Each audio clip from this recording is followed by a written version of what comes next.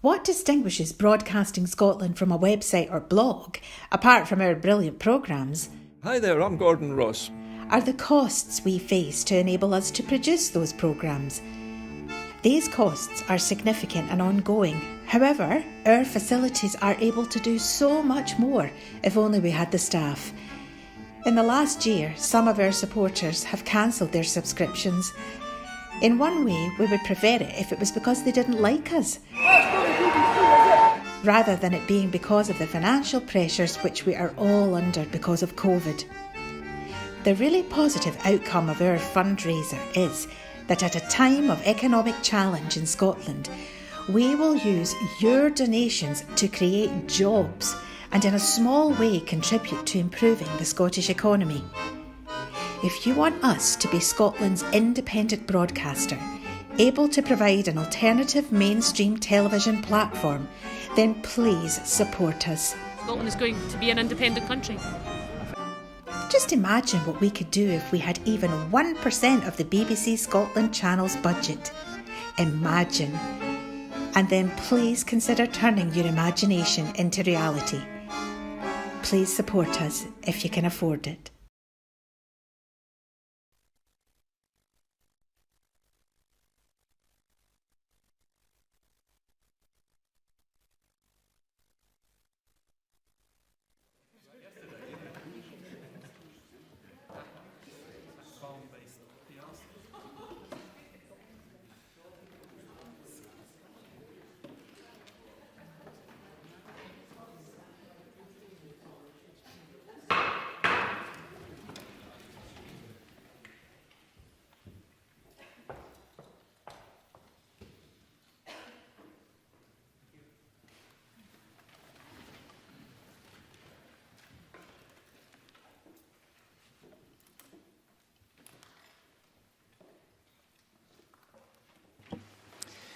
Thank you, colleagues. Now, before we turn to First Minister's questions, the first item is actually consideration of Business Motion 24367 in the name of Graham Day.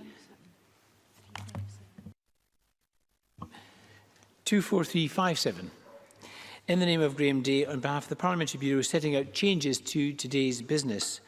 Could I call on Miles Briggs as a member of the Bureau to move this motion? Move, Presiding Officer. Thank you very much. No members indicated they wish to speak in the motion. The question therefore is that motion 24357 be agreed. Are we all agreed? Yes. We are agreed. Thank you. So we're going to turn next to First Minister's questions. Before we do, could I invite the First Minister to update the Parliament on COVID-19?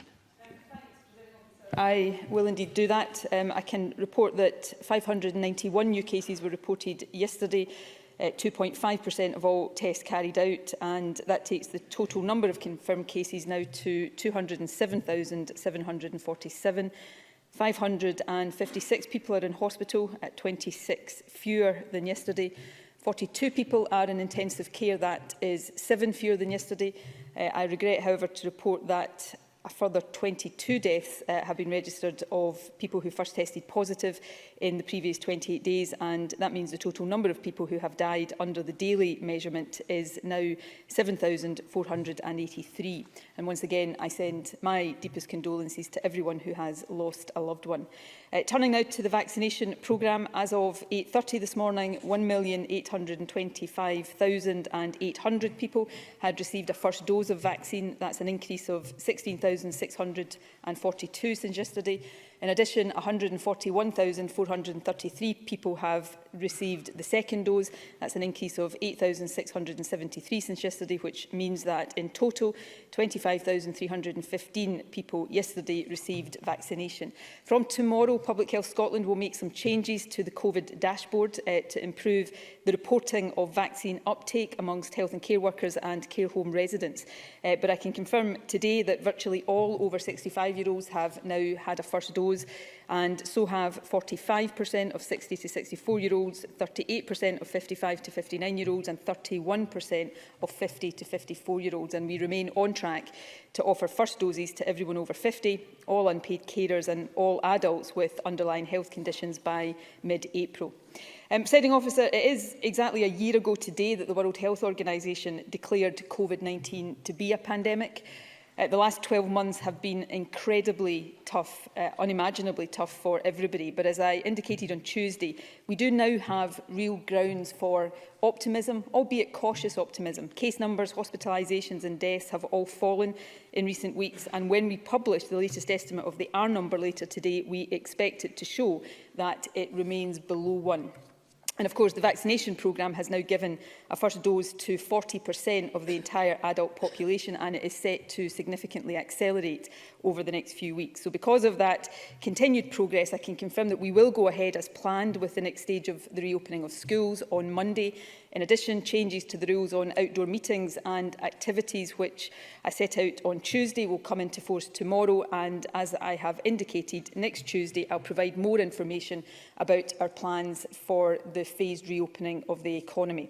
These plans will take account of the positive news that we can all see at the moment, but will also acknowledge the risks we still face. Case numbers are still high, the new variant is highly infectious, and therefore we do need to continue to exercise caution. And for that reason, my advice to everyone is still to follow the stay-at-home rule for now. Stay at home except for essential purposes, and please follow the facts advice when you are out. That remains the best way for all of us to both protect the NHS and save lives, and I thank everyone for continuing to follow that advice. Thank you very much. First Minister. The First Minister will now take questions. Please press your request to speak button if you wish to ask a question, and I call Ruth Davidson. Thank you. Presiding Officer, last week we asked about legal advice in the Alex Salmond case, and the First Minister refused to answer any questions. We were told that every issue had been covered. Then, the next day, after FMQs and 2 days after her evidence session, Johnstone released another tranche of legal advice, even more damning than the last. So I'm going to ask the questions that the committee couldn't, about the evidence that the government were so reluctant to release. This new evidence shows that the government's senior lawyer, Roddy Dunlop QC, warned the First Minister personally against, and I quote, ploughing on regardless, because of a large expenses bill that would inevitably rise. So let me ask the First Minister, how much taxpayers' money did it cost from that moment on? First Minister. We've set out the costs of the judicial review. I don't have that breakdown to hand. I can look in to see if we can provide that breakdown to Parliament. I think Ruth Davidson, in some respects, makes my point for me. And let me say, first of all, I take, whether the opposition always want to believe this or not, I take these matters extremely seriously. And I take very seriously the obligation on me and on my government to learn lessons from this. But the point I think Ruth Davidson is making for me is that she is quoting from the legal advice that has been published. We have published all of the substantive legal advice, which sets out very clearly, I can take the Parliament through exactly what we have published in response to the requests for that. But we have set out the substantive legal advice, and anybody who wants to read it, I suspect most people watching right now probably want to hear about vaccination and COVID and when we might come out of lockdown. But anybody who wants to read the legal advice can go onto the Scottish Government website and do that. And what that legal advice sets out very clearly, warts and all, it is an unvarnished account of what went wrong. Are the opinions of senior counsel at different stages of the judicial review? It sets out very clearly the error that was made by the Scottish Government and the way in which that error became to be fully realised and understood. It also sets out the views of the law officers, and of course in terms of the ministerial code, that's what matters to ministers, well into December, that notwithstanding all of that, the government should continue to defend the case for the wider reasons that have been set out, and then later in December, the reasons why that was no longer possible. So I think the impression the opposition is perhaps trying to give, I think, is that what we've published is somehow a rosy picture here and there are horrors lurking underneath that are being concealed. Anybody who reads this can see very clearly that is not the case. A serious error was made by the government in this investigation, and as the judicial review proceeded, that error became very apparent, and that is why ultimately the judicial review had to be conceded. So perhaps instead of chasing phantoms, the opposition should focus on what is there, because it sets out very clearly the mistake the government made and the lessons the government needs to learn from that, and the lessons I am determined that the government will learn from that. Ruth Davidson. Presiding Officer, I asked the First Minister a very specific question, and whatever that was, it wasn't an answer. We have since learned that from the moment that Roddy Dunlop wrote that note on the 17th of December, to the time when the government finally conceded, the bill exceeded £100,000. Perhaps even 200,000, but we don't know for sure because the government won't tell us their side of the bill. Now, before the First Minister's committee session, we know that Queen's Counsel stated, and I quote, "The least worst option was to concede the case." That was on the 6th of December 2018, a month before the case was finally collapsed. What we didn't know last week, and we only found out on Friday, was that the First Minister personally disputed this advice. And we know this because Leslie Evans sent a note that said that she and the First Minister were unclear about what has changed since the last notes in the First Ministerial meeting. Again, I'll put it to her, if she had conceded then, hundreds of thousands of pounds would have been saved. So why did the First Minister think that she was a better lawyer than Roddy Dunlop QC and the advocate Christine O'Neill? First Minister. I didn't, and I absolutely, most definitely don't. But what I do know is that it is my job as First Minister to ask questions, to query things when I don't fully understand what is being put before me, and to make sure I have as full as possible an understanding of the decisions that lie before me. And I actually think it would be more remarkable and more deserving of criticism if I didn't ask questions like the one that Ruth Davidson has just suggested that I did. But she talks about advice in an early part of December. One of the things that I was questioned about and talked about extensively before the committee last week was the summary from the law officers on the 11th of December, which sets out very clearly, and people can look at this, is that the view of the law officers then was that, taking account of everything, they believed we should continue to defend the case, that there were credible arguments, and I think that's a quote from the summary note on the 11th of December, across all of the points of the petition, including the appointment of the investigating officer, which was the key area of problem for us. And it was set out there that that was because there was a wider interest, as long as the case was stateable, in getting a judicial determination on the array of challenges that had been made both to the fundamentals of the procedure and the application of the procedure. So it's not that these issues weren't properly considered, and yes, judgments were made, but everybody can see the views of councils, the conclusions of law officers, that ministers are duty-bound to base our judgments and decisions on, and then what happened later in December that led to the decision to concede the judicial review. And of course, we also see a note from Council, I think as late as the 17th of December, where they say they believe the case is still stateable, albeit they have significant concerns about it. So, you know, these are always judgments for ministers, taking account of a range of things. There was a mistake made by the government in the application of this procedure, as that became fully understood during the progress of the judicial review. That is what ultimately meant we couldn't defend the judicial review. But there were wider interests that we were also right to take into account and carefully consider at every stage of the process. And the point here is that people don't have to take my word for this. They can go and look at all of the material in quite unprecedented fashion that has now been published and draw their own conclusions, as indeed can, and I'm sure will, the committee in due course. Ruth Davidson. Thank you, Presiding Officer. The new evidence that was withheld from the committee until after Nicola Sturgeon appeared shows that Roddy Dunlop QC wrote back when the First Minister challenged his advice. And we now know what he told her in response. He wrote that there were two options, and I quote, "I doubt either will work." Then a week later, both senior lawyers said that their advice had been discounted.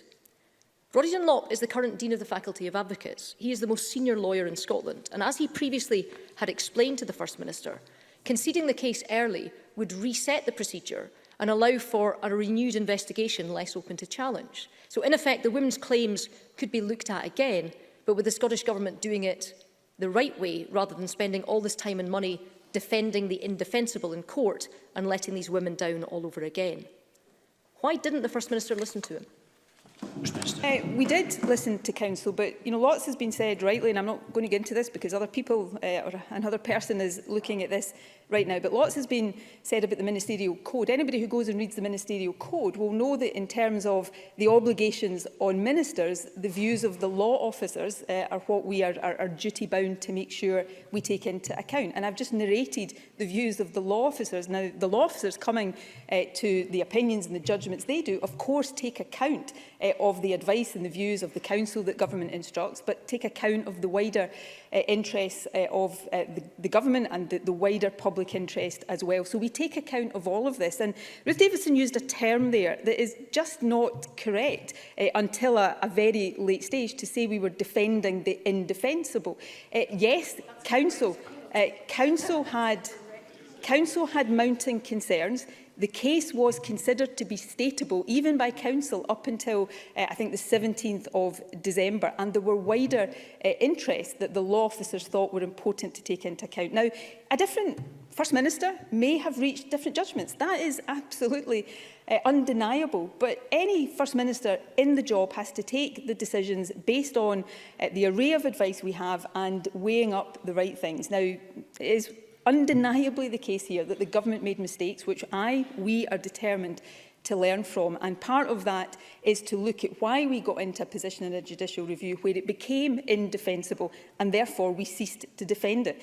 And the advice that Ruth Davidson is quoting from the latter part of December, that is the start of that process of the government realising it could no longer defend the judicial review and taking the appropriate steps to concede the judicial review at that point. So there's lots and lots and lots that I and the government have to reflect on here, and I am absolutely determined to do that. But the public have, if they so choose, the ability to read all of this for themselves. They will shortly have reports from the committee, I hope. They will shortly, I hope, have reports from James Hamilton into the issues with the ministerial code, and they will shortly, I hope, have the report that the government instructed from Laura Dunlop QC into some of the internal issues that we have to reflect on. So we are taking these issues really seriously and in unprecedented fashion. Unprecedented not just for this government, but in the lifetime of this Parliament, have put into the public domain information that allow the public to draw their own conclusions too. And Ruth Davidson. Presiding Officer, at her committee appearance, the First Minister became very forgetful, and she seems determined to forget that it was her government who were the ones who failed these women so badly. According to 5 people now, including a QC and a civil servant, her government is responsible for leaking a complainant's name to Salmon's team. But nobody's been sacked or even reprimanded. And despite all her protests, the flawed procedure, the one that let these women down, has never been changed. The First Minister just mentioned a second ago that 6 months ago, another QC, Laura Dunlop, started a review of the procedure. Our clear understanding is that Ms Dunlop has reported in writing back to the Scottish Government on her work. So for the sake of confidence in the procedures, will the First Minister publish it now? Because, and I don't say this lightly, this week has shown again that sexual harassment complainants cannot trust the ruling party to deal with a complaint properly. First Minister. Well, firstly, can I say the first allegation that Ruth Davidson made there is disputed, and I disputed it at committee last week. Obviously, I wasn't party to the conversation that it is based on, and I'm limited in what I can say because of legal reasons. But let's be clear, that is disputed. In terms of the procedure, the first thing to say is what was found to be flawed was the application of the procedure. The procedure itself may well have been found to be flawed had the judicial review proceeded, but it wasn't. But we obviously want to await the various inquiries before reflecting on changes we need to make. I've not seen Laura Dunlop's review. It will be published, and it will be published in early course once we have seen it. I want everything about this to be open and transparent because I do want to learn lessons. Ruth Davidson, perhaps belatedly over recent days, has started to talk about the women, and I welcome that because that is the issue right at the heart of this. I will be haunted for probably the rest of my life about the way in which the government, through an error made, I think, in good faith, but nevertheless an error that let down those women. I've apologised for that. I wasn't involved in the investigations. I wasn't aware of the error at the time, but as head of the Scottish Government, I take and I feel responsibility for that, which is why I think it is so important to cast aside the politics in this and actually focus on the substance. That's what I'm determined to do, and that includes a determination to learn any and every lesson that any one of these inquiries tells us that the Scottish Government needs to learn. Thank you. Question number 2, and ask Sarwar. Presiding Officer, a year ago this week saw the first COVID death in Scotland. Since then, over 7,000 people have tragically died, and I send my condolences to everyone who has lost a loved one. Official government statistics show that 7,000 fewer people had a confirmed cancer diagnosis in the first 8 months of the pandemic. That doesn't mean cancer has gone away. Cancer remains Scotland's biggest killer. We understand why the resources of our NHS were redeployed to deal with the virus, but the knock-on impact has been huge. That is thousands of people who have cancer, don't know, and so aren't receiving treatment. And we know there's a direct link between early diagnosis and survival rates. So what action will the First Minister take right now to fully restart cancer services in Scotland, begin a catch-up programme and find the missing 7,000? First Minister. Firstly, and I say this not, please take this sincerely, not as any sort of jibe at Anna Sarwar, just so that we recognise the full extent of the COVID tragedy. It's actually more than 9,000 people who have died from COVID. It's more than 7,000 under the daily measurement. But the National Records of Scotland figures, of course, show that that toll is even higher.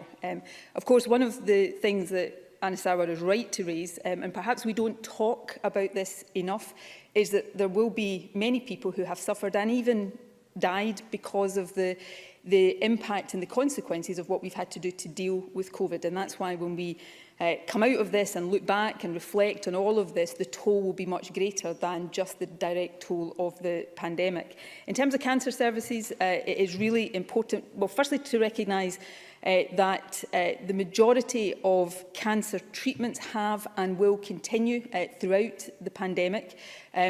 Some patients' treatment plans will have changed to minimise the risk that they might have been facing from COVID, but the majority of treatments have continued, and that is important. We are funding health boards right now to support cancer services through this year in order to start to remobilise those services that have been impacted by COVID. And I would take this opportunity, I think it's really important, to say directly to anybody who has worries about symptoms or changes in their body in any way that's causing them concern, to contact their local GP now. The NHS is open, it is there to help you, and nobody should be sitting back worrying about potential cancer symptoms when they can and should and are encouraged to come forward.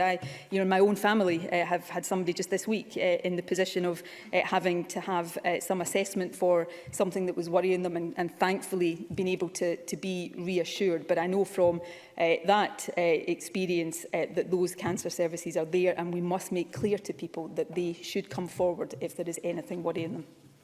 Thank you. Anna Sarwar. McNeill Cancer Research themselves have said that unless Scotland's missing cancer patients are found urgently, the country is likely to face a rapid rise in people diagnosed with very advanced cancers. And they've also said that progress is nowhere near fast enough for those still to be diagnosed.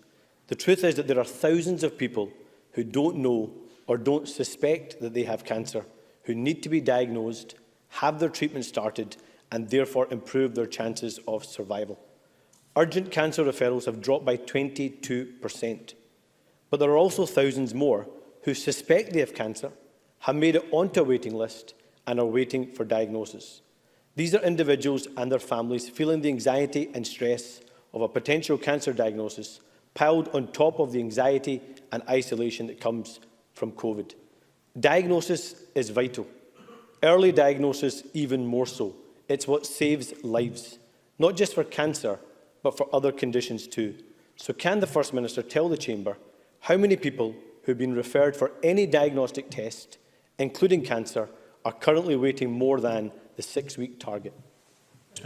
I don't have that figure to hand. I may have it in my briefing folder, but to make sure we get it right, I will provide that figure after today's session of First Minister's questions. Can I say, I really agree with all of this. I think the first thing to say is that we should encourage people who have concerns to come forward. I think during COVID, there has been, on the part of some people, understandably, they perhaps, as many people often do, don't want to put additional pressure on the NHS when they're dealing with a crisis, or people might understandably have concerns about the COVID risk by coming forward and going to their GP, for example. So people who have symptoms that worry them should come forward. Secondly, the screening programmes that had to be paused have restarted. I'm at the age where I've had a couple of appointments for those screening programmes myself in the last few weeks. So those those programmes are restarting, that's really important to detect cancers that perhaps people don't have symptoms of.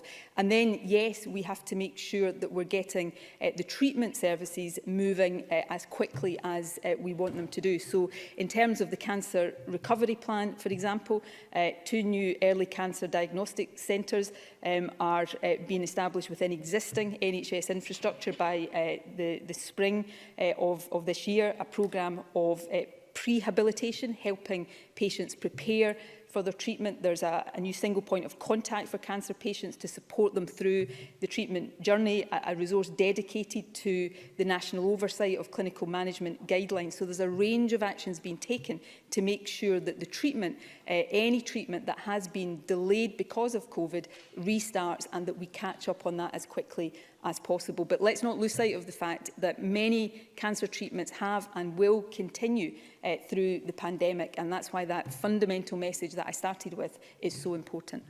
And Sarwar. I recognise and welcome those steps that the First Minister outlined, but there will be little comfort for the missing 7,000 when they do get their cancer diagnosis, a late cancer diagnosis, that will impact directly on their survival rate. I have the answer on the diagnostic test. The answer is 44,516 people waiting more than 6 weeks for a diagnostic test. And our analysis shows that is more than doubled in a year. I recognise COVID has placed a huge strain on our NHS. It has put even more pressure on an already overstretched NHS workforce. But COVID didn't create this problem. It has made a bad situation worse. This government hasn't met the 62-day cancer waiting time since 2012. That's 9 years. Nicola Sturgeon has failed to meet this target for the entire time she has been First Minister.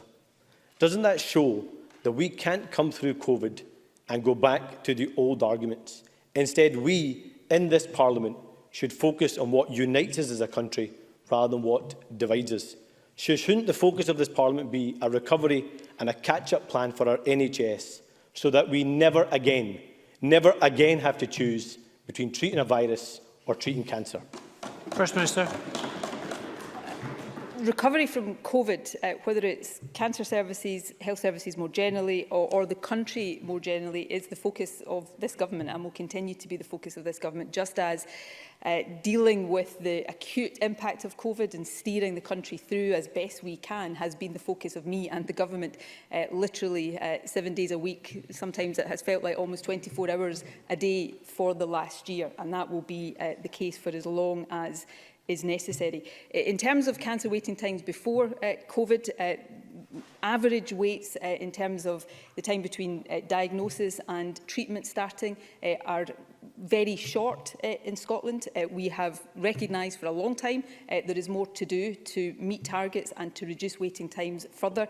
COVID has undoubtedly been a serious difficulty because of the pause in many normal aspects of the NHS that it has necessitated. But that is why, through investment, through reforms to how treatments are being delivered and through many of the actions I've set out, we're now focused on getting the NHS back to normal. I hope none of us ever have to face the reality that we faced over the past year again. And I think our NHS has coped admirably with that. But the focus now is getting the NHS back to the point where it is dealing with whatever COVID still throws at us, but is recovering and seeing the patients who have had treatments delayed because of COVID over the past year. Thank you. Question 3, Willie Rennie.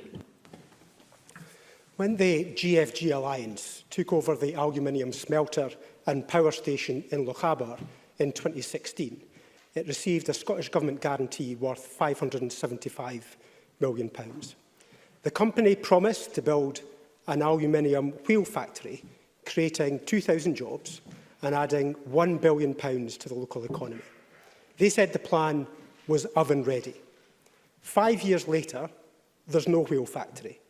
They said they'd invest in a new aluminium bottle plant. That's not happened either. With the collapse of their financial partners, Greene, can the First Minister tell me what update she has received about the 2,000 promised jobs for Lochaber? First Minister. The Scottish Government is in very regular contact with the GFG Alliance, both at Lochaber as well as DL Steel Plant, and at a group level overall. The original investment plan for Fort William was impacted by the sharp fall in the UK automotive output. The business has brought forward new investment plans totalling £94 million, and we continue to liaise very closely with them, both about the challenges they face, but also about the steps that they need to take to make sure they deliver on those commitments. As Parliament would expect, we've taken a series of securities over the assets of GFG Alliance at Lochaber. That includes the smelter, the Lochaber power station and land holdings, plus a series of other protections in support of the guarantee. The last point I would make here, though, is that there are serious difficulties that have been posed for companies, individuals, the public sector, as we've just been reflecting on in terms of the NHS, because of COVID, and we need to work through those, and we need to recognise and resolve those. But the starting point here, and this obviously predates COVID, had the government not worked to try to facilitate GFG becoming the owners of the aluminium smelter at Lochaber, that aluminium smelter would have closed, and we would not have been able to protect any jobs there or give any hope for the future. So sometimes governments have to try to be creative and to work hard within all due constraints that operate on us to do our best to save jobs and to provide positive economic outlooks for parts of the country that badly need it. And that's what we tried to do with the smelter, it's what we tried to do with the DL Steelworks, and it's what we will always try to do in these industrial situations. Willie Rennie. But the First Minister went to the smelter, had a photograph taken and said it was boom time. To great fanfare, she went to BIFAB, backed by millions of pounds, but that didn't work out either. 5 years ago, she signed a deal with the Chinese company Sinofortone. It was worth billions of pounds, they said. They weren't billionaires.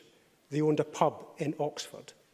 Lots of selfies, lots of taxpayers' money, but there are certainly not 2,000 new jobs. I think the public and the workers deserve an explanation. How much money has been lost to this? How can it be right that a company uses a 30-year government financial guarantee to make profits, but fails to deliver the jobs that it promised? Minister. Well, you see, these are the choices governments have to make, because the alternative to trying to work with companies to secure the future of industrial sites or plants and to secure jobs, the alternative to that is just to let these places go to the wall there and then. And there are no jobs, and there are no opportunities, and there are no prospects for the future. And in many of these cases, because of the action we have taken, I mean, you take DL Steelworks, for example, managing to protect jobs there at a time when the only alternative would have been complete and utter closure. Similarly with BIFAB. Yes, BIFAB struggles, and we have a long way to go, but the alternative to the work we did back then was just to let BIFAB there and then go to the wall. Prestwick Airport is the same. The investments that we have had to make there have protected jobs, and although it remains difficult and remains challenging, the only alternative is simply to give up on these things, to give up on the jobs, to give up on the economic prospects, and to say there's nothing government can do. That's not the kind of passive stand back, wash our hands of problems government that this is, or that I will ever want it to be. We're an activist government when it comes to trying to protect jobs and protect economic prospects, and that is what we will always be. Question number 4, Alison Johnstone. Thank you. Presiding officer, this Saturday marks the 25th anniversary of the Dunblane shooting, a tragic day Scotland will never forget. The Scottish Greens, and I'm sure all of us in this chamber, can take this as an opportunity to remember the lives lost that day and to commit to make sure it never happens again. Yesterday, the UK Government unveiled deeply irresponsible plans to cut air passenger duty on internal flights and expand roads in Scotland. Irresponsible because it undermines this Parliament. Irresponsible because it flies in the face of the climate emergency. And this isn't a one-off. It follows approval for a new coal mine, a freeze on fuel duty, hikes in train and bus fares, a barrage of anti-climate policies as we approach COP26 in Glasgow. So it falls to us to show leadership, but the only reason air passenger duty hasn't already been cut here is because of the Greens. So will the First Minister take responsibility and ensure APD is not cut in Scotland, whatever the UK Government does? First Minister. Well, firstly, can I also take the opportunity to reflect on the 25th anniversary on Saturday of the Dunblane atrocity. I'm sure every single one of us, particularly those of us who are old enough to remember that day vividly, will be thinking of the families who lost children that day, the family of the teacher whose life was taken from her, and of course all of the community in Dunblane. That was a day that is etched on the memories and etched into the hearts of everybody across Scotland, and my thoughts are very much with everybody associated with that dreadful day in Scotland's history. We have no plans to cut air passenger duty. The history of that I won't rehearse. Right now we're focused on trying to work out the best way to recover our economy from the catastrophe of COVID, and also how we do that in a way that is consistent with our moral obligations to meet our net zero targets and to live up to the responsibilities up to, but long after the COP26 summit that will take place in Glasgow later this year. That has a range of different questions and obligations for governments everywhere. And I think if anybody looks at our budget, including those aspects that we were able to agree with the Greens and our policy priorities, you will see very strongly that commitment to a green, sustainable recovery, which is right, I think, for job creation in Scotland, but also absolutely right for the future of the planet as well. Alison Johnstone. Thank you. The fact remains, First Minister, that transport emissions are going up, causing Scotland to miss its climate targets, and that's why the Scottish Greens have prioritised this area. I'm pleased that we've secured free bus travel for everyone aged 21 and under, increased funding for cycling, walking and wheeling, and got commitments to take forward key rail projects. But we do need to go further and faster. This week, the First Minister told business leaders that COP26 was perhaps our only chance to tackle the climate emergency. She said Scotland will do everything we can to play our part. Yet on the same day the UK Government released its planet-wrecking plan, Scotland's Transport Secretary confirmed his plans to expand roads, a policy we know increases emissions and congestion. First Minister, is the Transport Secretary delivering your agenda or Boris Johnson's? First Minister. I don't even think that's a particularly serious comment, or one that many people will take seriously. We have a balanced transport policy. All of our policies have to be assessed against our 2045 net zero target and ambition, and the interim milestones, which in many respects are even more stretching because they're closer, and the ambition that we need to deliver to meet them kicks in now. So all of our policies have to be measured against that, and that is part of the assessment process that the government goes through.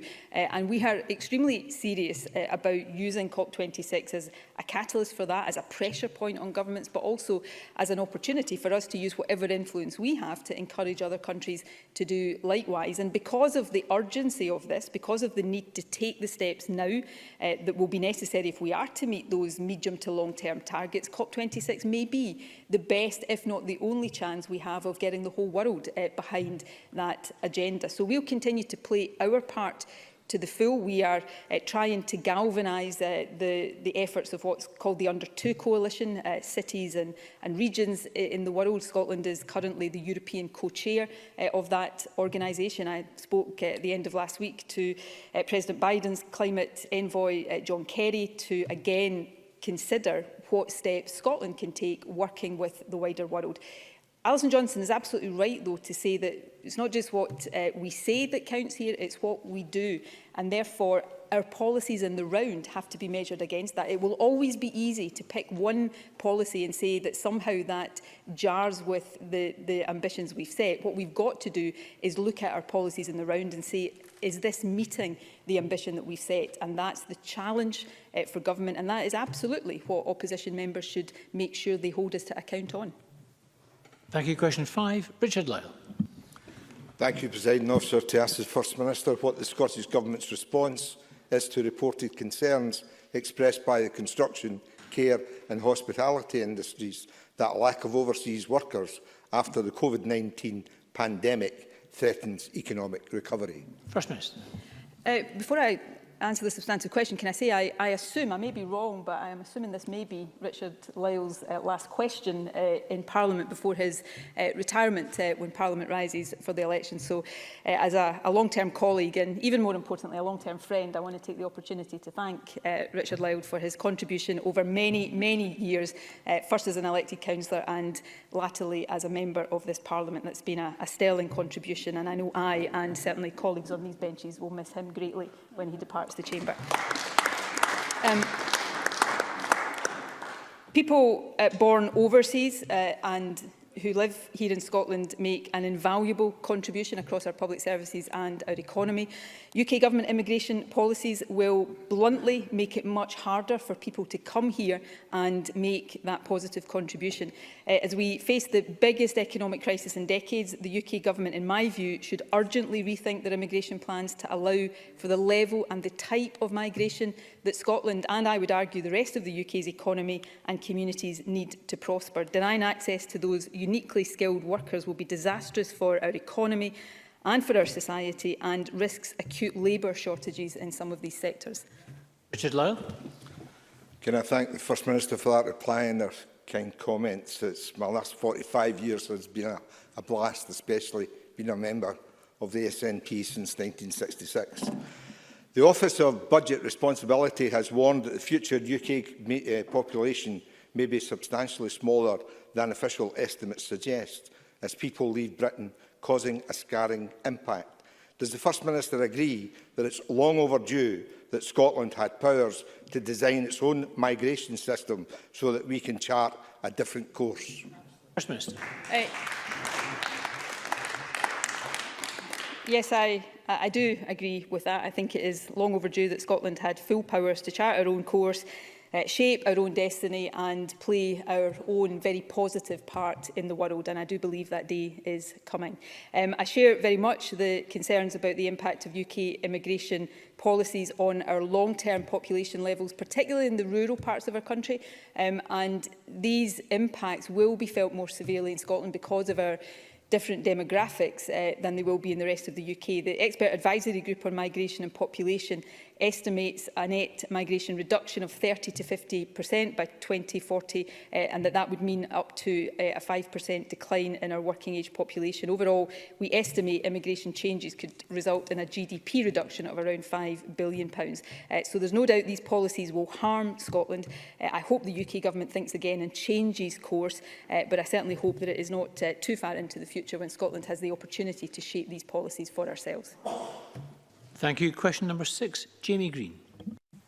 Thank you. To ask the First Minister what percentage of clinically vulnerable people have received at least one dose of a COVID-19 vaccine. First Minister. Clinically extremely vulnerable people, of course, are part of the JCVI Priority Group 4. As of today, 91%, that's 163,111 people in the clinically extremely vulnerable group have received their first dose of the vaccine. By way of context, the published uptake figure for clinically extremely vulnerable in Wales was up to yesterday 88%, and in England the latest published statistics are only up to the 28th of February, but as of that date in England the figure was 88.3%. Jamie Greene. Can I thank the First Minister for that update? But as we've heard, it's been a year since the first tragic COVID death, and I think today we all remember everyone who suffered and lost as a result of this virus. But also in that year, science, governments, academia and pharmaceuticals have developed, tested and produced the vaccine, which is already in the arms of 23 million people across the UK. And I think we owe them all a huge debt of gratitude, as well as those who volunteered in trials, our health workers and the armed forces who've all played an important part of this. But nonetheless, it is the waiting, First Minister, which makes our most vulnerable in society nervous and anxious. And many people watching today are nervous and anxious, waiting on that appointment letter. So can I ask the First Minister to comment on reports that there may be up to 900,000 doses of the vaccine currently allocated to Scotland but unused, And if so, can she outline how and when the government will get any unused vaccines into the arms of our most vulnerable as quickly as we can, and irrespective of where they live? First Minister. Firstly, just because I do want to agree actually with the substantive part of Jamie Green's question, we owe everybody involved in researching, developing, manufacturing and administering the vaccines an enormous debt of gratitude. It is quite extraordinary the progress that has been made in such a short space of time, and we've had a lot of tough, negative, difficult things to contend with in the last year, but that should give us all both a sense of pride and a sense of real hope about what human ingenuity can actually achieve. So I want to very much agree with that. On the second part, I hope, I'm going to try not to strike a discordant note here, but I had hoped we were beyond this point. We have supplies of the vaccine allocated, distributed to Scotland and then within Scotland. We are vaccinating people as quickly as possible. We have to model the supplies over a period to make sure we are getting the number of appointments right against not just the supplies we have today, but the supplies that we will have next week and the week after that. And of course, for the last few weeks, we have also had to be reserving a proportion of supply for second doses, which have started to fall due after the 12-week period from the time people started to get the vaccine in the early December, actually. So all of that has to be carefully managed and is being carefully managed.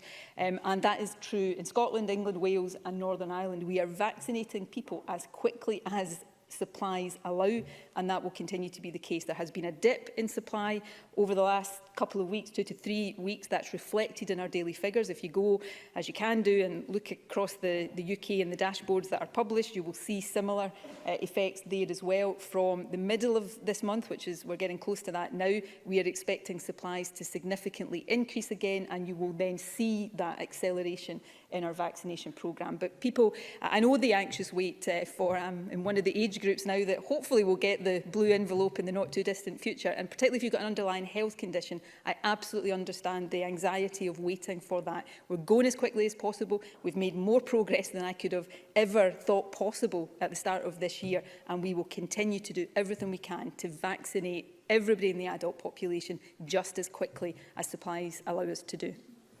Thank you. Question number 7, Pauline McNeill.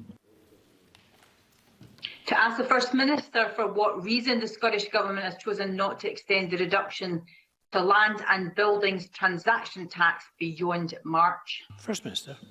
Well, the Scottish Government was clear from the outset that this measure was temporary. It was intended to support the housing market in this financial year, and we always said it would come to an end on the 31st of March this year.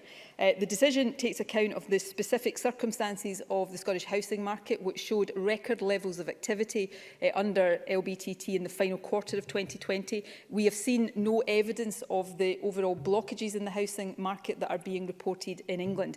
From 1st of April, the progressive rates and bands will continue to support first-time buyers and others who wish to buy a home. And in particular, the first-time buyer relief will mean an estimated 8 out of 10 first-time buyers will pay no LBTT at all. So we've taken decisions that we believe are right for the particular circumstances of the Scottish housing market. Pauline McNeill. The decision not to extend the reductions to land building transaction tax that's similar to the extension of stamp duty in England and Northern Ireland is disappointing news for Scottish home buyers. Rather than decrease revenues in December alone last year, land building transaction tax revenues were healthy with the highest recorded monthly figure. But this follows a recent Scottish Government closure of the Help to Buy scheme and a 70% cut to the First Home Fund, which remains closed until April. So as things stand, the Government don't have a comprehensive policy for young buyers and first-time buyers, and supporting those who are low earners now that has ended some of those key policies. I'm particularly concerned about young people buying first homes. Would the First Minister reconsider a more comprehensive approach to ensure that in making the decisions in each of these funds, we are supporting young buyers and particularly those who are low earners? Thank you. First Minister. Well, the decision we've taken on LBTT, I think, is right for the Scottish housing market. You know, for example, in the latest 3 months to the end of January this year, transactions were 28% higher than in the previous 3 months. LBTT transactions have risen in 8 of the last 9 months and actually rose to record highs in 4 of the last 5 months. So the market looks very different now compared to when the temporary change was made. Transactions then had fallen by 41% over the 3 months to May 2020. So it would not make sense for us to continue to design LBTT policy based on a housing market that was very different a year ago at the start of this crisis. But of course, LBTT is structured in a way that is designed to support first-time buyers. And as Pauline McNeill rightly says, we have had additional support for first-time buyers, and we want to make sure that resources we have available to us are targeted as effectively as possible, and that means targeting towards first-time buyers and helping people onto the housing market for the first time. So I know these are difficult decisions for people who are directly affected by them, and I appreciate that and I sympathise with that, but we have to take these decisions in the round, and I think we're striking the best balance overall. Thank you. We'll move on to supplementary questions. Claire Adamson, to be followed by Miles Briggs. Thank you, Presiding Officer. The administration of Greensill Capital, one of the UK's largest providers of supply chain finance, is a cause for concern to many manufacturing businesses. One of those impacted is Liberty Steel. Can I say, as a constituency MSP and member of the Steel Task Force under the stewardship of Fergus Ewing, just how vital and welcome the Scottish Government interventions were in securing both production and jobs in the intervening 5 years. So I can ask the First Minister, what discussions have the Scottish Government had with Liberty to understand potential impacts? First Minister. Well, Claire Adamson is absolutely right, and she is well placed to know this from her own involvement and very productive involvement in the efforts to save what is now Liberty Steel, and that had we not worked with the company to enable that, then those jobs would have been lost there and then. And that is why I will always prefer that activist approach, trying to save jobs, trying to secure the future of industrial plants like that. There's no doubt, though, that the administration of Greensill Capital UK will impact on a wide range of businesses across the UK who rely on it for supply chain financing. The GFG Alliance, which includes Liberty Steel, has acknowledged the challenges posed to its businesses and has indicated it's seeking alternative long-term funding arrangements. We take some comfort from the public statements of GFG Alliance that it's performing strongly and has access to sufficient resources for its business needs, but we will continue to monitor the situation very closely, and as I said to Willie, Rennie, we maintain regular dialogue with the business. Miles Briggs, to be followed by Daniel Johnstone. Thank you, Presiding Officer. First Minister, I've been contacted by a number of constituents who are becoming increasingly concerned about the rollout of the COVID-19 vaccine here in Edinburgh and the inconsistencies with age groups being called to be vaccinated. Now, I've raised these concerns with the Health Secretary, and I appreciate that there will be some overlap with age groups. However, there seems to be confusion over when exactly 60 and 65-year-old age groups will actually receive the vaccine here in Edinburgh. And I'm sure the First Minister will agree with me that it would be unacceptable for NHS Lothian residents to be behind others. So can I ask the First Minister what additional resources will NHS Lothian receive? Will she investigate this situation? And can I ask, why are the Scottish Government not publishing local health board age-specific vaccine uptake figures? First Minister. Well, as I've said before, we will continue to break down as far as we can the information that's been published. I said earlier on today, as of tomorrow, Public Health Scotland are going to be improving the reporting, and so we continue to try to improve the granularity of the data that's published. Obviously, the vaccination programme is going better than we ever anticipated. More people have been vaccinated than we would have anticipated at the start of the year. That said, I absolutely understand and identify with the anxiety people have to get their appointments as quickly as possible. And I can understand if people feel that they know somebody in a younger age group that's been vaccinated ahead of them. I'd make 2 points about that. If that is the case, it is likely to be because the person in the younger age group has an underlying health condition that gives them the same level of priority as the older person. But it's also a practical thing. If we were to work through strictly in chronological order and not start, say, 55 to 59-year-olds until we had completed 60 to 64-year-olds. The problem that Jamie Greene just put to me, I think, if I may say so a bit unjustly, would actually become a real problem, because we wouldn't be using vaccine as quickly as we could. We'd have vaccine sitting on the stocks while we did it that way. So we are doing it in the way we are to get to people as quickly as we possibly can. 45% of 60 to 64-year-olds have been vaccinated already. Others in that group will be getting their vaccination appointments on an ongoing basis. The 55 to 59-year-olds and the 50 to 54-year-olds, general appointments will start going out to these age groups now, but those in those age groups have already been vaccinated. It's likely to be because they've got an underlying health condition. The way we're doing it, I know, can create anomalies in people's minds, but it is the best and quickest way to get through people as speedily as possible. And that's why I can stand here with a considerable degree of confidence, assuming there's no unexpected interruption to supplies, and say that by mid-April, everybody in the country over 50, every unpaid carer and everybody with an underlying health condition, every adult with an underlying health condition, will have had the first dose of the vaccine. And by the end of July, assuming the supplies allow it, the whole adult population will have been offered the first dose. Daniel Johnstone, to be followed by Gillian Martin. I would remind the Chamber that I'm a member of the trade union community. In response to Willie Rennie's questions regarding the threats to GFG, the First Minister outlined a series of securities and guarantees undertaken by the Scottish Government. What she didn't do was confirm the total liability that the public purse is exposed to because of those guarantees. Will she take the opportunity to set out what the figure is? And will she request that Audit Scotland urgently reviews these deals and how they were put together, given the reports in the press over recent days? Because ultimately, workers want Scottish Government interventions to save their jobs for the long term, not just for a few years, which is why we need to know what has gone wrong here and indeed in other such interventions. First Minister. In terms of the first part of Daniel Johnston's question, for reasons of commercial confidentiality, there is a limit on what we are able to disclose. And this is the important point. A full and detailed process was followed, which culminated in the guarantee being approved by the Parliament's Finance Committee, of course, with MSPs from parties across this chamber. And that is often how these things are done, where there are issues of commercial confidentiality, but a need for proper parliamentary scrutiny. And all of these matters are taken extremely seriously, because the government has got issues that it has to satisfy itself on legalities and on use of taxpayers' money. And of course, there have been instances in this chamber where I've had to stand here. If we take the train refurb site in Glasgow, for example, Springburn site, where Labour members repeatedly said, nationalise it, buy it out, and I had to say we couldn't, because we couldn't satisfy those tests in that situation. So these are really serious things that government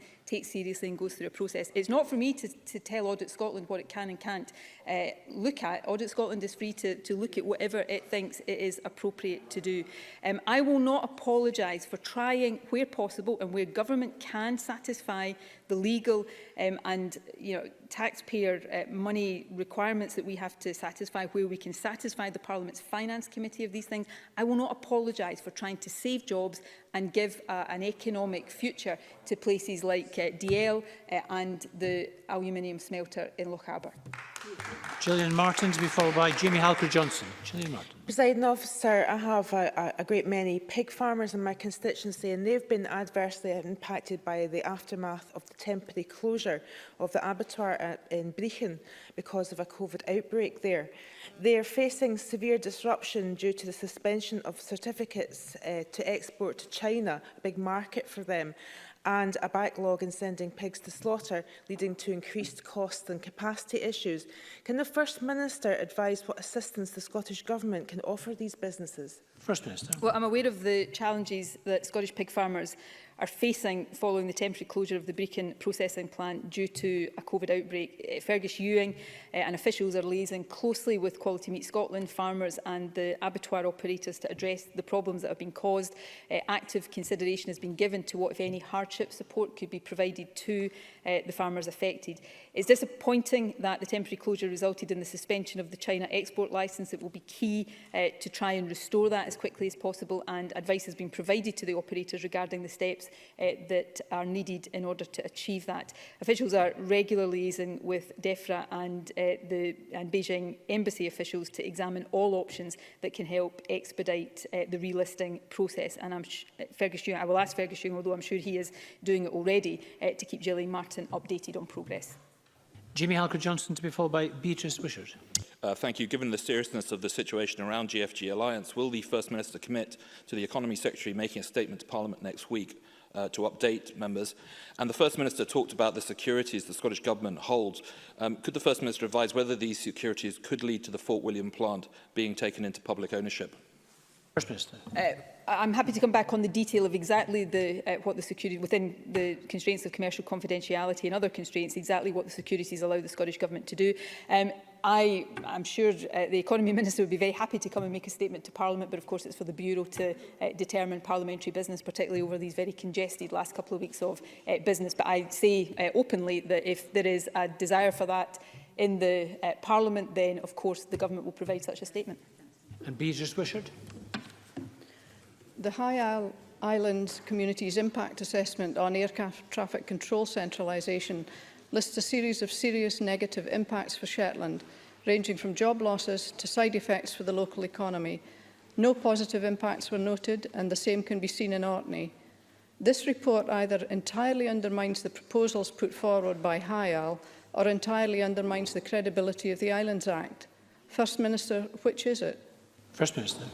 Well, the decision to proceed with the ATMS was taken, of course, before the Islands Act was passed, but High Isle did, of course, undertake to do a retrospective Islands impact assessment, and that was carried out by an independent consultant, and the assessment was published on the High Isle website on the 5th of March.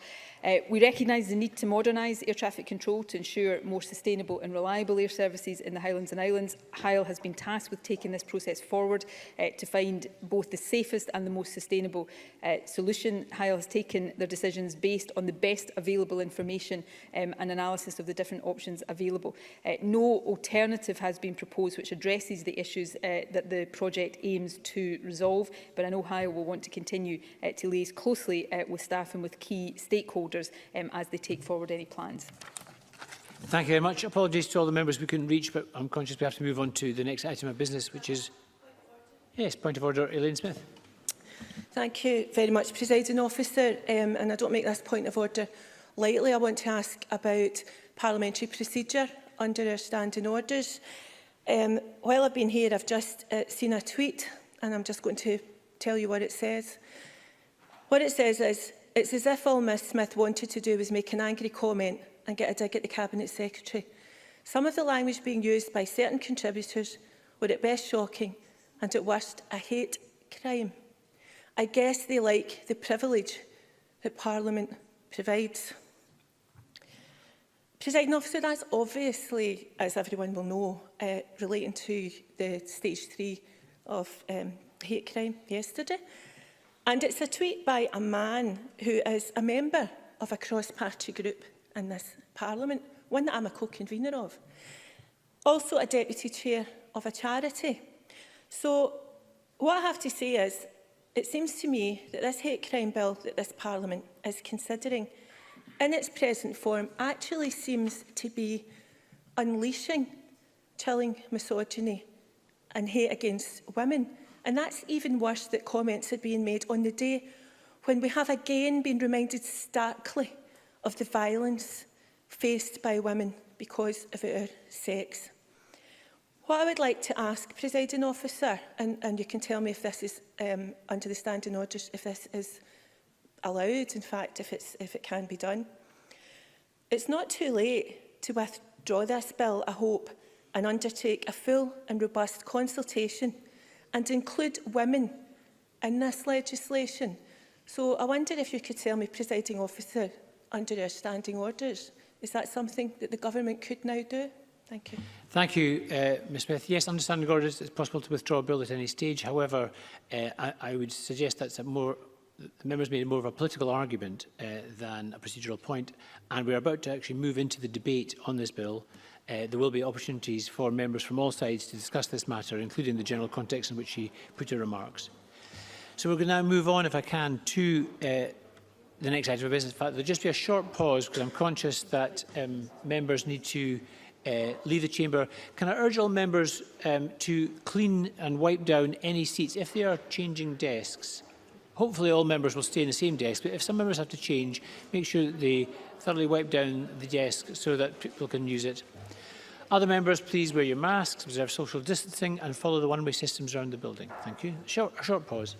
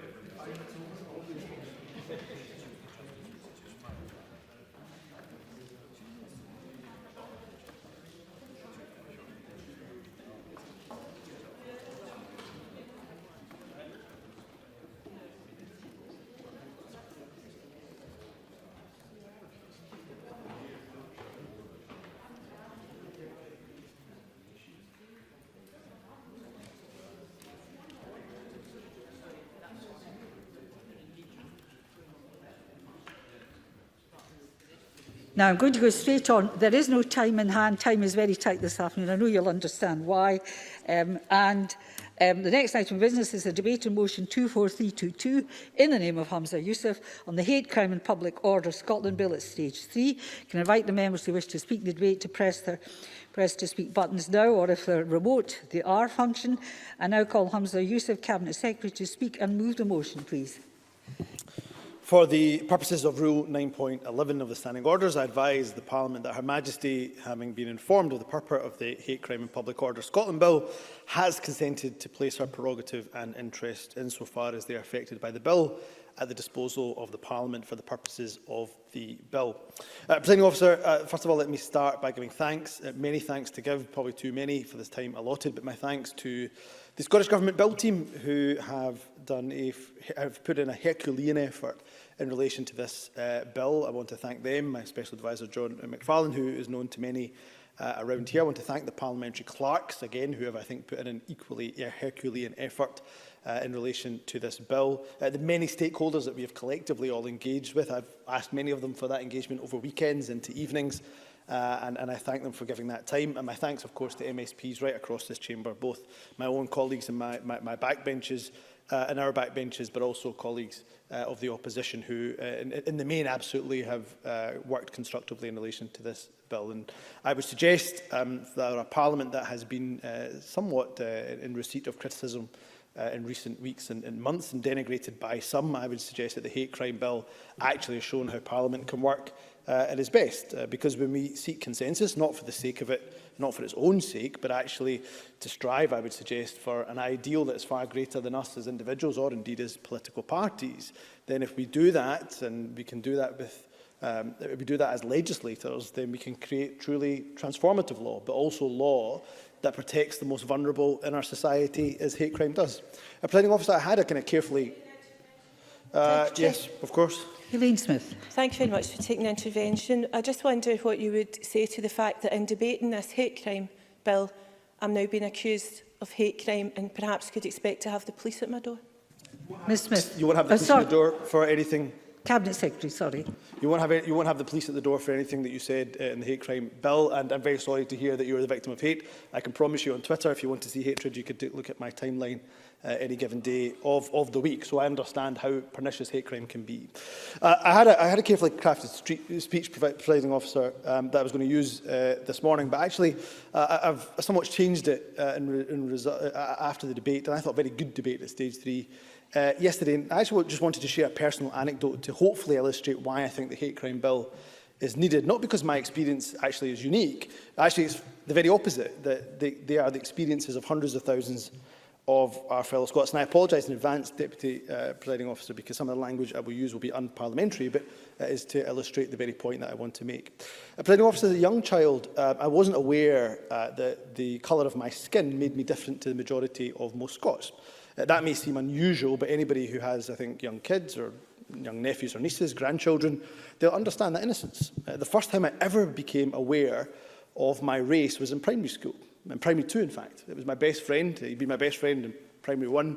He came up to me one day, completely out of the blue. We hadn't had a fight. We hadn't had a disagreement of any sort. And he said in a very matter-of-fact voice, "I can't be your friend anymore." And I remember feeling quite stunned. As I say, it came completely out of the blue. And of course, I asked him why. And he said to me, and I'll always remember it, he said, "Because you're a Paki." I had no idea what the word meant. I remember skulking around the playground, not really having a clue of what just happened. And I went back home after school and I asked my mum, "Am I a Paki?" I remember my mum being quite visibly upset. And she explained to me how some people, very rude people, she said, sometimes make fun of us because of the colour of our skin. But that I had done nothing wrong. And from 6 years old to the very present day, some 30 years, not a day goes by, Presiding Officer, but I'm not conscious of the colour of my skin. And I suspect the vast, overwhelming majority of my interactions, that the first thing people see or notice about me is the colour of my skin. And they probably form a judgment about me in relation to the colour of my skin, sometimes consciously, sometimes, I'm sure, unconsciously. I tell that story for 2 reasons, Presiding Officer. One is that my 6-year-old friend didn't become a racist. We don't have racist 6-year-olds, I don't believe. He undoubtedly learned that racism at home, probably from a parent or an older sibling.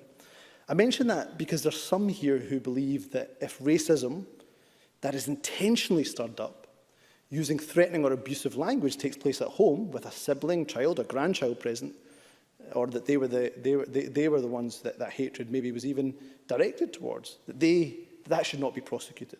My contention is that the impact is exactly the same, regardless of where hatred is intentionally stirred up, or whoever is the target of that stirring up, whether that is at home or out with the home. The outcome could lead to a person of colour, a disabled person, someone who's gay or lesbian, an older person, trans women, somebody with variation in sex characteristics, getting beaten up, threatened with violence or rape. And do we think they care whether that hatred was intentionally stirred up or took place at home? The second reason I tell that story, Presiding Officer, is to illustrate how strong the safeguards in the bill are. Let's hypothecate in probably what happened in relation to my 6-year-old friend. Why did he use the words that he used? The chances are my friend was probably at home, and back in the early 90s when this took place, he probably heard a parent say, "I'll go pick up a loaf and milk from the Paki shop." But let's be honest, that was relatively common parlance in the 1980s and the 1990s. Now let's assume that same phraseology is used today in 2021, after this hate crime bill hopefully has passed stage 3. Even the use of that language, in that scenario by an older grandparent, whether at home or in public, that I suspect we probably all agree is racist, that would not be prosecuted under the hate crime bill, under the new stirring up of hatred offences, or indeed under the previous racial stirring up of hatred offence. Why? Because the threshold of offences is so incredibly high. So to those who think they may accidentally somehow fall foul of the law in relation to even Elaine Smith's point, because they believe sex is immutable, or they state an adult man cannot become a female, or they campaign for the rights of Palestinians, as Sandra White mentioned to me yesterday, or those who proselytise that same-sex relationships are sinful, none of these people would fall foul of the stirring up of hatred offence for solely stating their belief, even if they did so in a robust manner. Why?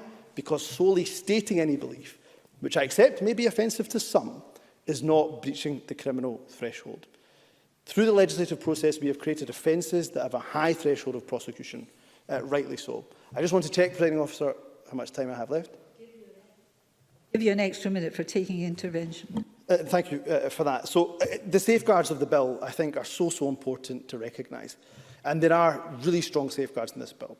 A necessary element of the new stirring up of hatred offence is that they now require an intention to stir up hatred. This safeguards freedom of expression, making clear in the face of the bill that there is an objective test that safeguards freedom of expression. The availability of a reasonableness defence safeguards freedom of expression, requiring each element of the stirring up of hatred to be proven beyond reasonable doubt with corroborated evidence safeguards freedom of expression. And at stage 3, amendments have introduced a new freedom of expression provision for all characteristics except race, and this safeguards freedom of expression. In my closing speech, Presiding Officer, I will certainly address the issues that were raised around the inclusion or the non-inclusion of the sex aggravator, issues that have been raised by Joanne Lamont, Elaine Smith and a number of other members, but I am out of time, and I will simply say this, Presiding Officer, that this bill makes clear that we are listening to the victims of hate crime. You can get that from any of the organisations that represent the many victims of hate crime. This bill has shown, I think, the very best of Parliament this year, and a number of changes have been made. I'm delighted that we have a bill that will strengthen the law to tackle hate crime in a way that protects the rights of everyone to live their lives free of harm, while, of course, protecting the rights to the freedom of expression. I move that the Parliament agrees that the Hate Crime Public Order Scotland Bill be passed tonight. Yes, thank you very much. I'm sorry, I must be very strict at time. We must go into portfolios at 2:30. Now call Liam Kerr to open the Conservatives. 6 minutes, Mr Kerr. All noted, Presiding Officer. Today marks the end of a long and tortuous passage for a bill laid almost a year ago. An unprecedented 2,000 plus people and groups felt compelled to respond to the request for evidence. Now, I suggested to Parliament last autumn that the sensible thing to do, in light of that, given the responses, the pandemic, the disruption to everyday life, would be to take the bill away, rethink it and come back with something that definitively protected those it sought to, rightly, yet would not attack freedom of speech. Now, only the Scottish Conservatives supported me in that proposition, so the bill progressed. And at the stage 1 debate, I flagged that, notwithstanding the Cabinet Secretary's stated intentions to remove some of the most illiberal and ill-thought-through sections, Part 2, concerning the stirring up offences, remained fundamentally flawed. And despite the extensive amendments at both Stage 2 and yesterday, the hate crime bill is still fundamentally flawed. Now, this is not simply my view. Victim Support Scotland say, in the covering email to their submission, that victims of hate crime in Scotland are relying on MSPs to pass robust legislation that will offer them the protection they need. There are many voices saying that this legislation is neither robust nor will it offer that protection. Indeed, Joanne Lamont and others made powerful contributions yesterday, reminding us there is a whole group of victims of hate crime who are specifically not covered by this bill. There is inherent ambiguity, and that's an issue, because as Savanta Comrade's survey shows, 75% of Scots agree that hatred means different things to different people. And so, as Elaine Smith pointed out several times yesterday, does a judgment about what is reasonable. Amnesty International remind us the Scottish Parliament has a duty to ensure that the bill balances protection for freedom of expression with the obligation to prohibit incitement to discrimination, hostility or violence. The bill before us does not strike that balance. It contains a freedom of expression clause which many groups, from many different perspectives, remain unhappy with, despite the Cabinet Secretary's reassurances today. Scott Wortley of Edinburgh University suggests the formulation and structure of the clause could lead to problems with interpretation and precedent. The Law Society say in their briefing note, we also have concerns that the freedom of expression provisions will not now be as easily understood. They lack a degree of clarity and send confusing messages. And earlier this week, Hardeep Singh of the network of Sikh organisations said, if enacted, this bill, will make Scotland one of the most hostile places for freedom of expression in Europe. Wow! Surely, so many voices being raised from so many sides of the political spectrum give us pause for thought. Now, Scott Wortley also suggests criminalisation of hate speech leaves it open for pressure to be put on people through vexatious complaints which take time and energy to defend. Roddy Dunlop QC agrees, tweeting earlier this week, concerns will remain about weaponisation. Only a few weeks ago, the Scottish Police Federation wrote to the Justice Committee convener saying there is substantial potential for many more people coming to adverse police attention as a consequence of elements of this legislation, regardless of potential freedom of expression provisions. And if that is correct, there must be a risk that this bill as presented could have a chilling effect on freedom of expression. Now, furthermore, despite my own and Adam Tompkins' attempts, this bill contains no defence regarding private conversations in your own home. The police could come to your home, having received a report of stirring up hate round the dinner table, and take witness statements from those present. That presumably could include your children. I cannot vote for that, presiding officer, but nor do we need to, because the government's own financial memorandum states that these offences will more accurately define hate crime and adds the conduct in question would already constitute existing criminal offences, such as breach of the peace or threatening or abusive behaviour. Indeed, according to Murray Blackburn Mackenzie, it is not clear how expanding stirring up offences will fill a legislative gap on paper or reduce in practice the number of hate-related attacks on individuals in particular groups. Presiding officer, I remind members of the thoughtful intervention by Neil Findlay yesterday. He said, "I think many of us, if we're being honest, believe that there should be hate crime legislation or a form of hate crime legislation, but how it is being done in this bill is not it." He said, "I think that many people in the community and in here would want the government to withdraw this bill, come back with properly thought out legislation that carries an overwhelming majority in this place, but also carries the confidence of the people who are victims of hate crime." He's right. And so I ask MSPs this: will Labour really vote for a bill about which Lucy Hunter-Blackburn says the people this will get used against are much more likely to be working class? Will James Kelly really vote for a bill? I really can't, Mr Findlay, I'm sorry. Will James Kelly really vote for a bill that Free to Disagree point out has considerable parallels to the Offensive Behaviour at Football Act? Will the Liberal Democrats really back what many have described as an utterly illiberal bill? And will the SNP back what Jim Stiller said is one of the most pernicious and dangerous pieces of legislation ever produced by any government in modern times? Let me finish with a quote from Hardeep Singh. "For ordinary people, there will be a serious chilling effect on free speech. MSPs must therefore put free speech first when making the decisive vote on this ill-conceived legislation. The only way to do that is to vote against it. At decision time tonight, presiding officer, the Scottish Conservatives will do just that." Thank you very much. I now call Neil Bibby to open for Labour. Mr Bibby, please, 5 minutes. Thank you, Presiding Officer. Firstly, can I recognise the work of the Justice Committee, and in particular the convener Adam Tompkins and those members who participated in the debates on the amending stages of the bill yesterday and over the past few months. Whatever their perspective on each of those amendments, how we test arguments is critical to how the Parliament makes good law. When we are considering fundamental principles of equality, human rights and freedom of expression, that process is crucial. I acknowledge that there is concern about aspects of this bill, and I also want to acknowledge the steps that have been taken to address concerns and make improvements to it. In Scottish Labour, we believe that hate crime should be dealt with using the full force of the law. We made a promise in our manifesto to take a zero-tolerance approach to hate crime. We believe the law can and should be strengthened, and we have been engaging with stakeholders and other parties to find agreement on how to do it. Crimes rooted in prejudice and hatred of another based on any of the protected characteristics should offend and alarm us all. Victims should feel confident they can come forward and that it will make a difference. We know there's been an increase in the number of hate crime charges in recent years, and there are a range of factors for this. Further analysis is clearly essential, and that's why we welcome the new reporting obligations. Nevertheless, what we do know from evidence is that a lack of clarity around hate crime legislation disadvantages the victim. It's important to remember what Lord Bracadale's review found. That review found confusion about what a hate crime is. That review found language that was difficult to understand and a lack of clarity on what sort of behaviour makes something a hate crime.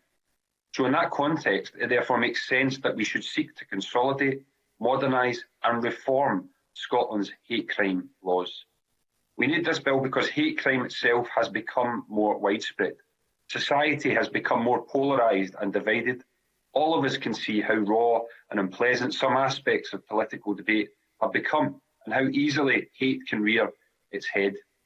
While social media has given old hatreds a new platform, we must remember that in truth, prejudice and hatred in this country never went away. Scotland is no different to the rest of the UK and no different to many other countries in this regard. At times it feels that the more we have advocated tolerance, the less tolerance there appears to be. This bill is necessary to ensure there is accountability and prevent unacceptable ill will and malice.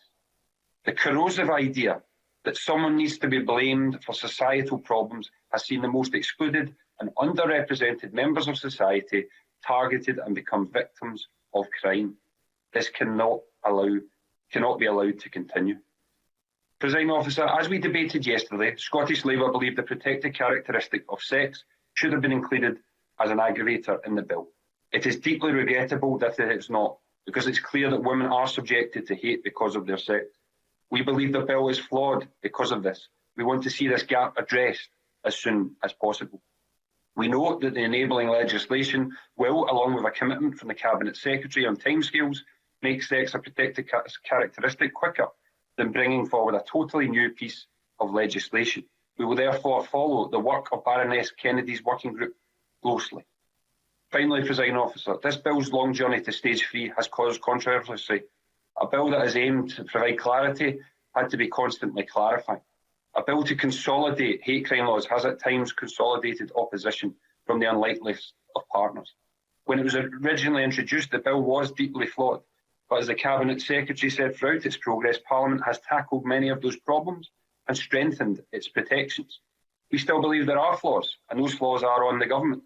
But ultimately, we also have to recognise that this bill will give important protections to minorities who will welcome it. The government have given assurances that they will now make this legislation work, and we will hold them to those assurances with post-legislative scrutiny. Scottish Labour will vote for this bill as amended, but before we do, we have to reflect on how much more must be done to tackle prejudice and hate in Scotland. It cannot be legislated out of existence. Presiding Officer, any action we take today must come alongside wider societal change in our communities and in our workplaces, and an agenda for inclusion and education that tackles the prejudice we are united against today. Thank you very much, Mr Bibby. I now call Neil MacArthur to open for Liberal Democrats. Mr MacArthur, please. Thank you, Deputy Presiding Officer. Can I start again by commending Parliament for the rigorous and passionate way in which it conducted its scrutiny of Stage 3 last night. It was, as some said, Parliament at its best.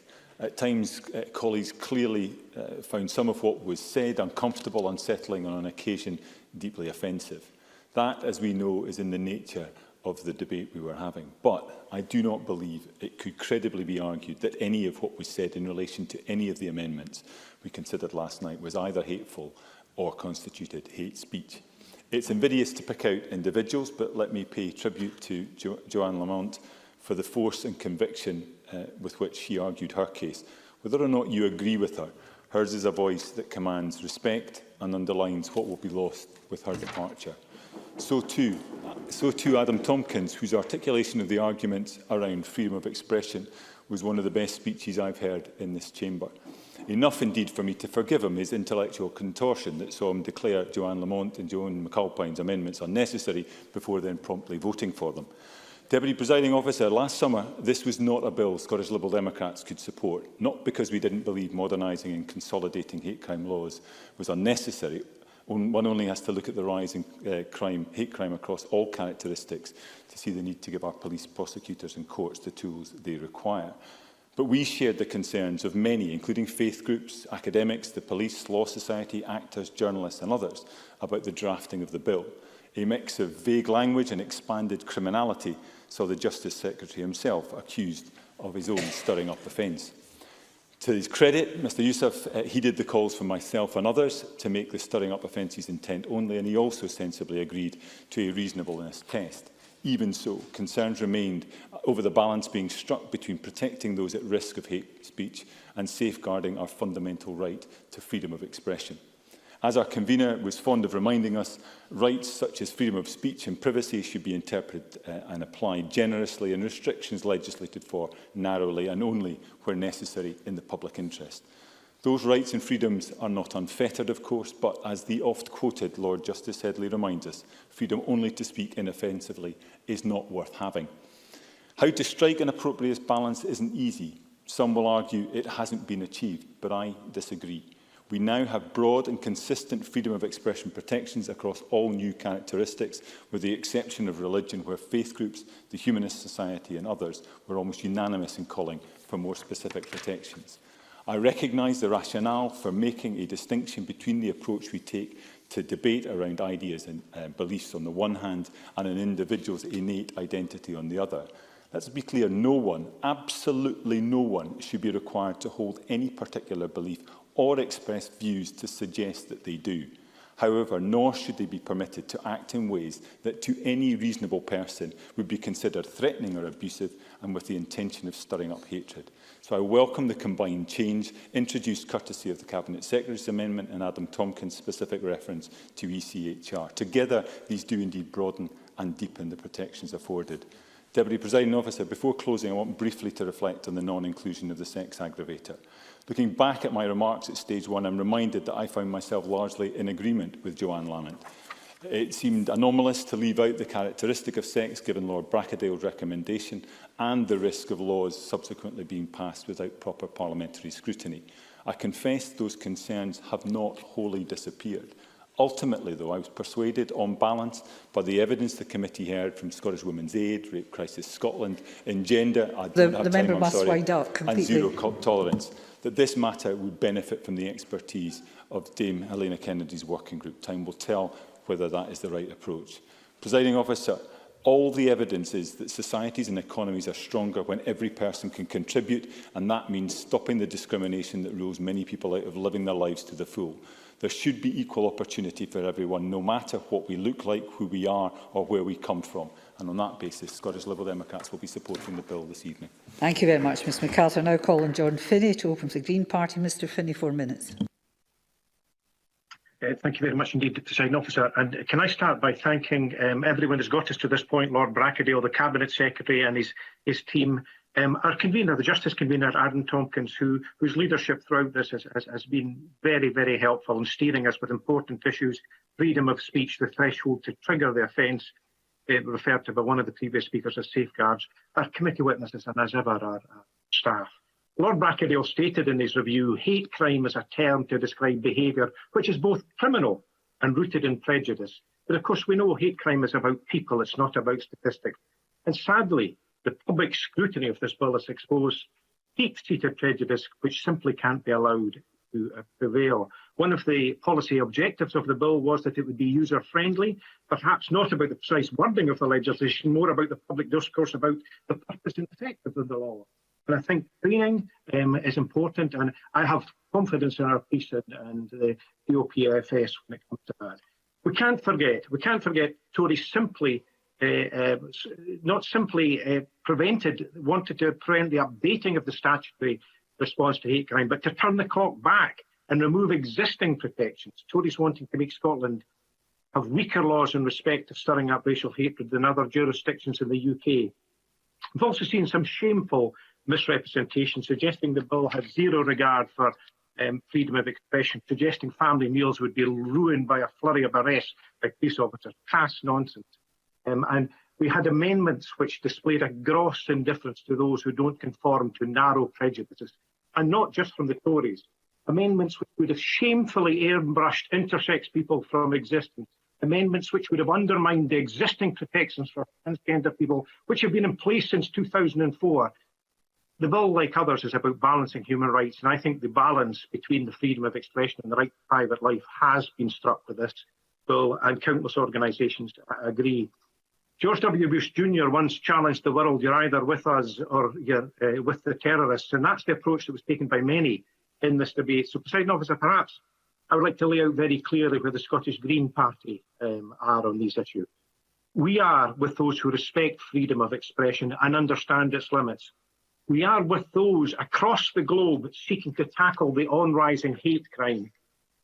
We are with those who harm no one and only want to be themselves. We are with those that want their communities to be rid of the scourge of hate crime. We are with sound parliamentary scrutiny and making good laws. And we won't be bullied by those with mild-sounding social media names and poisonous agendas. We will stand with those who are abused because of the colour of their skin or their disability. We will stand with those who are subjected to physical and hateful verbal attacks from whatever quarter. We'll stand with the LGBT people, knowing they consider hate crime one of their biggest concerns. Presiding Officer, the One Scotland website promotes a Scotland, and I quote here, that believes in equality for all. No one should be denied opportunities because of age, disability, gender, gender identity, race, religion or belief, or sexual orientation. It's certainly my belief that this bill will play a part in the delivery of that entirely realistic goal. And I hope that after all that this bill has been through, it receives parliamentary backing. Certainly at decision time tonight, the Scottish Green Party will be supporting this bill. Thank you very much. Thank you very much, Mr Finney. Open debate, 4-minute speeches. Rona Mackay, followed by Murdo Fraser. Thank you, Presiding Officer. We've reached the final stage of a bill which has generated more attention from the public and in the media than any other piece of legislation during my time as an elected representative. At the outset, as Deputy Convener of the Justice Committee, can I too thank the many witnesses who gave expert advice, the Bill team and, as ever, our outstanding clerking team and SPICE for working so hard on this monumental task. During this session of Parliament, we've passed important groundbreaking legislation on many issues, some of which I was involved in, some which I was not. But I'm very pleased to have been involved in the Hate Crime and Public Order Scotland Bill, despite its high profile and often heated nature. Because, Presiding Officer, if passed at decision time tonight, this legislation will send a message to those who stir up hatred with intent to threaten and abuse minority groups that their behaviour has no place in Scotland. Yes. Joanne Lamont. I wonder, it's a regret to you that at 5 p.m. this evening there will be no signal being sent out about the hate crime that women face day and daily? I'm afraid, Ms Mackay, I can't give you extra time. You'll still have to absorb it in your 4 minutes. Please continue. Yeah, I will come to that in my speech, if you just let me proceed. So who could argue with that? Protecting minority groups. The bill consolidates and modernises existing hate crime legislation following the hate crime review undertaken by Lord Brackadale, for which there was cross-party support in June 2018. Presiding Officer, the attention given to the bill has brought home the importance of freedom of expression and why it must be protected. I fully understand the concerns in this regard. However, the Freedom of Expression amendments passed yesterday, and in particular Adam Tompkins' Amendment 1, should reassure people that this bill does not stifle discussion, opinion or challenging views. We witnessed that in the very passionate debate held in the Chamber last night. So can I thank Adam Tompkins for submitting Amendment 1 and for the consensual way he steered the committee through the bill as convener. And can I echo his comments from yesterday about the intensive scrutiny this issue of the bill and the bill in general has been under. I'm just sorry the Tories have said they won't be supporting it tonight. I'd also like to thank the Cabinet Secretary for his willingness to engage at every level of this bill.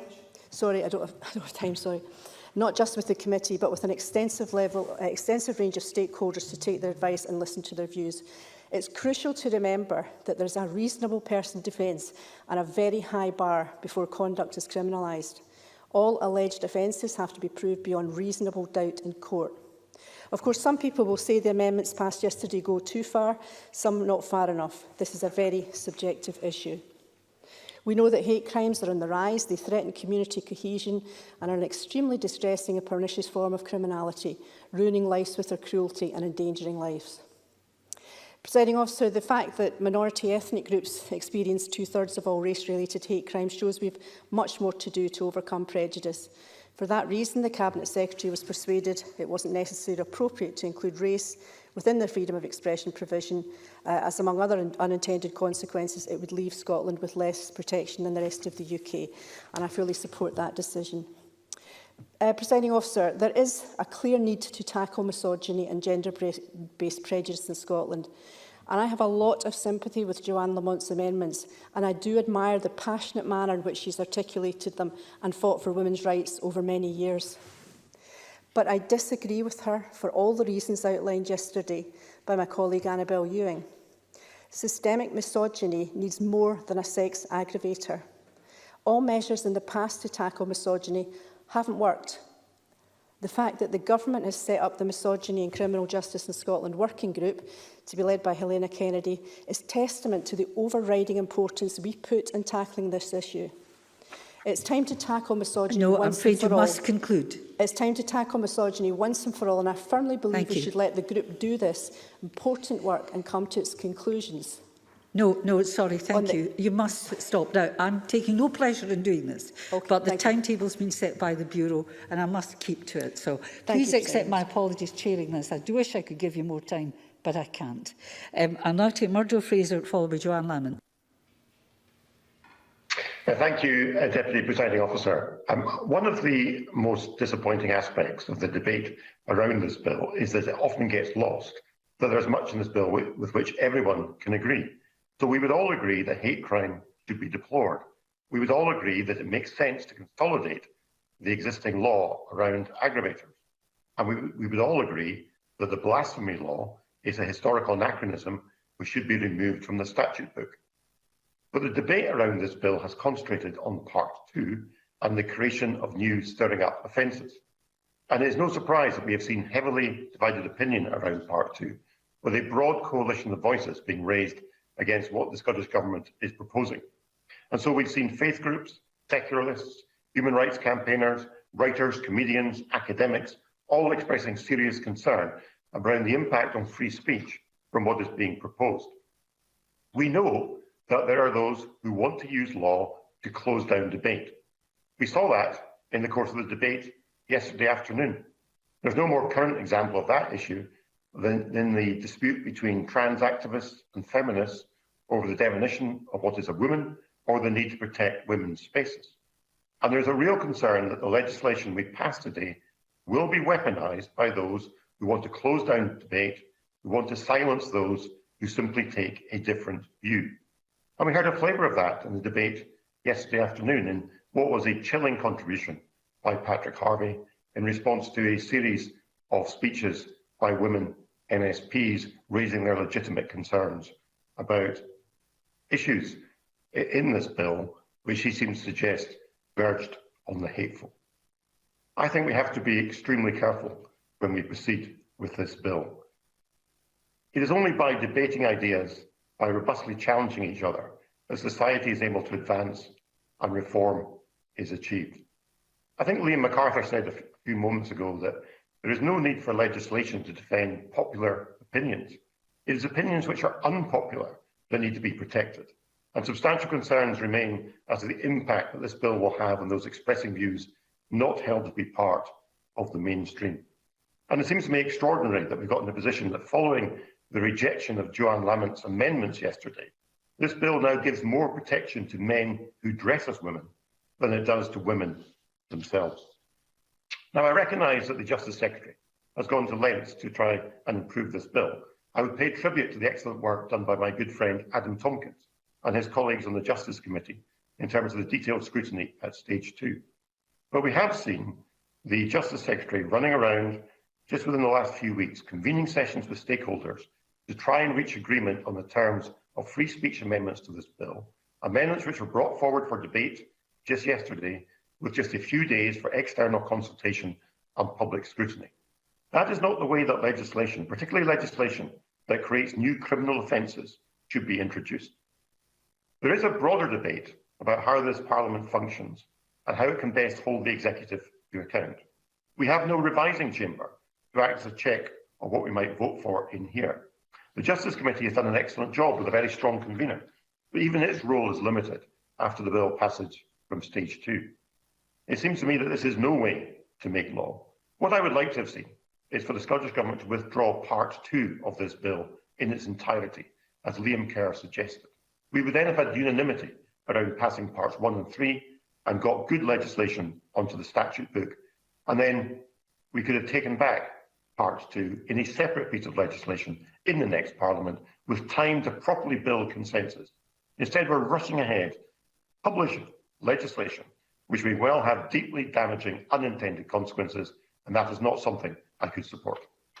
Thank you. Thank you very much. I call Joanne Lamont, to be followed by Shona Robertson. Ms Robertson is the last speaker in the open debate. Thank you very much, Deputy Presiding Officer, and I will bow to your discipline. I'm not convinced that my own speech will be as disciplined as it should be, so if I don't manage to finish it, please believe me that this is a debate that will continue. I hear people have said that this is a good debate. From where I sit, it may have been interesting, but if you don't win the argument, what is left behind is a sense of grave, I have to say, grave disappointment that I couldn't persuade the chamber. And I don't think that the people who disagreed with me believe that women shouldn't be protected. I don't make that case. But I do think we made the wrong decision yesterday.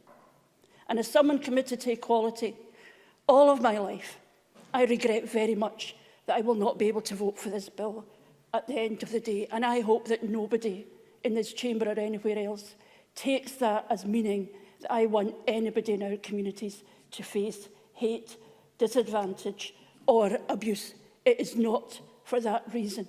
But it is because this bill does not address a fundamental problem. In real time, as we were debating this legislation yesterday, we were hearing on the news of yet another victim of male violence. And in real time, women were taken to social media to describe what we do every day to keep ourselves safe, whether we're walking in a park or running or getting a bus. That is the reality of women's lives, and that is the reality that is not being addressed in this bill. And instead, I was subjected again today to a lecture about how I don't care enough, that women don't care enough about people who are the victims of abuse. I am told that denying a cross-dresser the protection of this bill is unacceptable. And I say this, we know that cross-dressers, even Tim Hopkins himself, said it was a lifestyle choice, not a matter of identity. And it was a problem that could have been solved by including women in this legislation. And I'm not saying that the sex aggravator would solve everything. We are women. We know that signals are not enough, but it would have been a starting point for the work that the working group would do. And we could not even agree on a definition of what sex is. And this matters because the truth is that there is now a live debate about whether in fact there is two sexes or not. And I respect all sides of that debate, but I have to tell John Finney the term intersex is offensive to many people in the communities who suffer from difference in sexual characteristics. They do not regard themselves as intersex. But actually, the more important point is this. If people believe that there are more than two sexes, if they want to change the law, then change the law. Make the argument. But in the world I inhabit, you don't both argue a position which is at odds with the law, and might I say the science, and resist having that debate in public and making a decision, and denounce those without changing the law who state what the current law is. That is why the amendment on defining what sex mattered so much. It's not a matter for the working group to define that. It's a matter for us coming together and having that debate as a community and as a society. And I also recognise the deep-held views of the Cabinet Secretary and his experience. I do not diminish it one bit. I do not diminish anyone who suffers disadvantage because of where they find themselves. But I plead with him, if it is reasonable to pause on women, why are we not pausing on these other complex areas? It cannot be that you will argue both. We can wait a year for women who we know today are experiencing violence or dealing with abuse precisely because of their sex, but that we can't wait, and that those who will not vote for the bill will be guilty of encouraging racism and disadvantage. Those two things are not possible to argue at the same time. And I say this in conclusion. What is behind this? We're dancing on all sorts of arguments here, but what is behind this is that in our communities now, people face discrimination, disadvantage, abuse, and women are part of that. And there are other folk who understand what that is like. And this bill will fail if we do not go beyond sending signals. I regret very much it won't even signal support for women. But if we settle for the signal, we will not be doing the heavy lifting of what government is actually about, which is educating, challenging, supporting, working with people in our communities that they might come together and making real, in law, our aspiration to a fairer Scotland. I regret very much that at the end of the day, when I vote with my absolute conviction today that this bill does not address these problems, I have no doubt that I will be characterised as someone full of hate. Please believe me that the women who want this legislation to be changed, those who have highlighted their concerns, aspire to the same as those who will vote for it. But we have to wrestle with the fact that even as a signal, this legislation does not even address the lived experience of the women in this place. It's not good enough. I am sorry, and I regret being so forthright to tell me that I spoke well. Women have spoken well through the generations, and they are speaking now, and they are telling you what their lived experience is. This Parliament needs to tackle these problems. They need to tackle the argument that is at dispute and is highly contentious, not hide it away and denounce those who are not prepared to go along with that. I respect everyone in this chamber. I trust they will respect the women in this chamber and beyond this chamber who continue to say this is not good enough. We need to think again, get our heads around the complexities of it and get legislation that genuinely protects all of those who experience hatred, disadvantage and abuse simply for being who they are. Thank you, Ms Lamont. And I know members will understand why I extended the time for Ms Lamont, but the rest of you, no. So, Shona Robertson, please, to closing speeches. Thank you, Deputy Presiding Officer. And I, for one, will support Joanne Lamont's position on this and would certainly support her right, for the good reasons that she set out, not to vote for this bill. And I would certainly support her if she is attacked in any way for that, because I don't believe for a second that Joanne Lamont is against this bill for any other reason. So I just wanted to put that on the record. This bill has, without a doubt, been on a journey, and those of us on the Justice Committee have spent many hours looking at this bill and trying to work together to improve it, and I think we have made significant progress on that. The law, as been said before, has protected people from anyone stirring up racial hatred against them due to their race for decades. And this bill, of course, now extends that protection to people in relation to other characteristics and is supported by dozens of organisations who support the victims of hate crime. The consensus that has brought us to this point, I think, has been down to the government listening to the concerns that has been raised and making changes to address those concerns. Further changes being agreed yesterday. The concerns over freedom of expression were raised, listened to and acted upon to ensure that any successful prosecution for the new offences must prove that the person intended to stir up hatred and, of course, includes the reasonable person test to ensure that an objective test is applied. It is a high threshold, and I think the further strengthening of freedom of expression clauses yesterday from Adam Tompkins strengthens that further. So we now have very strong freedom of expression protections, and that is right. The Justice Committee, in its job of scrutinising the bill, has taken extensive evidence on all matters relating to this bill, and I think it now does strike the right balance between protecting groups targeted by hate crime and respecting people's rights to freedom of speech. And as many of us in the committee wrestled with, that is not an easy balance to strike, not an easy balance at all.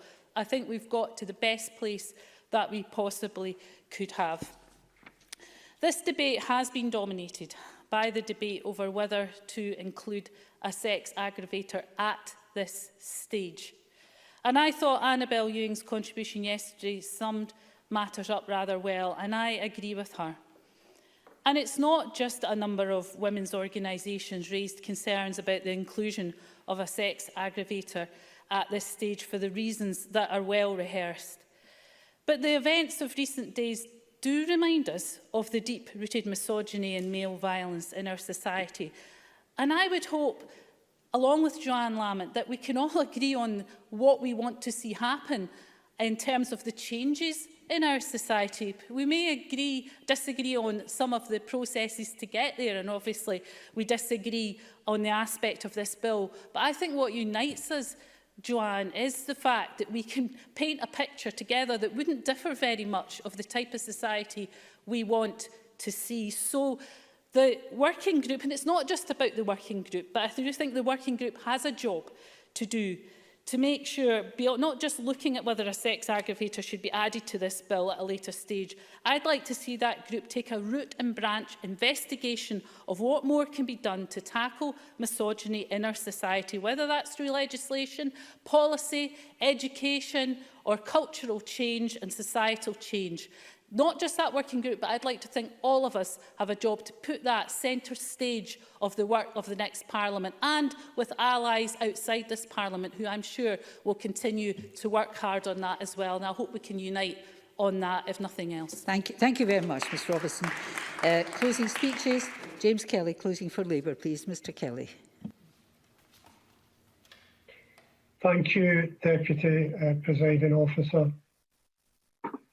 As Neil Bibby and Liam MacArthur said, unfortunately, hate crime is on the rise in Scotland. And from that point of view, robust laws to tackle hate crime are welcome. I think it's important to examine the advent of this bill, the process that's gone through, and why we've ended up in a situation where, even at this stage, some of the elements of it are deeply contested.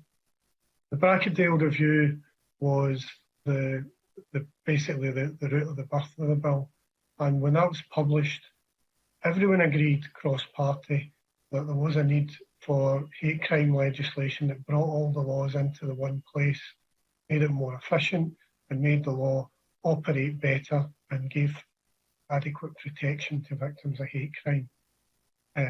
The reality is that once the bill was published, the drafting in it was at best clumsy and at worst incompetent.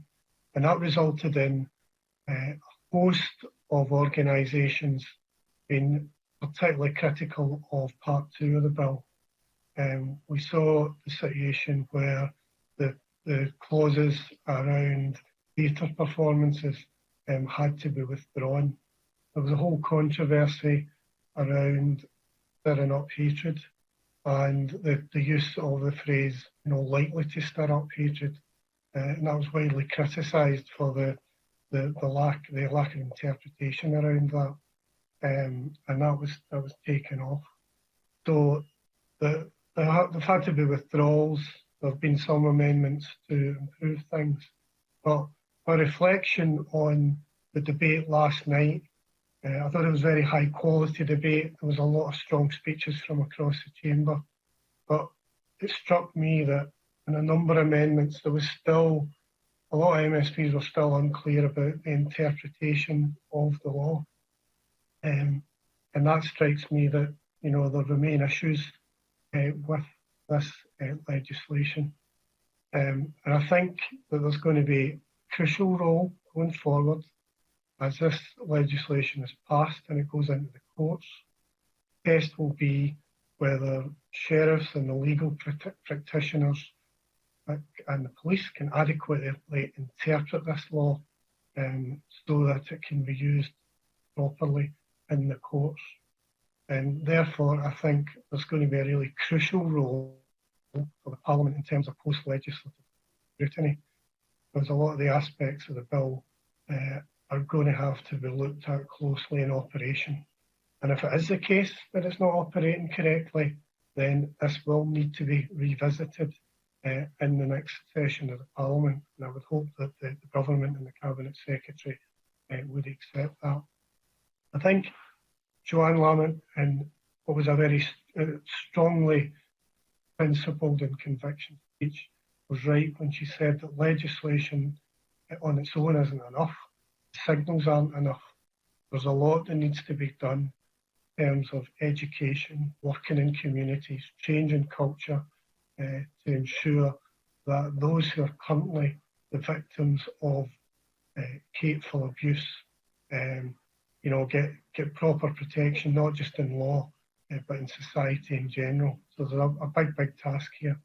Scottish Labour will support this legislation at decision time, but let's be clear, it's not perfect, and there's much work to be done, not just to make this legislation work, but to tackle hate crime robustly. Thank you. Thank you very much. I now call Adam Tompkins to close for the Conservatives. Mr Tompkins, please. Thank you very much, Deputy Presiding Officer. Can I start by thanking Liam MacArthur, John Finney and Rona Mackay for their kind and generous remarks. Presiding Officer, the Hate Crime Bill is a much changed piece of legislation when compared with the bill that we first debated here in this chamber last September. On that occasion, my Conservative colleagues sought to have Part 2 of the bill, the provisions that concern the stirring up offences, removed from the bill entirely, on the basis that they constituted an unwarranted and dangerous attack on freedom of expression. The Conservative motion, rightly or wrongly, was heavily defeated, and ever since then it has been clear that this bill would pass, despite all the many criticisms it has attracted and continues to attract from lawyers, from faith groups, from campaigners, and especially from women. In the months since then, all my work on this bill has been designed to try and address those criticisms and to fix this bill. I wanted this Parliament to learn the lessons of the Named Persons legislation and of the Offensive Behaviour at Football Act, and not to repeat the experience of legislating in a way that breaches and that fails to respect our fundamental rights. Presiding Officer, so significantly and substantially amended is the Hate Crime Bill that it is no longer the grave threat to freedom of speech that it once was. First, the stirring up offences, other than as regards race, can now be committed only when the accused intends to stir up hatred. Second, offences about theatres and public performances and possession of inflammatory material have been removed from the bill entirely. Third, we've clarified on the face of the bill that behaviour or speech is threatening or abusive only when a reasonable person would consider it to be threatening or abusive. Fourth, we've said in terms that mere discussion or criticism of matters relating to the protected characteristics is not to be taken as threatening or abusive. And fifth, we've emphasised that just because someone feels offended or shocked or disturbed by what is said does not mean that the criminal threshold has been crossed. But, Presiding Officer, even these changes, welcome and essential as they all are, have not quelled the very real fear that continues to stalk this land because of this bill. As we heard yesterday, in terms as passionate and dignified and compelling as anything I've ever heard in this chamber, people are afraid, in particular women, and that this bill has induced such fear in the women of this country should make us all pause. Now, I hope that we have done enough to ensure that women's fears about this bill are not realised in practice. But that will depend now not on the words we've written into the law, but on the training we give to our police officers and prosecutors, and on the way we explain this legislation to the public. In particular, it must be widely understood that just because you are offended or hurt or upset by something that someone has said about an aspect of your identity does not mean that a hate crime has been committed. Presiding Officer, even if this bill does not pose the grave risk to free speech that it once did, the same cannot be said for the equally worrying threat that this bill continues to pose for privacy and for private and family life.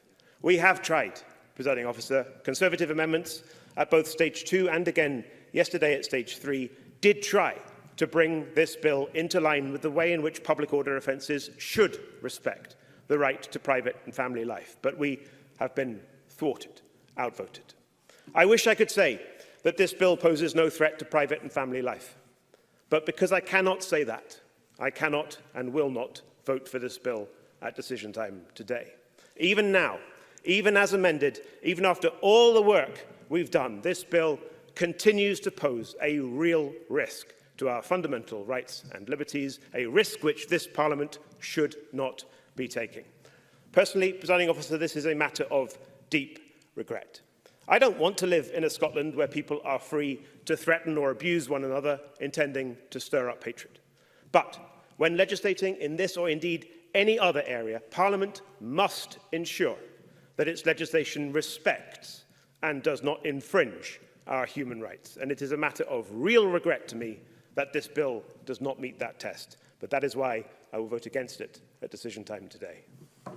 Thank you very much, Mr Tompkins. I now call Hamza Youssef to close the Scottish Government. Cabinet Secretary, please, 6 minutes. Thank you, Presiding Officer. Thank you to members of across the Chamber for their very thoughtful speeches. My thanks again to the Justice Committee, to the clerks, to the Scottish Government team and others who have worked so hard on this bill, and the stakeholders, of course. I thought I would use that maxim that I've often quoted in the Chamber, that I think all legislators should really have at the forefront of their mind. And many of us have referenced it in other ways. What is about us without us is not for us. And what I would say to Liam Kerr, and I will come to the point about women shortly, what I would say to Liam Kerr is that he should listen to the voices of victims' organisations that represent victims who believe that this bill is absolutely necessary. Victims Support Scotland, who he quoted, support the bill. In fact, they say, and I quote directly, if this bill is not allowed to proceed through Parliament, it may be years before victims of hate crime have another chance to be given the protection they deserve. No, I will not. You forgive me, you've got some extra time. I have only a few minutes to close this debate. The Equality Network, Stonewall Scotland, Muslim Council of Scotland, Scottish Council of Jewish Communities, many other organisations, Sikhs in Scotland, that actually represent the organisation that represents Sikhs here in Scotland, support the bill. Many other organisations, racial equality organisations, all support the bill. And when it comes, of course, to the issues that are raised by Joanne Lamont and many other speakers as well, it's not that I doubt Joanne Lamont's sincerity to tackle hatred. I've said that from the very beginning and put that on record. My concern with Joanne Lamont's statement is that she does not adequately recognise that there are a number of other women who, again, are very ably represented by organisations such as Scottish Women's Aid, by Rape Crisis Scotland, by Engender Scotland, by Zero Tolerance Scotland, who all say that the addition of a sex aggravator could do harm from women. I completely accept that is not Joanne Lamont's view, that is not Elaine Smith's view, that is not Joan McAlpine's view. I completely accept that. But there is an opposing view. To say that her view is the only one that is represented by women is clearly not the case, because we've heard from Annabel Ewing, from Shona Robinson, as well as the organisations I represent. And people like Dr. Marcia Scott, like Sandy Brindley, like Emma Rich, they are, of course, also, like Joanne Lamont, lifelong feminists. And they have a divergent view. And therefore, the argument being proposed, which has been accepted by the Justice Committee, is that a working group led again by a lifelong feminist and human rights campaigner, Baroness Helena Kennedy, to explore these issues is the right thing to do. And I don't have an in-principle objection to a sex aggravator. If the recommendation is to include it, it will be included. Not only that, I have said and committed on the public record and written to every MSP that a draft order will be published within a month. And that, the acceptance of that divergent view, I think is extraordinarily important.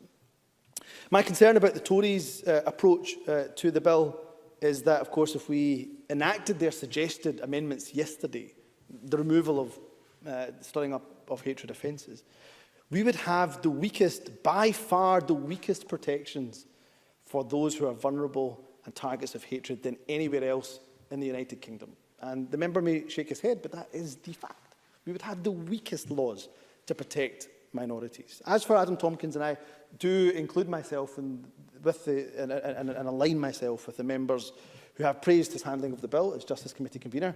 He won't put that on an election leaflet. He won't have to, because he is departing from this place. But I hope he can take pride in the role that he has played, I think, to improve this bill. But the trouble I have with this argument about privacy, of course, and I'm sure he accepts this, it is not an unfettered right. I have Article 8 of the ECHR in front of me. That is the article in the right to respect for private and family life. Part 1 of that article, Article 8, says everyone has the right to respect for his private and family life, his home and his correspondence. Correct. Part 2, there shall be no interference by a public authority with the exercise of this right, except such as is in accordance with the law and is necessary in a democratic society in the interest of national security, public safety, the economic well-being of the country, for the prevention of disorder or crime, for the protection of health or morals, or for the protection of the rights and the freedoms of others. And that is vitally crucial. Because yes, we respect, and of course we have to be compatible with ECHR in all of its articles, including Article 8. But so too we must respect the rights of those who are vulnerable to hate. So let me say this, that we have a duty in this Parliament, all of us accept it, to be a voice for the voiceless, those who are too often left in the margins, in the sidelines, who don't have anybody to speak for them. So to every Jewish person that has suffered anti-Semitism, this bill is for you, and we are your voice. To every black person that has been called the N-word, we are your voice, and this bill protects you. To every lesbian, gay and bisexual person who was threatened simply because of who you love, then this bill is for you, and we are that voice. To every person with a disability mocked when getting on and off public transport or getting on with their everyday lives, then we are your voice, and this bill is for you. To every person in the transgender community attacked for simply being who you are, then this bill is for you, and we are that voice. And I conclude, Presiding Officer, by saying this, that I only feel disappointment and regret that the Conservatives and some of the Labour MSPs will not be supporting this bill at stage 3, because I know that a number of them do, of course, all of them actually, stand unequivocally against hatred and hate crime. And it was a mere 9 months ago we stood in this chamber, collectively in solidarity, to say that we will do everything we can to tackle hatred. And so therefore it is a disappointment that the Conservatives will not join with the other political parties to send out that strong message. I will say to the victims of hate crime, this bill will protect you, but also to wider society. Your protections under our ECHR, your protection to freedom of expression and speech is also protected by this bill. Today we have listened and we have acted, and I commend this bill to Parliament. Thank you very much. Can I thank members for their contributions in what was a very tight, unfortunately quite a tight debate. That concludes the debate on the Hate Crime and Public Order Scotland Bill. It's time to move on to the next item of business. There will be a short pause.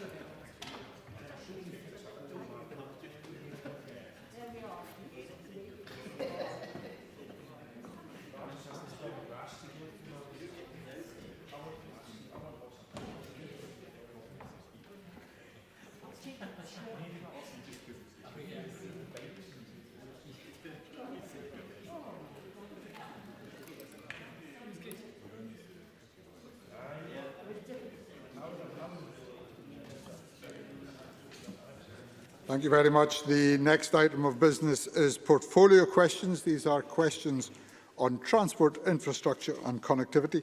In order to get in as many people as possible, can I ask for short and succinct questions and answers, please? And we will start with Joan McAlpine.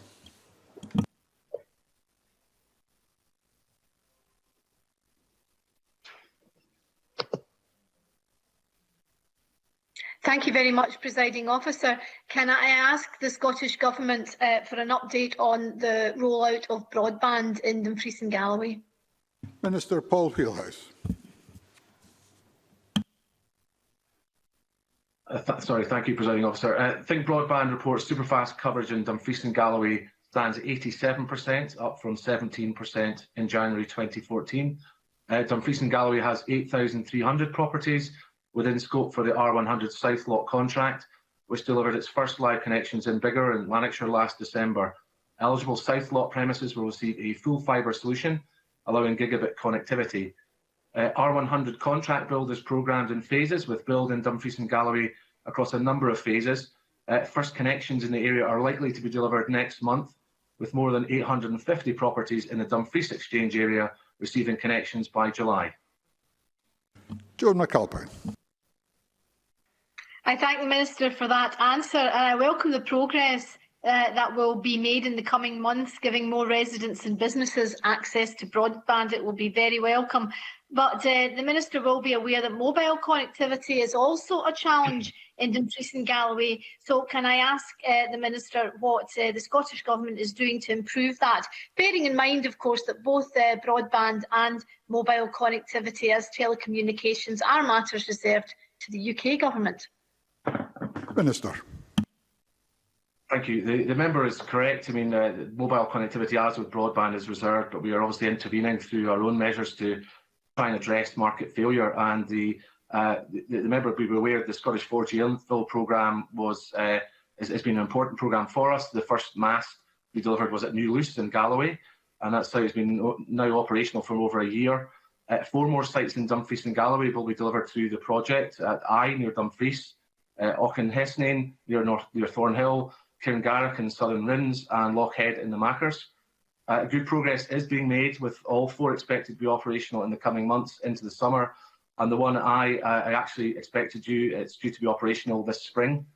All of these masts and the 2 that are now live in Ettrick in Selkirkshire and Whitrip Foot near Newcastleton and Lidsdale in Miss McAlpine's region, South Scotland, will help improve mobile coverage in some of the most remote parts of Scotland. And I'm delighted the programme is proving to be so successful. And we hopefully see further progress updates on other masts across the network being provided on the Scottish Government's website. So I'd encourage members in other parts of Scotland to keep themselves posted on progress there. Supplementary question, Colin Smith. Sir, only 7% of premises in Dumfries and Galloway have full fibre, and although R100 will boost that number, it only covers 13% of premises. If full fibre is seen as the best solution, does the Minister not agree that one measure that would help would be for the Scottish Government to consider mandating full fibre in all new build properties? Because at present, around 6% of new homes in Scotland continue to miss out on full fibre connections, largely in the types of smaller sites that we see in rural areas such as Dumfries and Galloway. Minister. The member raises a really important point, Presiding Officer. It's certainly true to say that new developments we need to see have their full fibre needs addressed as well. I know BT certainly provides a package for any development with over 20 properties. They will go in and provide full fibre largely for free because of the scale of the development. But it's certainly something that I know Mr Stewart, the planning local government and planning minister, is looking at very closely in terms of building regulations, because clearly we've seen through the pandemic that digital connectivity has become not just a nice thing to have, it's been an absolute necessity for people working from home or indeed educating their children from home. And so clearly we want to see full fibre extended. As Joan McAlpine indicated, obviously the regulation and legislation around broadband is reserved to UK ministers, and we continue to press UK ministers to invest in the region and fulfil the promises they've made around gigabit connectivity. I've had constructive discussions with Matt Warman MP about attracting further funding to Scotland, and we look forward to seeing the UK Government come up with funding to meet the aspirations they've expressed. Further supplementary question, Liam MacArthur.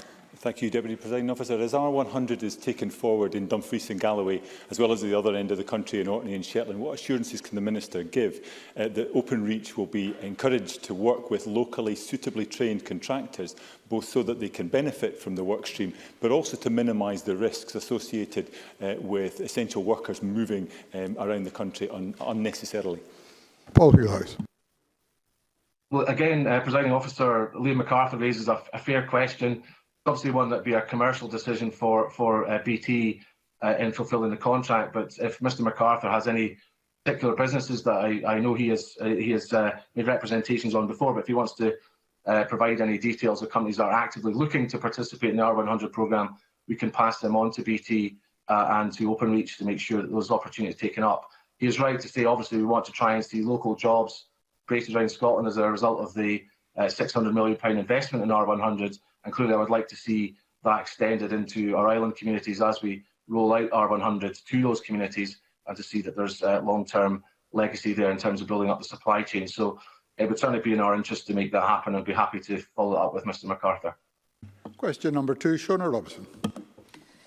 Thank you. To ask the Scottish Government what impact the Tay Cities deal will have on Dundee. Cabinet Secretary Michael Matheson. The Scottish Government's £150 million commitment to the Tay Cities region deal demonstrates our support for the future of the whole region, including Dundee. Our investment includes £31 million for 2 projects that will further enhance the city's reputation for innovation. The Cyber Quarter at Abertay University and the Biomedical Cluster at Dundee University will both foster world-class expertise. They will also generate opportunities for local suppliers and create over 700 skilled jobs. We will ensure that these jobs are accessible to local people through our complementary £20 million investment in regional skills development and the employability programme. Fiona Robson. Can I thank the Cabinet Secretary for the answer, and the investment and the related jobs are very welcome indeed. Can the Cabinet Secretary say more specifically what discussions the Scottish Government has had with Dundee City Council with regards to Dundee's 5G testbed status and public Wi-Fi network to help further Dundee's ambition to become a smart city with the highest possible level of digital connectivity through the Tay Cities deal? Cabinet Secretary. Presiding Officer, the Scottish Government continues to work on an ongoing basis with Dundee City Council in taking forward the work around the 5G testbed and the public Wi-Fi network through the Scottish Futures Trust, and we believe this will be critical to Dundee in achieving its vision of becoming a smart city. Deployment of this is expected to take place later this year. In the initial focus, it will be around a full fibre infrastructure programme, which will provide a platform for public Wi-Fi services and the development of a 5G testbed. This will act as a catalyst for the rest of Dundee to develop a 5G ecosystem capable of creating a wider smart region across the area. It's supported, along with the provision of some £2 million from the Tay City region deal, which is aiding the development of demonstration projects around 5G technology. And it's hoped that by taking this forward, Dundee will be able to ensure that its position as a leading city for inward investment, that it's also a leading city in the deployment of 5G technology. Question number 3, Alex Cole-Hamilton. Thank you very much, Deputy Presiding Officer. Do you ask the Scottish Government what the impact might be of any reduction in the number of routes served by Edinburgh Airport following the lifting of the COVID-19 restrictions? Cabinet Secretary. We expect that the number of routes serving Edinburgh Airport will increase following the lifting of the COVID-19 restrictions at home and abroad. However, at this stage, it's not possible to predict exact numbers or destinations. Transport Scotland, working in partnership with Visit Scotland and SDI, has a strong and successful track record of helping Scotland's airports secure new routes. We are using this well-established process to work with airports on route recovery. Our overall aim is to help Edinburgh Airport return to 2019 levels of connectivity as quickly as possible once travel restrictions can be safely lifted. Alex Cole-Hamilton. I'm very grateful for that answer. Airport managers have confirmed to me that this administration have conducted no impact analysis as to the long-term effects of the emergency on air travel. There is no route map out of the quarantine hotel requirements and no assessment of their impact on medium or long-range bookings. Presiding Officer, this is an industry on its knees, and yet the task force established by this government to offer clarity has not even met yet. So can I ask the Cabinet Secretary, when will it meet, and when does he expect to have a route map to recovery in this important sector? Cabinet Secretary. Officer, I think the important issue here is that in taking forward the measures that we've had to introduce through the introduction of managed isolation for international arrivals, is it's had to be taken forward in an urgent basis because of the risk of new variants. I think it would be reckless for anyone, given the clinical advice that ministers received on the risks associated with the introduction of new variants into the country, not to act upon that and do so quickly. And I think for anyone to suggest, even airports to suggest, that we should have taken much longer in dealing with this, I think, frankly, is reckless in itself. What I can say to the member is that we're already giving consideration to the potential route map out of the use of managed isolation and the wider international travel restrictions which we have in place. But the important thing here is that that route map is one which needs to be driven by data and not dates. And the danger here is that some in the aviation industry think that setting a date simply resolves issues that the international travel restrictions are there to deal with. It doesn't. The reality is that the data of where we will be in April and May around opening up our borders is still uncertain, not just because of the domestic situation, but also because of the international situation. And we know in Europe the situation around the virus is still out of control. But what I can assure the member is that through the task force or the working group that we've set up and the engagement we've had so far with airlines and airports, they will use that as a mechanism to make sure that we plan our way through this process. Question number 4, Gail Ross. Thank you, Presiding Officer. To ask the Scottish Government what funding is being provided to local authorities for improvements to the road network. Cabinet Secretary Michael Matheson. Responsibility for local roads improvements lies with local authorities. The majority of funding to local authorities from the Scottish Government is via the block grant. We do not stipulate how they should utilise their allocations, but in 2021-22 we are delivering a funding package of £11.6 billion for local authorities, providing an additional £335.6 million for vital day-to-day services compared to that of 2020-2021 settlement. Gail Ross. Thank the Cabinet Secretary for that answer. I have been contacted by a new group set up in Caithness to try and address the current state of the roads there, and I have also written to the Cabinet Secretary directly. Will he commit to engaging with this group to help us find solutions before the roads become even more dangerous? Michael Matheson. Presiding Officer, I'm aware of the concerns which I believe have been raised by an organisation called Caithness Road Recovery Campaign. However, as I mentioned, the areas of concern which the group have are the responsibility of Highland Council, and any actions that need to be taken on the local road network are a matter for Highland Council. Therefore, the most effective way for this group's concerns to be addressed is for them to meet with Highland Council to discuss these very issues and to consider what action can be taken given the issues of concern that they've raised. Question number 5, James Kelly. Deputy Presiding Officer, to ask the Scottish Government when the process will commence to appoint a new operator for the ScotRail network. Cabinet Secretary. We are considering all options for the future operation of ScotRail services after the current contract, which is expected to end March 2022. In doing so, we have to work within the relevant current legislation, which neither Scottish ministers nor this Parliament have the powers to change. We must also take into account the ongoing impact of COVID-19, and we still await the publication of the UK Government's White Paper on Rail. I expect to be in a position to provide an update to Parliament soon and to give the assurances that ScotRail staff and passengers would expect. James Kelly. Thank the Minister for that answer. The earlier years in the ScotRail franchise, customers have watched on aghast as the government pours hundreds of millions of pounds into the company while they sit in overcrowded trains and often delayed timetables. So can I ask the Cabinet Secretary, what action are the government going to take to ensure that the next operator is publicly owned so that we have a service that's up to scratch and also puts passengers before profits? Cabinet Secretary. Presiding Officer, the member may be aware that I'm not in favour of franchises and I don't want to enter into a further franchise.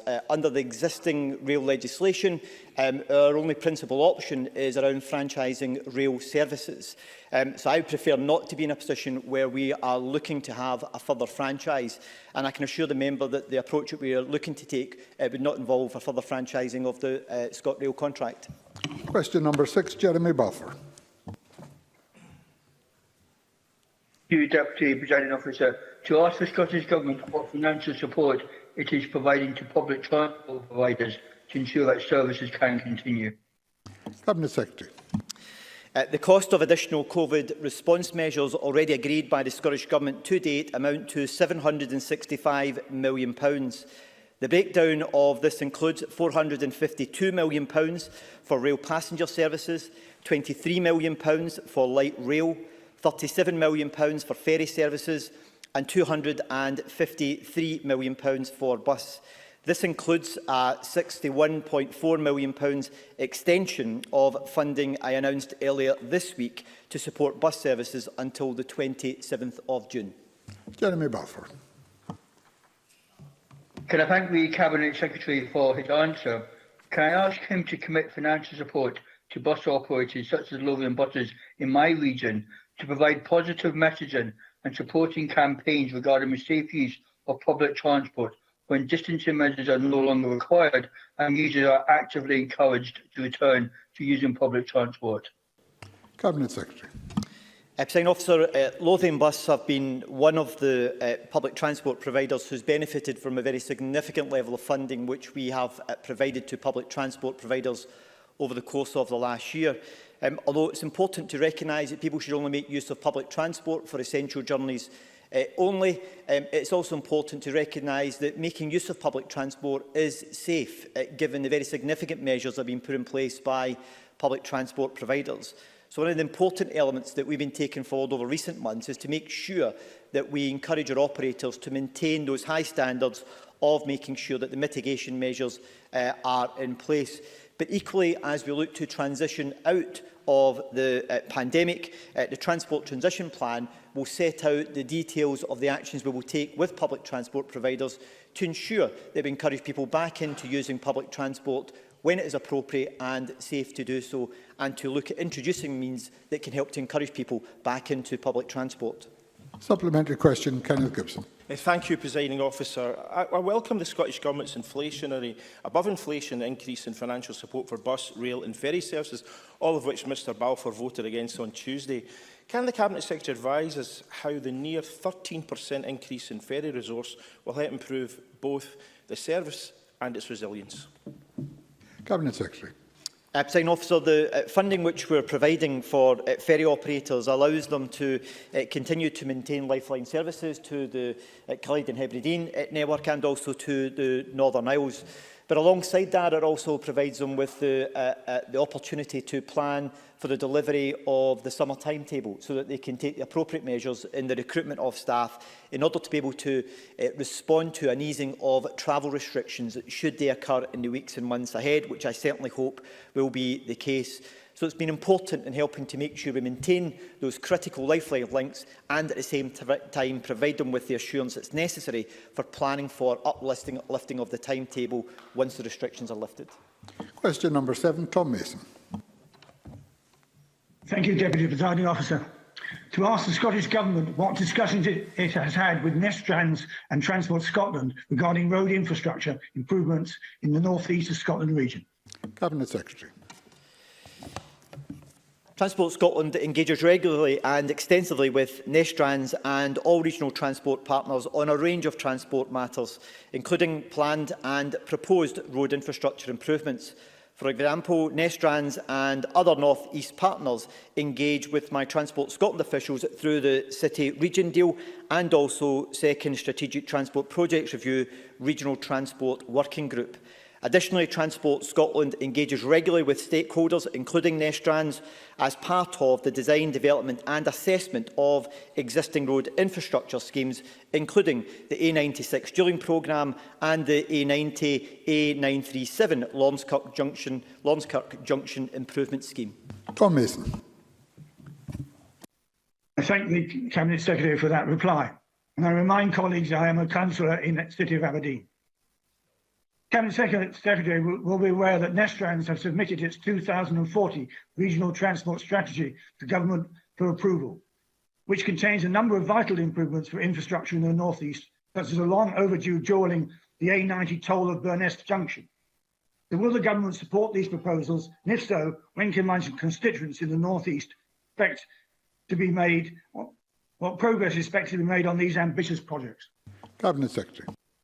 Presiding Officer, I haven't had the opportunity to see the report that's been published or submitted by Nestrans, but what I can assure the member is that We have a very close a constructive engagement programme that we take forward with them on a regular basis, and I can assure that the report which they have submitted to Transport Scotland will be given due consideration and will respond to the issues that they have highlighted within that in a normal time frame.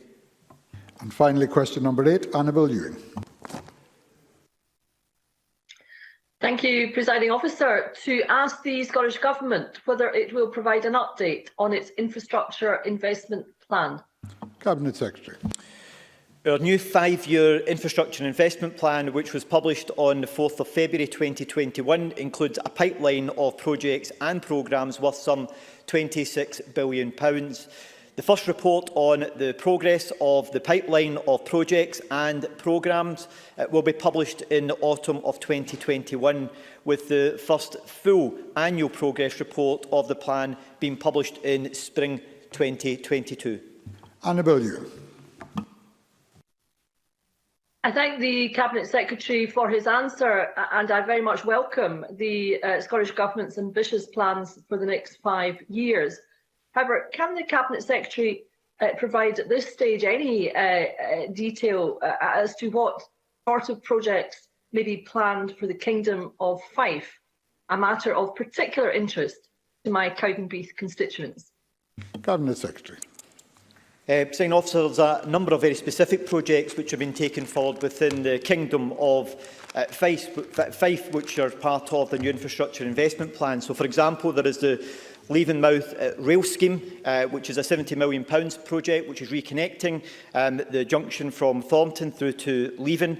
There's a £32 million elective orthopaedic centre at the Victoria Hospital, which will provide a standalone, all-encompassing elective orthopaedic services facility with work due to commence in the coming weeks. There's the new replacements of Inverkeithing High School, as well as Woodmill and St Columba's High School, both of which will form part of the development of a new community campus as part of the £2 billion Learning Estate Investment Programme. We are also investing some £90 million in the new build Fife College campus at Dunfermline, which is presently at the planning stage. And Fife will also benefit from the data-driven focused businesses through the University of Edinburgh and the £1.3 billion Edinburgh and South East of Scotland City Region deal, including the hosting of the University of St Andrews Eden campus alongside the academic provision which we've made for the Hydrogen Accelerator. And in addition, Presiding Officer, to these specific projects, the new infrastructure investment plan outlines a number of national programmes, including £3.4 billion for affordable housing, our £600 million R100 broadband programme, and £550 million for active travel, all of which will benefit the good people of the Kingdom of Fife. Thank you very much. That concludes portfolio questions. My apologies to those members who made late bids for supplementaries, but time simply did not allow. We will move on in a moment to the next item of business.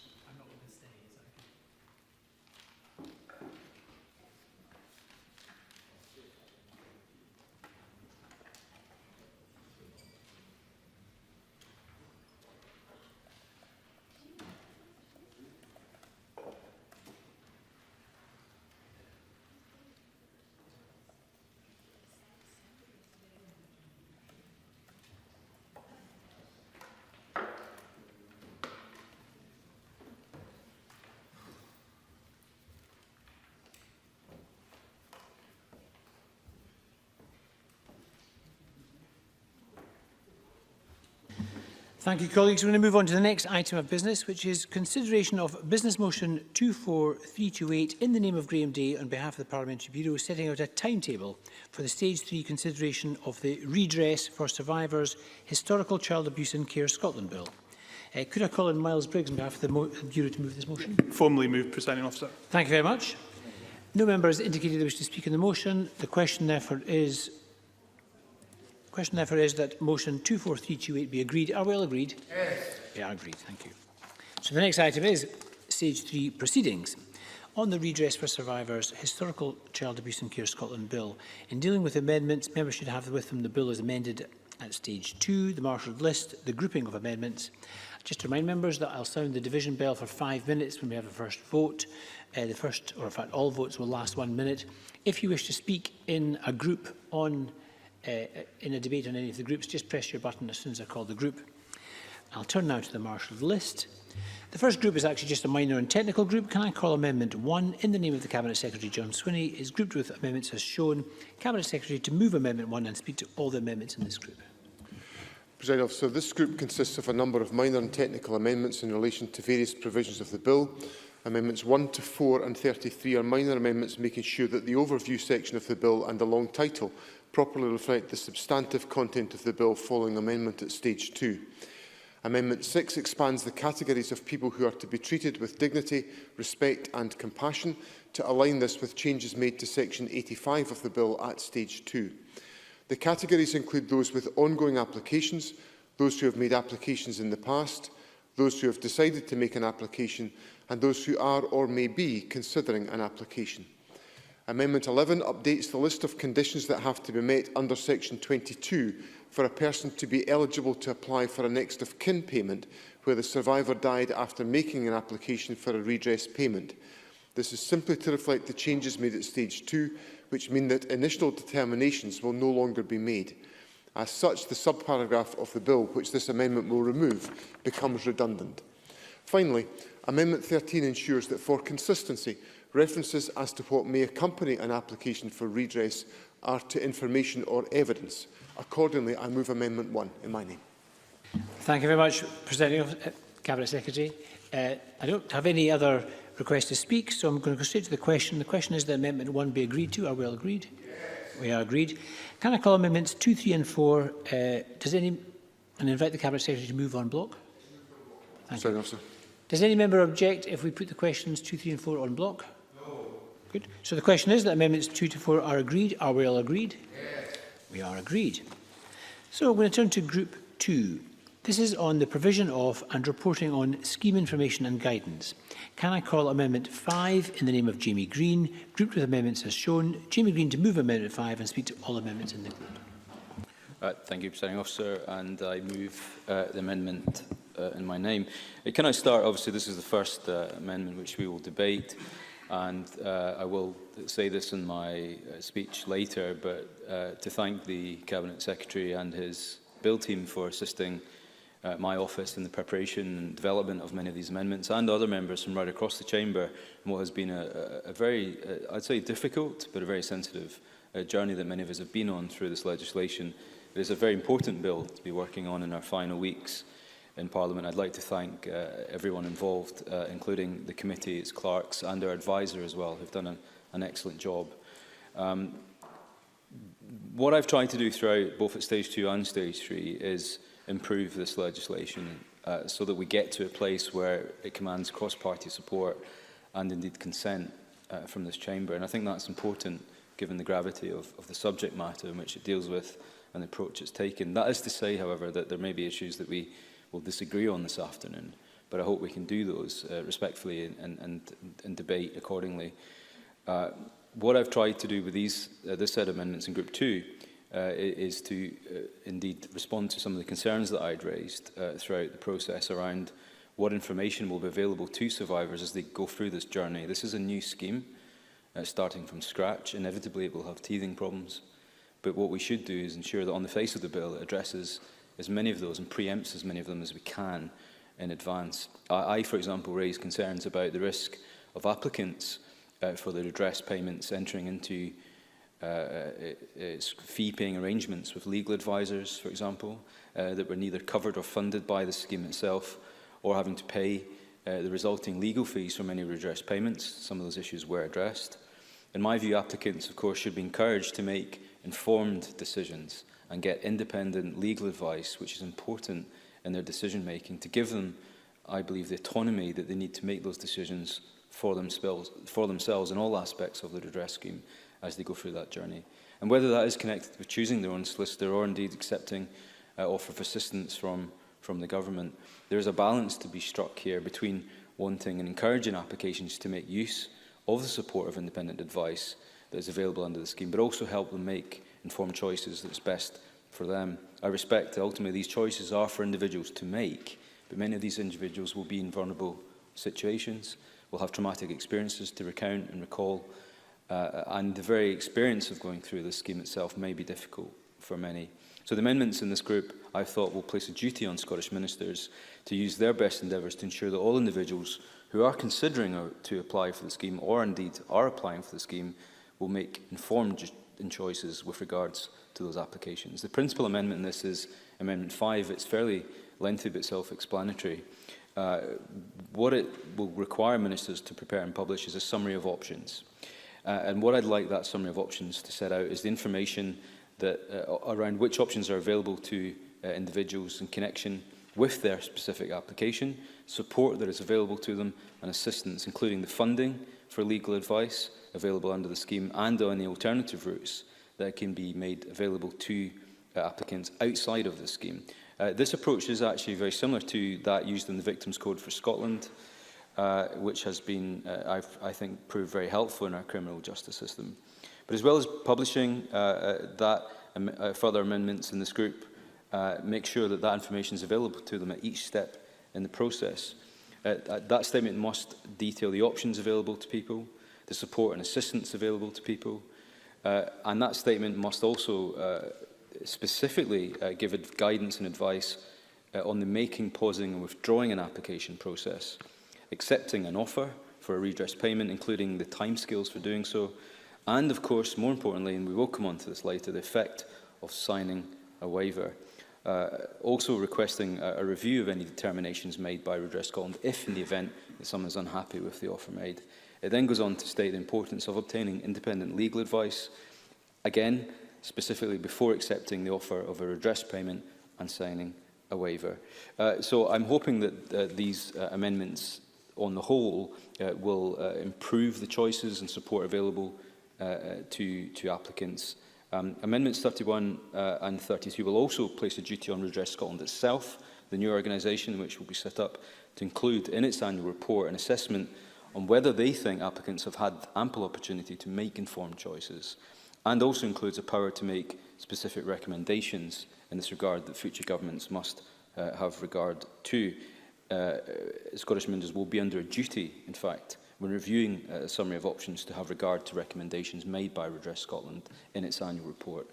Amendment 28 also requires Scottish ministers to have regard to such amendments when updating the scheme or amending the scheme, and there are future amendments coming up later in this debate that will talk about how we review the scheme and tidy up as we go.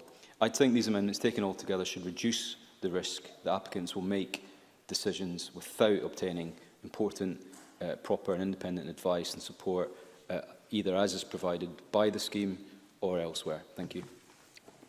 Thank you very much. Mr Greene, can I call Daniel Johnstone to move Amendment 5E and speak to the other amendments in the group? Thank you very much, Presiding Officer. And I'd like to begin by associating myself very much with many of the things that Jamie Greene has said. I think this is a bill which inherently is complex and indeed has been a difficult subject matter for many of us to deal with, but it's hugely important. And I think what has been remarkable is the fact that we have had very robust and very thorough examination and indeed criticism of elements of the bill. But I think throughout, the approach of all members, and in particular of the government, has been constructive. And I think that has been really welcome. As a result, I have no doubt that this bill is better for it. In terms of the amendments in this group, first of all, can I just say that I think Jamie Greene's amendments are very important. I think given that the waiver is in place and likely to stay in place, it is critical that those seeking compensation through this scheme do so in a fully informed manner. And I think the amendments that Jamie Greene has brought forward, I think, are important for establishing that will be the case for all applicants. Likewise, through the passing of this bill at the various stages, I had concerns in two key regards. First of all, is that many survivors have been through the ordeal of telling their story many, many times. This has been a long and arduous journey for them.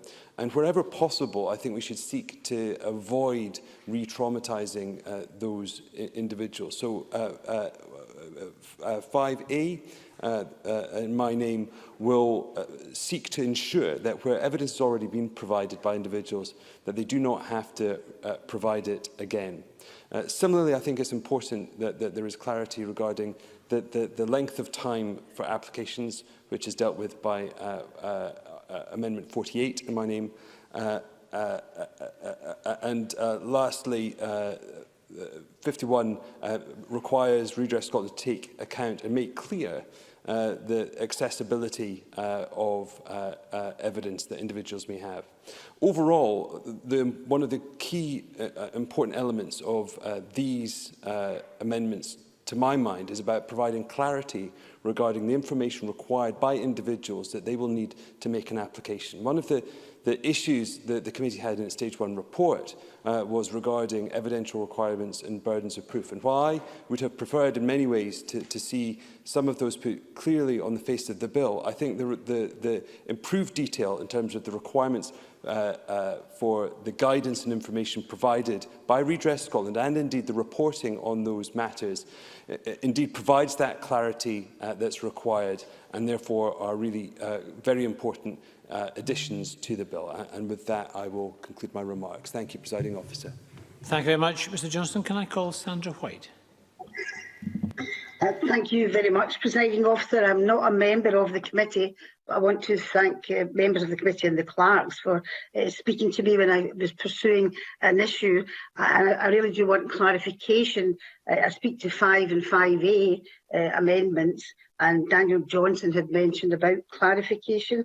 I'm pleased that Jamie Greene has put forward his points in Amendment 5. I think it's really, really important that this is put forward. The clarification I want to seek is the fact that both amendments mention basically, evidence, etc., informed choices and options. And if I can give an example, I'll be as short as I possibly can. An older constituent in process of an application to the advance payment team has obviously it's came to a standstill because he doesn't have the evidence to provide, simply because the Children's Home and the Health Board, the records no longer exist. And I just want a point of clarification in regards to both these amendments. Would this cover my constituent and older people who are affected in this way where their records are not available? And that was what I was wanting to pursue. Thank you, Presiding Officer. Thank you very much, Ms White. And can I invite the Cabinet Secretary to speak? Thank you, Presiding Officer. Can I begin, first of all, by thanking Mr Greene for bringing forward the amendments in this group to support informed decision-making, and I am happy to support those amendments. I share Mr Greene's concerns about survivors having to use their redress payments to pay for legal fees not funded by the scheme. It has always been the intention that survivors should receive and retain the entirety of their redress payments without having to use any of this to cover any costs related to their application. Though we cannot take away a survivor's choice to enter into any such agreements, we can ensure that survivors have all the information available to them to help them make informed choices about this and other decisions to be taken in connection with an application to the scheme. And that's very much the point that Mr Johnstone has made fundamentally in his contribution and has made throughout the debates that we've had on this issue. It is crucial to make survivors aware of their options under the scheme and of all the support and assistance that the scheme has to offer them. That includes funding for legal advice. I'm grateful to Mr Greene for his amendments which take all of this into account. Signposting applicants in a tangible way to all of the available options in connection with their applications will assist survivors in making informed choices without depriving them of the right to make those choices. Placing a duty on the Scottish Ministers to produce and provide this information to applicants, as well as placing a duty on Redress Scotland to assess the practical effects of this, will ensure that this information is routinely given at material points in the application process and that the information provided is both relevant and helpful. Moreover, the Scottish Ministers will also be able to take on board any recommendations Redress Scotland have made when Ministers are reviewing the scheme guidance. These amendments are a practical solution to an important issue. There will be further ways through the operation of the scheme that we can reinforce these messages to applicants and start conversations where there are concerns. I know that Mr Greene has already spoken to Scottish Government officials to start a discussion on what mechanisms might be appropriate and taken forward in scheme design. So, Presiding Officer, I fully support the amendments that Mr Greene has brought forward in this grouping. Turning to Mr Johnstone's amendments in this group, again, I thank him for bringing forward these amendments on guidance for survivors on the types of evidence that might be provided with an application for redress and assistance on how to obtain this. As I said at stage 2, I want to make sure that the design of the redress scheme incorporates practical measures that will support survivors by helping them to access, so far as is possible, any and all available information and evidence to support their application, and I'm happy to support these amendments. The amendments brought forward by Mr Johnstone will ensure that the guidance on evidential requirements is fully accessible to applicants, and the reporting requirement on Redress Scotland will help to ensure that it is both relevant and helpful. Furthermore, I am grateful to Mr Johnstone for bringing forward his amendment on guidance to be issued on setting out timescales for determinations on redress applications at Amendment 48. This will contribute towards transparency in the scheme, and I'm happy to support it. In relation to the point raised by Sandra White in her contribution, Redress Scotland will have the discretion it needs to account for a challenging evidential landscape. We appreciate, and this is one of the issues the advance payment scheme has wrestled with, that there is most definitely not a perfect evidential context for all of these decisions to be made. But the reassurance I would give to Sandra White is that the advance payment scheme to date has not turned down any single application through lack of evidence. So I hope that provides the assurance that a significant approach of the benefit of the doubt is taken in relation to these applications so far in the advance payment scheme, and my expectation would be that flexibility would also exist for Redress Scotland in pursuing applications in the main scheme, assuming that Parliament legislates for it this afternoon. So I hope that provides the reassurance to Sandra White that she was looking at, and I should put on the record that if there are particular concerns that she has about the circumstances of her constituent, if she wishes to write to me, I will ensure that the issue is addressed expeditiously in response to the concerns that she's raised this afternoon. Thank you, Cabinet Secretary. Jamie Greene, to wind up, if you have any further comments to make in this section. Thank you, Presiding Officer. Can I thank members for their kind comments on these amendments, and the Cabinet Secretary for some clarification. I should have added in my opening that we will support Amendment 5A and 51 in the name of Daniel Johnson. But just a few brief points. I think one of the comments made by the Cabinet Secretary really gets to the heart of this and this series of amendments. And actually, the iterative process that is followed is that the applicant should be making informed choices throughout this process. And that's a very difficult concept when faced with the situation that they're in. But I don't think anyone should be in a position where they feel forced or obliged to either accept an offer of a payment at a certain band or level, or indeed be unhappy with the result and feel there is no recourse for them with what has been offered by the scheme. Everyone should be guided through that process, irrespective of the band they're in or the level of payment, and when they get to that final point, should be confident that the government and the scheme has helped them make an informed choice throughout, wherever that help comes from, whether it's advocacy groups, third sector organisations, members of family, friends, partners, next of kin, or indeed third-party solicitors and external legal counsel, wherever that comes from. And I don't have a problem in principle, I should add, with solicitors or legal advisors helping people throughout this process. What did arise throughout the proceedings, though, was a genuine worry that we would be in a situation where people who were vulnerable would be, if you like, approached by third parties with a view to encourage as many people to come forward and then, in a way, accept legal fees from their payments. In no way should anyone lose any of their payment. And I do believe the government has come a long way on securing that, whilst it has been technically quite difficult to do so, I appreciate. On the point of Sandra White as well, I think that's a very valid anecdote that she shared. There will be people who are elderly coming forward who have no records, no access to records, no idea where to get that information to support their case.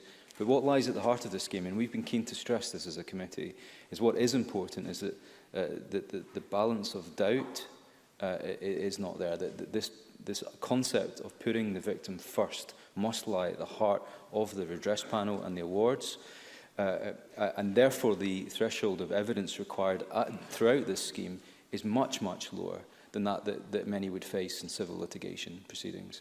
And that is important because the design of this scheme, its very nature, is to ensure redress, financial or otherwise, to those who need it most in the most simple and least traumatic way. And I think because that lies at the heart of the scheme, the example of Sandra White's constituents will be met by a sympathetic ear. In fact, we have changed the bill in section 11A to include the principles of dignity, respect and compassion, and they must lie at the heart of this scheme. I'd like to thank members for supporting my amendments. Thank you. And can I call Daniel Johnson to wind up on Amendment 5A, if you wish to add anything, Mr Johnson? I really don't have anything further to add. Thank you, Presiding Officer. Thanks very much, Mr Johnson. So we'll go straight to the question, and the question is that Amendment 5A be agreed to. Are we all agreed? Yes. We are agreed. Jamie Greene to press or withdraw Amendment 5 as amended. To press. Press. The question is that Amendment 5 as amended be agreed to. Are we all agreed? Yes. We are agreed. Can I call Amendment 6 in the name of the Cabinet Secretary? Cabinet Secretary to move. Moved. Thank you. The question is that Amendment 6 be agreed to. Are we all agreed? Yes. We are agreed. Thank you. Turning now to Group 3. This is on scheme contributors, acknowledgement of harm. Can I call Amendment 7 in the name of Daniel Johnson, grouped with Amendment 8, Daniel Johnson to move Amendment 7 and speak to both amendments? Thank you very much, Presiding Officer. I probably should have said this in my comments on the preceding amendments. I'm very grateful to the Scottish Government and the Bill team in particular for their constructive engagement and indeed assistance in drafting a number of the amendments that I'm bringing forward this afternoon, and in particular these two. It's very clear that implied throughout this scheme is the acknowledgement of the very real and indeed devastating harm done to individuals in the name of the state by organisations. That is fundamentally what this bill seeks to redress. It seeks to correct, or at the very least acknowledge and compensate for those historic wrongs. However, this is not a court process, and explicitly this scheme will not find strict legal liability or legal fault with those individual organisations on the part of those individuals. And while I have no doubt that the overwhelming majority of contributors will be taking part in good faith, acknowledging the role that they played in historic wrongs, I was concerned about, at the very least, the theoretical possibility of contributors taking part in this scheme, making payments, and yet because it doesn't have that element of strict liability, being able to turn around and saying, well, we did nothing wrong. What this amendment seeks to do is provide a general acknowledgement of the historic wrongs, and I think an acknowledgement both contributors, but I think all of us must make about what happened, and so that can't happen. I brought forward amendments to that effect at stage 2, and I recognise the difficulties with them. I'm very grateful that we've been able to come up with a form of words that I think comes to the effect that I have just set out, and acknowledging historic wrongs and making sure that those that contribute make that acknowledgement. And so I therefore move Amendments 7 and 8 in my name. Thank you, Presiding Officer. Thank you, Mr Johnson. Can I call Jamie Greene? Thank you. And just briefly, can I commend Mr Johnson for the approach he's taking? I just want to clarify on these two. I do have sympathy with Amendment 8 specifically. I think that helps clarify perhaps any ambiguity that was in Amendment 7, but I still believe that Amendment 7 in its own right may inadvertently attribute liability to a contributing organisation. I think by its very default, anyone who chooses to contribute to the scheme, and bear in mind this is not a mandatory scheme, those who will be financially contributing to it will be invited to, and we will discuss this later. We hope as many who take responsibility for their historic actions will do so, but there's no guarantees that they will. We must therefore make it, I think, as easy as we can for them to do so. And anything that introduces an element of accepting liability out with of the scheme, I think by default, their participation in the scheme is an acceptance of clear wrongdoing in the past. And therefore, I perhaps worry about the wording of 7 itself, but would be happy to support Amendment 8. But I'd be keen to hear what the Cabinet Secretary has to say on this. Thank you. And I call the Cabinet Secretary. Thank you, President Officer. I'm grateful to Mr Johnstone for bringing forward these amendments on the acknowledgement of harm. Participation in the redress scheme must be about more than money. It is right that those contributing to the scheme acknowledge the harms of the past, and I am happy to support the amendments today. During the Stage 2 debate, Mr Johnstone agreed not to press his amendment on this topic, and instead to work with the Government to develop amendments at Stage 3 that provide the appropriate acknowledgement of harm that we seek from contributors, while avoiding the unintended consequence that in making a contribution to redress, the organisation has in some way accepted legal liability. And I think that explanation, which is at the heart of our assessment of Amendment 7, addresses the point that Mr Greene has raised in his contribution, where he quite rightly wants to avoid the construction of any additional obstacle to participation by a contributor, an objective that I share, but which I think is not in any way enabled by the terms of Amendment 7. I wholeheartedly accept the need to acknowledge and provide tangible recognition of the significant and enduring harm that was caused to children who were abused in care, and it is only right that this recognition is reinforced at the point when the contribution or agreement to contribute is made. The scheme offers contributors the opportunity to be part of a national collective endeavour that is built on compassion, integrity, fairness and respect. These amendments complement the wider approach to redress. Section 91 of the Bill, for example, requires scheme contributors to report on the action that they are taking to redress the historical abuse of children, which will further demonstrate the organisation's commitment to the national collective endeavour of redress. I am pleased to support the amendments that have been introduced by Mr Johnson, which, along with other provisions of the Bill, help to deliver a redress scheme that provides the acknowledgement to survivors that they have fought tirelessly to attain. Thank you very much, Cabinet Secretary. And does Mr Johnson wish to add anything by way of winding up? No further comment. Thank you very much. So the question is that Amendment 7 be agreed to. Are we all agreed? Yes. We are agreed. Can I call Amendment 8, Daniel Johnson, to move? Moved. Thank you. The question is that Amendment 8 be agreed to. Are we all agreed? Yes. We are agreed. Turning now to Group 4. This is on Scheme Contributors' Sustainability. Can I call Amendment 9 in the name of Ian Gray? This is grouped with Amendment 10. Ian Gray to move Amendment 9 and speak to both amendments. Thank you very much, Presiding Officer. I've brought forward these amendments to the bill to ensure that the sustainability of services provided by organisations hoping to participate in the redress scheme will be a factor that is taken into consideration when ministers are assessing what amounts to a fair and meaningful contribution from those organisations. At Stage 2, I brought forward an amendment which stated that the making of a financial contribution must not jeopardise the current services of a charity, but ultimately did not press that amendment. And I'm grateful to the Cabinet Secretary for his continued engagement in finding something which achieves similar effect. And I hope that the amendments brought forward today do effectively address this issue with which various different types of potential scheme contributors are grappling. Amendment 10 seeks to allay the concerns that have been raised by potential contributors and some survivors, concerns that organisations wanting to do the right thing by participating in the redress scheme would have to make the choice between contributing to the scheme and being able to continue to deliver the services they currently provide. There are fears that organisations making contributions to the scheme might not be able to continue because of the financial implications of that fair and meaningful contribution, and some survivors echoed this view in evidence at stage 1. Now, as I think we'll hear later on when we discuss and debate the waiver, securing contributions is crucially important, ensuring that the scheme functions as a collective response to the wrongs of the past. But it shouldn't be to the detriment of services which are delivered to children and the vulnerable in society today.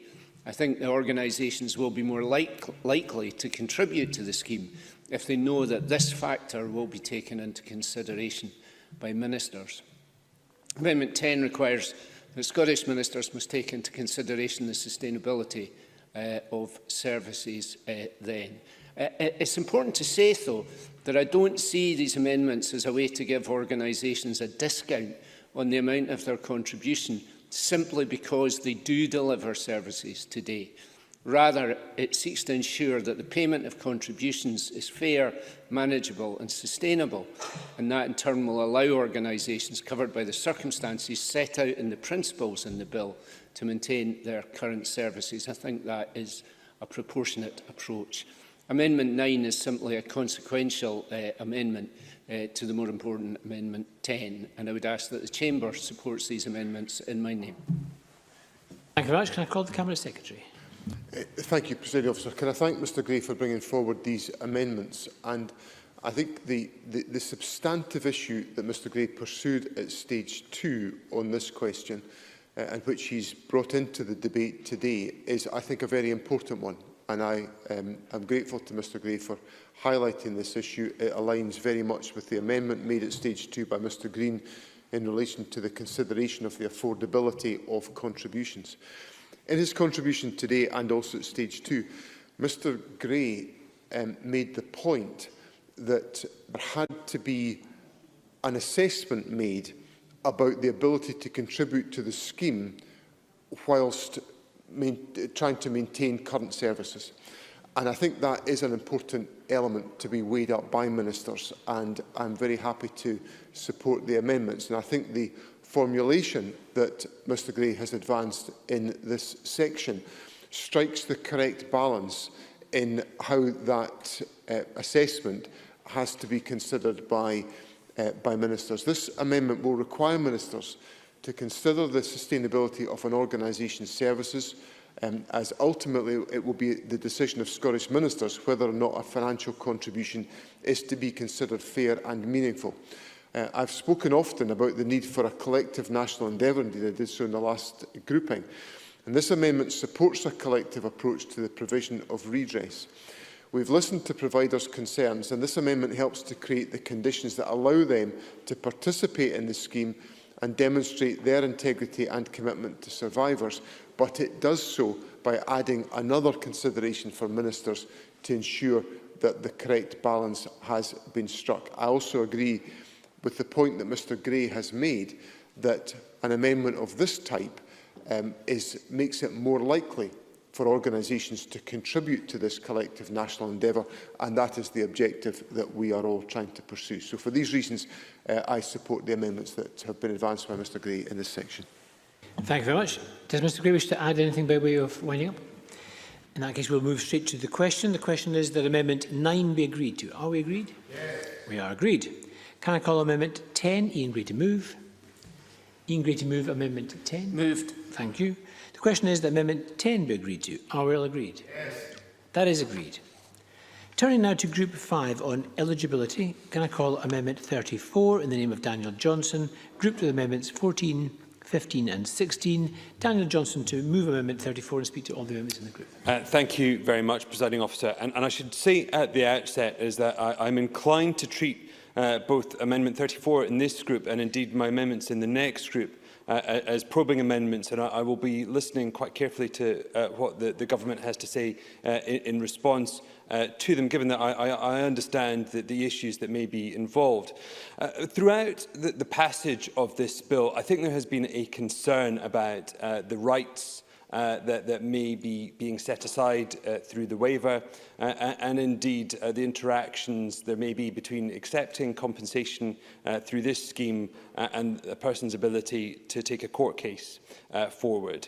And in particular, what I was keen to make explicit, something that I believe is implied, is whether or not in the situation where an individual has previously taken matters through the civil courts but failed, that would not render them ineligible for an application or indeed compensation through this scheme. So Amendment 34 in my name simply seeks to make that clear and explicit within the bill.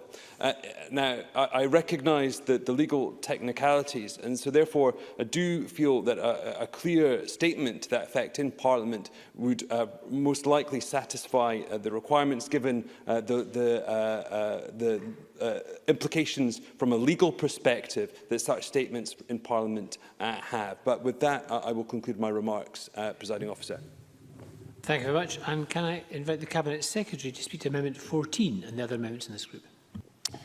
Thank you, Presiding Officer. Can I begin, before I come on to Amendment 14, to talk about the issues in Mr Johnston's amendments? I'm grateful to Mr Johnston for submitting his amendment, and it provides me with the opportunity to address any concerns regarding the ability of those who have previously tried to hold organisations responsible for their abuse to account in the civil courts to apply to the redress scheme.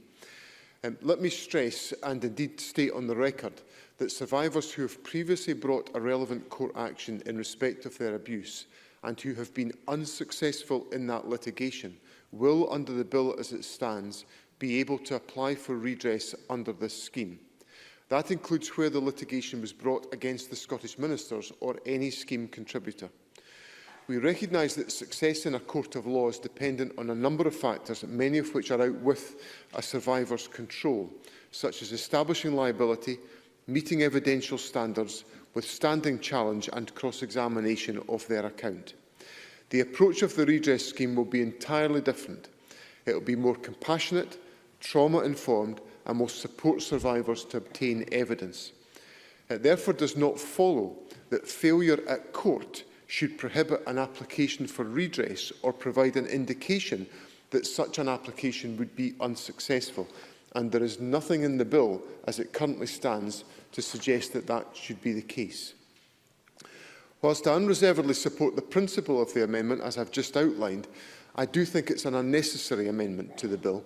There are also some technical issues which mean it could be problematic and not actually provide the assurance that is intended. I would therefore ask Mr Johnstone not to press his amendment in this group on the basis that he and the other members present are, I hope, reassured by the remarks that I've made in the Chamber today, and obviously I place them on the record as a source of reference at any stage in the future. I also commit to ensure that this principle is reflected in other materials, such as the explanatory notes which will be published to accompany the Act, so that there is absolutely no doubt about the issues that have been raised in this respect. And we will ensure that this is reflected in statutory guidance that will be produced for applicants. Of course. Greene. Thank you. Thank you for taking an intervention. Just for the benefit of clarity, in the scenario where somebody has been made an offer in the scheme, chooses not to accept that, specifically in relation to Amendment 5 that I submitted, then pursues a case outside of the scheme and fails in that case, are they eligible to come back to the scheme and benefit from it at a future date if the scheme is still running? Cabinet Secretary. If the scheme, if we're still within timescale, yes, they would be. So there is no impediment in the scenario that Mr Greene has just painted. There is no impediment to an individual taking that course of action, where, of course, they are free to exercise that judgment about an offer that has been made to them, but decide not to pursue that, to pursue a court action, and if that was to fail, to then come back to the redress scheme, providing, of course, it is still in operation and there are issues and timescales to which we will come. I now turn to the amendments in this group in my own name, Presiding Officer, amendments 14 to 16. These amendments add to the list of circumstances where more than one redress application may be made. The bill already provides that new evidence may allow Redress Scotland to permit a second application. These amendments address the scenario of individuals who have either previously had their redress application rejected or who received a more limited redress payment because a particular institution was not covered at the time of their first application. Where, after their original application has been dealt with, regulations are then made under Section 18 to bring that institution within the relevant care settings covered by the scheme, a further action may be permitted by virtue of Amendments 14 to 16. This is all part of my commitment to ensuring that we take account of any relevant changes which might allow an applicant to receive a higher award. I would therefore ask members to support the amendments in my name.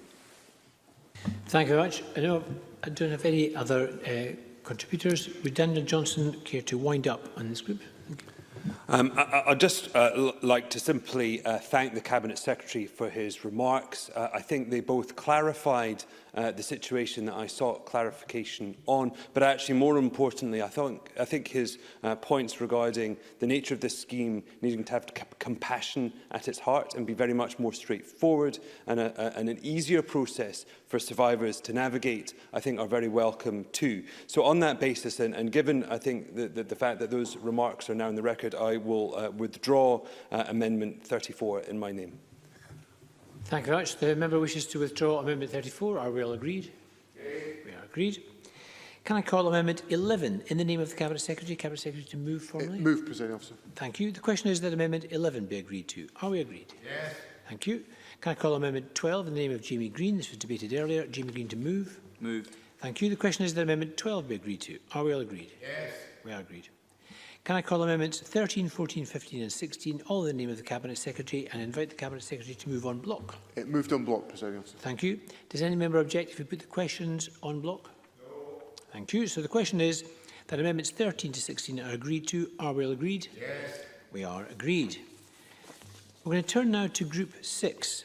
This is on the application period duration of scheme. Can I call Amendment 35 in the name of Daniel Johnson, grouped with Amendments 36, 37 and 38? Daniel Johnson to move Amendment 35 and speak to all the amendments in this group. Thank you, Presiding Officer. The amendments that I've brought forward in this group arise very much from an interaction I had with the Cabinet Secretary at Stage 2 regarding the duration of the scheme, and indeed the reasons as to why it should really be curtailed for any basis. Now, I accept for practical reasons that must be the case. However, the issues that we are dealing with are complex. People's ability to come to terms with the experiences that that happened to them, albeit many years ago, take many people decades, and some people never come to terms with what happened to them. And therefore, given that this scheme is of a strictly limited nature, I have concerns about it closing before many people may have had the opportunity, certainly in terms of their own personal ability to deal with those issues, that it may close before they've had the opportunity to do that. Now, I acknowledge, and I think that the bill is improved by the amendments that were brought forward by the government at Stage 2, and the fact that this scheme will now remain open for 5 years or 2 years after the closure of the inquiry. I think that is an important improvement. What my amendments seek to do is essentially turn the situation by which the scheme is brought to a close on its head very slightly, in terms of, at the moment, by default, the scheme will close unless the government brings forward statutory instruments that will prolong the scheme for a further 2 years. What my amendments seek to do is put the situation round the other way. So by default, the scheme would continue unless instruments are brought forward that would bring it to a close or a conclusion. However, I do recognise that this is complex, and so I will listen carefully to what the Cabinet Secretary has to say. In particular, I would be keen to understand the steps that the Government will take to establish whether survivors have come forward in sufficient number and as expected. I'd be keen to understand what assessment they will make and how they will establish that they are satisfied that the scheme is not closing prematurely. And moreover, just seek assurance that the Government will have a very low threshold for continuing the scheme if that's what it deems is necessary, so that the vast bulk and overwhelming majority of survivors who should be using this scheme for seeking compensation do so. Thank you, Presiding Officer. Thank you very much, Mr Johnstone. Can I call Jamie Greene? Thank you. Just briefly to thank Daniel Johnson for bringing these amendments. I actually have huge sympathy to what he's trying to achieve with this. I think the very idea that someone would be curtailed through a process or the scheme, someone was late to the arrival of the scheme, wouldn't be unable to participate in it for various reasons, given the complexity of some of the cases that may come forward, especially those at the higher banding rates. The question really, though, is that whether or not these set of amendments, I know what they seek to do, it's whether they do. And that's why I'm keen to listen to the Cabinet Secretary as drafted, probably be minded not to support them, but definitely support the concept of it. I'd be looking for that reassurance, as Daniel Johnson is, that the Government has a solution to the very valid conundrum that Mr Johnson has raised. Thank you very much. And I call on the Cabinet Secretary. Thank you, President Officer. Can I thank Mr Johnstone for bringing forward these amendments relating to the duration of the scheme, and I agree with him that the duration of the scheme should not be a barrier to survivors accessing redress. However, I do believe that this issue was examined comprehensively and addressed by the committee in the amendments that were passed on the issue at stage 2, but I do want to put some more remarks on the record which I hope can address some of the points of significance that Mr Johnson and Mr Greene have both raised in the debate. Let me say at the outset, it is vital that there is sufficient time for survivors to fully explore the options available to them. And in this respect, I think Mr Johnson raises a point which I think is valid and which will have a bearing on Ministers' decisions in due course, which is that none of us can fully understand at what moment does an individual find it within themselves to address the abuse that they have suffered and to then do something about it. And from my experience of discussions with survivors, many people have harboured the issues that have arisen from that abuse for many, many years and been unable to confront it. So therefore, I do understand the substantive point that Mr Johnson is raising. Following the committee's recommendation at stage 1, we amended the bill at stage 2 to ensure that the scheme would remain open to applications for 5 years, or, where longer, a period of 2 years after the Scottish Child Abuse Inquiry has concluded and produced its final report. An application does not have to be concluded during this time, it simply has to be submitted within this window. Now, why that form... of course... Brian Whittle.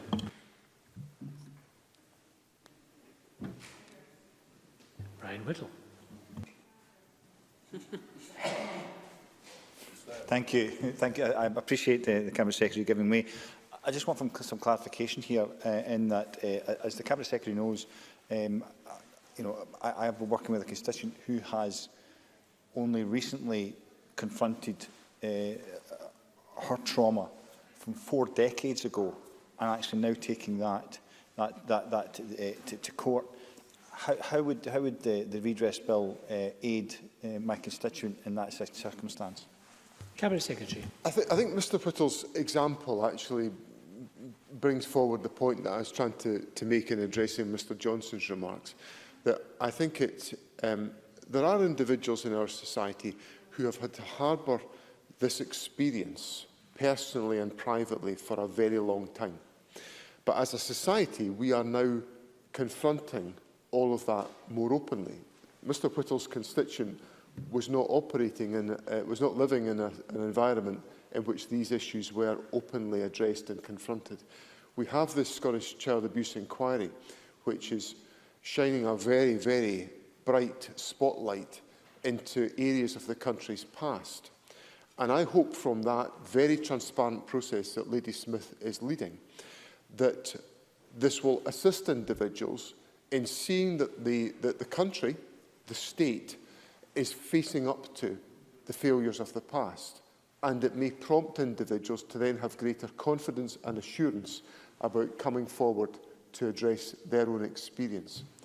So the formulation that is in the bill now of having the application process open for a 5-year period, or for 2 years after the Scottish Child Abuse Inquiry has concluded its hearings, and I'm not going to prescribe when that's going to be, because I want Lady Smith to do the investigation that we have asked her to do properly for as long as it takes, and it's important this is done once, so it's done properly. I hope that will create a sufficient opportunity for individuals to come forward and to be able to make their applications. Of course. Brian Whittle. I appreciate the Cabinet Secretary giving way again. It still creates a question in my mind. I totally accept the Cabinet Secretary is trying to say we're trying to create an environment in which those who suffer this kind of trauma are confident in their ability to come forward, given that they will be given a fair hearing and have got a decent chance of redress. It still doesn't answer the question, what do we do with those who have carried that trauma for the length of time that my constituent has? How do we help them?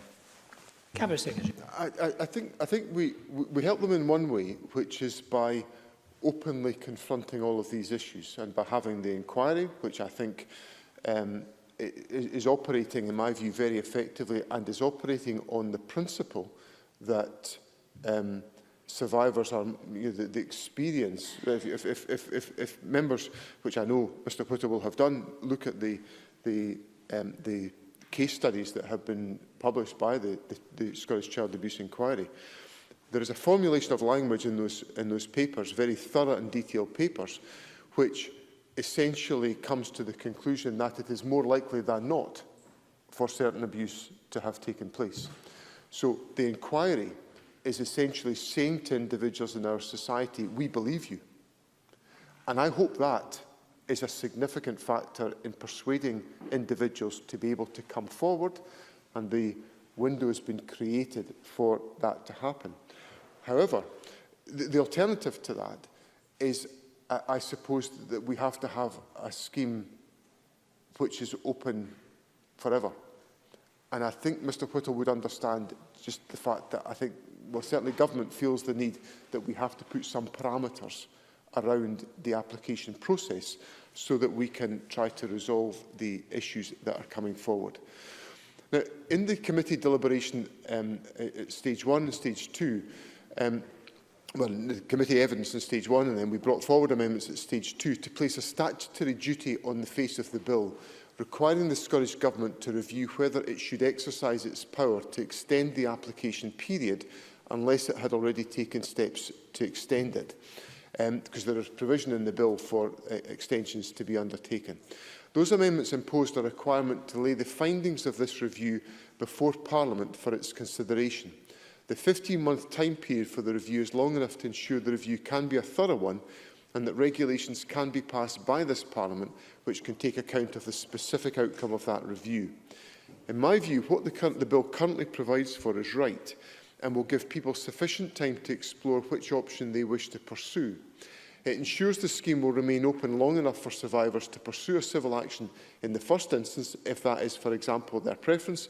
It also ensures that those who may be encouraged to come forward by the inquiry's findings will have the opportunity to do so. And it guarantees that there will be a thorough consideration of whether or not the application period should be extended with appropriate transparency around that process. I also want to be clear, and this addresses the point raised by Mr. Johnstone, that the intention is to set a very low bar when reaching a decision as to whether there are, and I use this word with care, enough potential applications still to come that it's right to extend the application period further. And of course Parliament will have the final say in approving any proposed exercise of that power. We want to make sure that those entitled to redress have an opportunity to apply, and therefore ministers must take account of that factor in determining what is the right thing to do in relation to potential extensions to the scheme beyond what is already provided for in the arrangements in statute. So I hope those assurances will address the points that have been raised by Mr Johnstone, and I would certainly ask Parliament to accept that, as amended at stage 2, the bill achieves what is necessary in this area, and on the basis of that, I'd invite Mr Johnstone not to press the amendments that he has tabled in this group. Thank you, Cabinet Secretary, and can I invite Daniel Johnstone to wind up in this group? Thank you very much, Presiding Officer, and I'll be brief. And can I just thank the Cabinet Secretary for setting that out so clearly. I think that clear clarification, both in terms of what is in the bill as amended at stage 2 regarding the winding up of the scheme, but more importantly about the context within which that should be viewed and indeed carried out by ministers at the appropriate time is very helpful indeed, and certainly satisfies me at this point. So on that basis, I will withdraw amendments 35, 36, 37 and 38. Thank you, Mr Johnstone. Can I just ask the Chamber, Mr Johnstone wishes to withdraw Amendment 35. Are we all agreed? Yes. We are agreed. And Mr Johnstone is not moving Amendments 36, 37 and 38. Our next amendment, I call Amendment 17 in the name of Jamie Greene. This was debated earlier with Amendment 5. Jamie Greene, to move or not move? Moved. That is moved. The question is that Amendment 17 be agreed to. Are we all agreed? Yes. We are agreed. We're going to turn now to Group 7. This is on the waiver. Can I call Amendment 39 in the name of Neil Findlay? This is grouped with amendments as shown, and Neil Findlay to move Amendment 39 and speak to all the amendments in this group. Thanks, Presiding Officer. I'll only address the amendments in my name. I was approached by constituents and campaigners who explained to me their frustrations about the situation with the waiver and sought me to move these amendments. Previously, on an entirely cross-party basis, the Parliament has over many years taken, I think, brave and very positive steps to support and protect and provide the means of securing justice for survivors of historic abuse, most notably the Limitations Act in 2017. And in doing so, the Parliament has built up, I think, a degree of trust amongst the survivor community. The general principle and intention behind the redress scheme also represents, I think, a very positive step forward, and we've heard that today from members who have been involved in every step of this. I haven't, but it's been very reassuring to listen to the contributions. But I think people feel that that is undermined by the insistence that the redress scheme does include the waiver, a waiver that requires a survivor to make an invidious choice between accepting a redress payment or leaving open the option of pursuing a civil damages claim. I don't think, and they don't think, there should be any waiver at all. And I understand the committee unanimously asked the Scottish Government to consider alternatives at stage 1 in their stage 1 report, but there was no movement on that, and I understand the Government supported in applying the waiver by the Conservatives. And I think it's sad to note that for the first time that the Parliament's approach to supporting survivors may divide down party lines. I think that's very regrettable. Therefore, the only option left to Parliament is to bring forward amendments to ameliorate the worst effects of the waiver, and that is the purpose of the amendments I've brought forward. I hope that members will view these for what they are, and that is an attempt to do the right thing by survivors. If the waiver in its current form remains the bill, that cross-party work that has been done, I think, will be somewhat undermined, and the waiver is viewed by a large number of survivors who, we should never forget, have experienced some of the most heinous abuse as a form of high-pressure sales tactic that serves only to save the government money in the long term and is seen as, in some eyes, as collusion with the institutions where abuse takes place in the first place to save those institutions and organisations money. The waiver, particularly, but other provisions too, have caused distress to survivors. And I have to ask, what legacy the Parliament does the Parliament aim and aspire to deliver in relation to survivors of historic in-care abuse? If the waiver remains unchanged, the legacy will be that of a Parliament that build up a lot of trust and hope amongst the survivor community, only for that to be dashed at the final step. And if the bill is amended, the legacy can be one of progress, empathy and compassion. The amendments to my name seek to treat the two different types of payments differently. The fixed payment is designed to provide the survivor with a quick, simple and efficient way of receiving what is a very modest payment of just £10,000, and it should be recognised that this is very different to the process involved in obtaining an individually assessed payment that could be as much as £100,000. There's no need for a waiver to be signed to receive the fixed payment given the sums involved.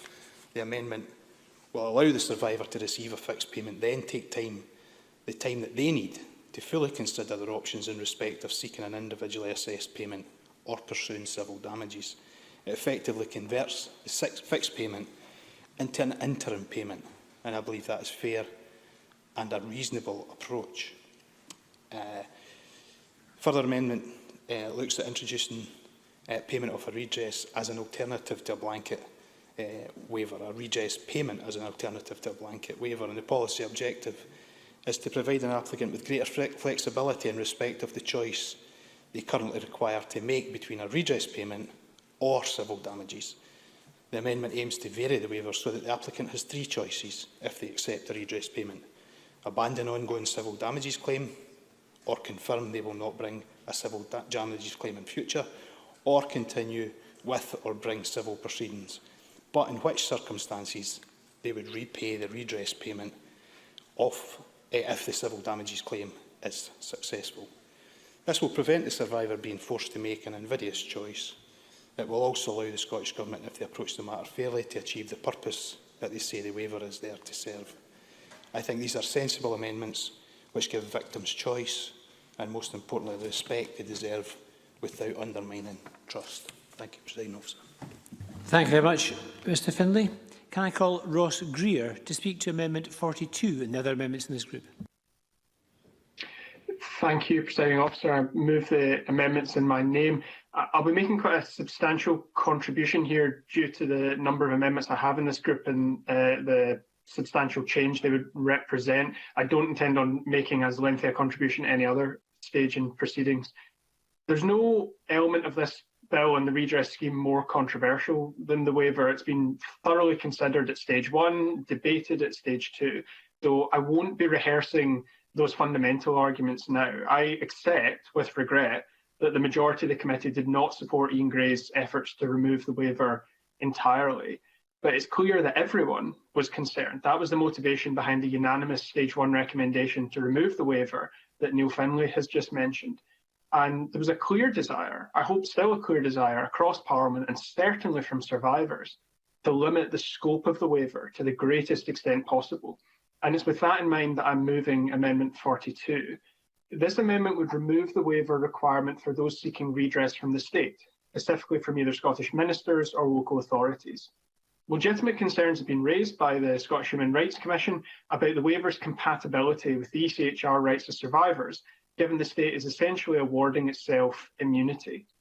But my primary motivation in bringing this forward is that it reduces the scope of a waiver provision that we are all uncomfortable with, while preserving it for the purposes outlined by the Deputy First Minister and SNP and Conservative colleagues at stage 2, namely to ensure that organisations expected to contribute will in fact do so.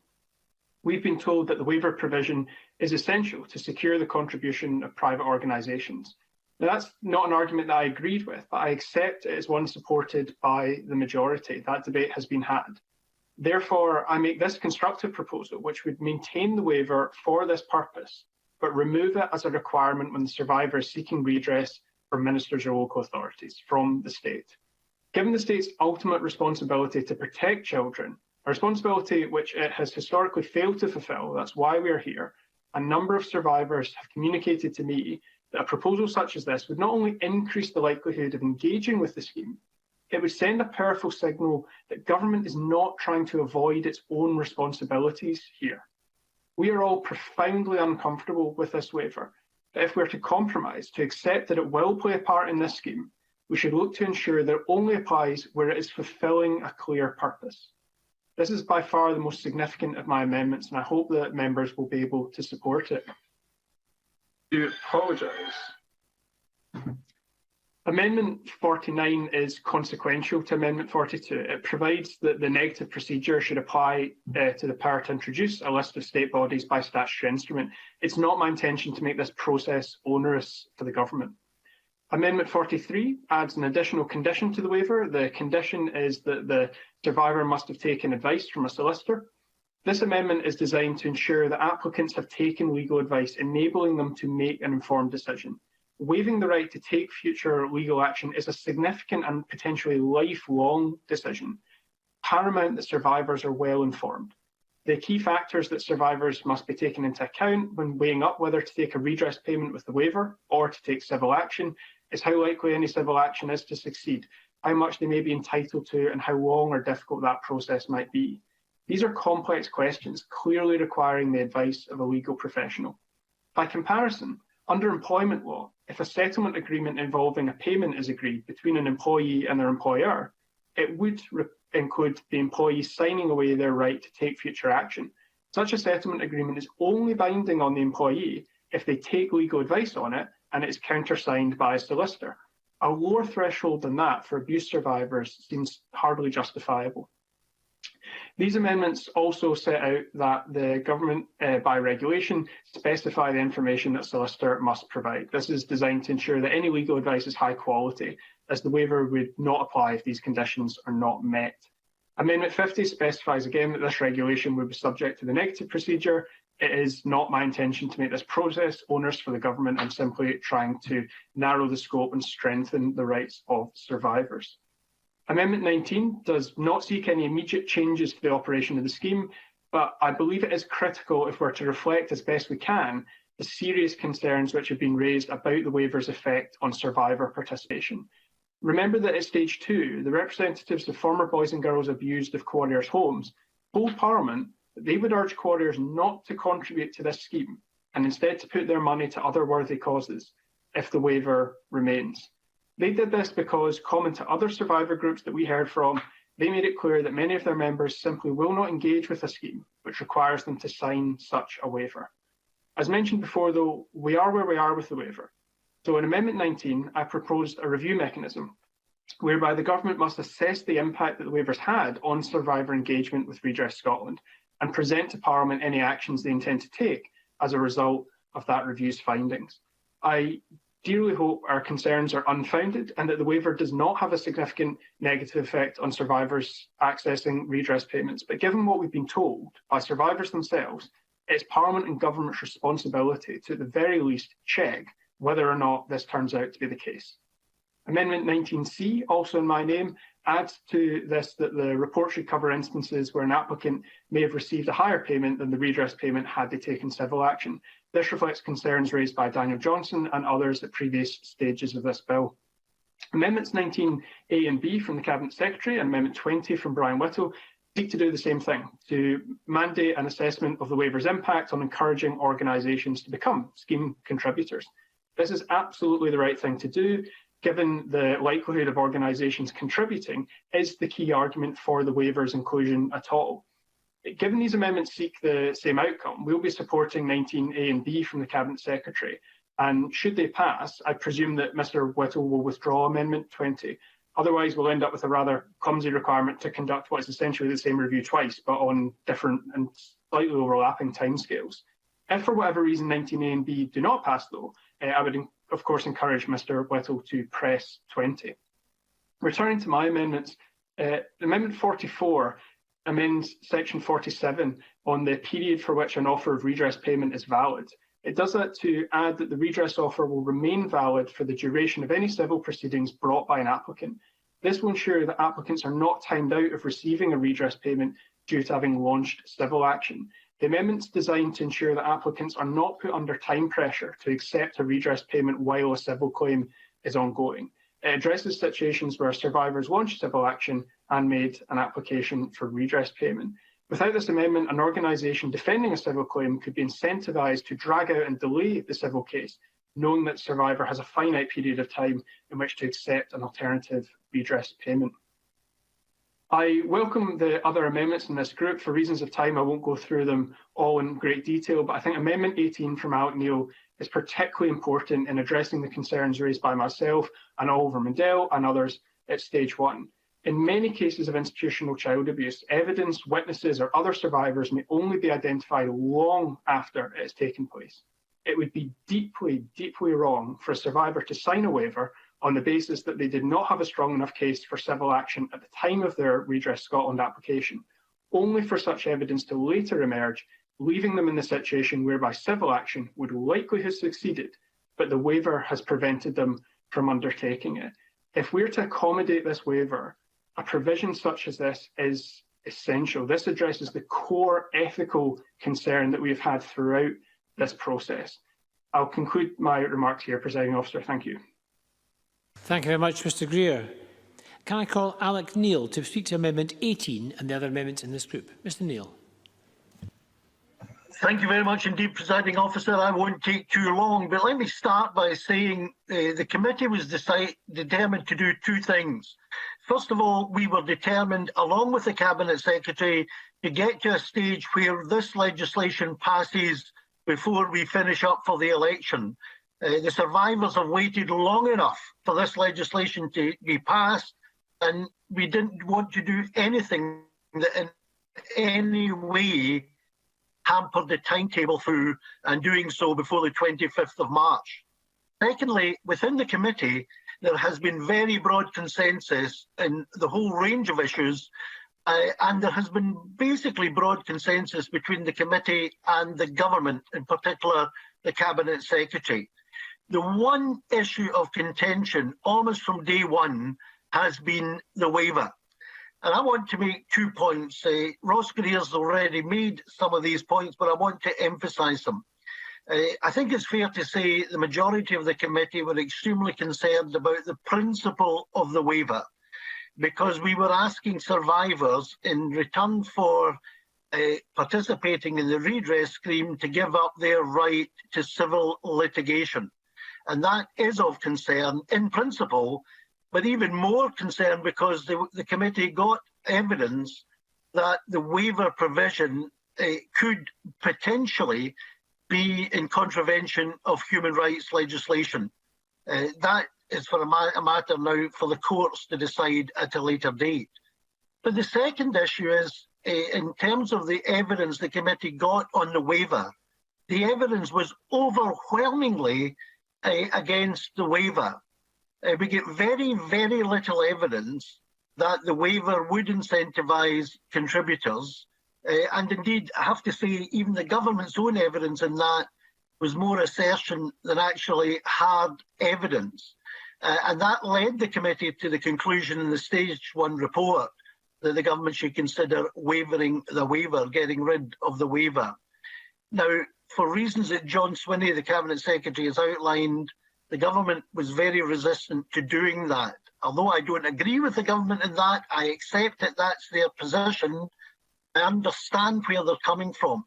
And therefore, at Stage 2, we did our best to try to accommodate the government's position by mitigating potentially ill effects or unintended consequences of applying the waiver. And indeed, the Cabinet Secretary, much to his credit, came forward with substantial amendments at Stage 2, which did mitigate a number of impacts of the waiver. And those were very welcome amendments indeed, and were all passed easily by the committee. The purpose of my Amendment 18 is to further ameliorate the potential impact of the waiver, particularly in terms of people who have already signed the waiver in good faith, but at a later date, after signing the waiver, there then becomes available, and we had witnesses from other jurisdictions saying that this has happened in other countries, where after signing the waiver, the survivor, sometimes years later, after signing the waiver, manages to get hold of or becomes aware of evidence and proof of their abuse that's strong enough to go to civil litigation and potentially win much greater damages as a result of that civil litigation, much greater damages than can be awarded even by the maximum amount of the redress. Now, I'm not claiming for a minute that this would mean a lot of cases like this. I think the evidence showed that these were very rare occurrences. But it's the duty of this Parliament to accommodate rare occurrences, particularly when something is fundamental as compensation for abuse, and there's never compensation for abuse in that sense. But where there is financial compensation, at least, that it might be available in these circumstances, in these very particular circumstances, I believe we owe it to the survivors to include in this bill a provision in these rare circumstances where they can go to court, argue their case, and if they win, then the court can then decide whether to offset. It doesn't need to be laid down in law. The court could decide whether to offset the waiver amount, the redress amount, or whatever. But the key point is that the survivor has, in those circumstances, the right to go to court. And to take that right away, I think, is a mistake in those circumstances. So it is a very particular but very important circumstance. And I believe, given the evidence that the committee got, and given that we have compromised with the government in retaining the principle of the waiver in the legislation, that we should accommodate this point and make sure that the impact of the waiver is mitigated in such circumstances. And that is the case for Amendment 18. The other amendments in my name, Presiding Officer, are all entirely consequential amendments. So they would only come into play if my Amendment 18 is passed by the Chamber. Can I finally just thank the other members of the committee and the Cabinet Secretary for everybody cooperating on this. This is not an easy subject to deal with. Nobody has a silver bullet for, getting everything right in this. But I do think in this particular case, we should try to make sure, as far as we possibly can, that the people who find themselves in these terrible circumstances, but do have an opportunity for a successful civil litigation, should have the ability to pursue that. Thank you, Presiding Officer. Thank you very much, Mr Neil. And can I call on the Cabinet Secretary to speak to Amendment 19A and the other amendments in this group? Thank you very much, Presiding Officer. And if you can forgive me, Presiding Officer, I suspect you probably know what is coming, that I'm going to have a lot to say on this particular section. So if I could be given the appropriate opportunity to do so, I would be grateful. I acknowledge at the outset of this group that this is the most, by a great distance, the most sensitive issue in this bill. It is the issue on which I have spent the largest amount of time trying to address the issues that have been raised by the committee at different stages and to ensure that we get to the best possible position, because I know that all members, regardless of their politics, share a desire to get this bill and the scheme that it will deliver correct for survivors. Waiver is an issue that is central to the bill, and it is right that Parliament debates that today. Unfortunately, there are different views around about the question of the waiver, and I've tried to navigate a course which puts in place fundamentally a scheme that will be correct for survivors. And one of the points that survivors have made to me is fundamental to the nature and the composition of any redress scheme must be that there must be a contribution by organisations who have been responsible for the unacceptable behaviour and conduct that has been experienced by survivors.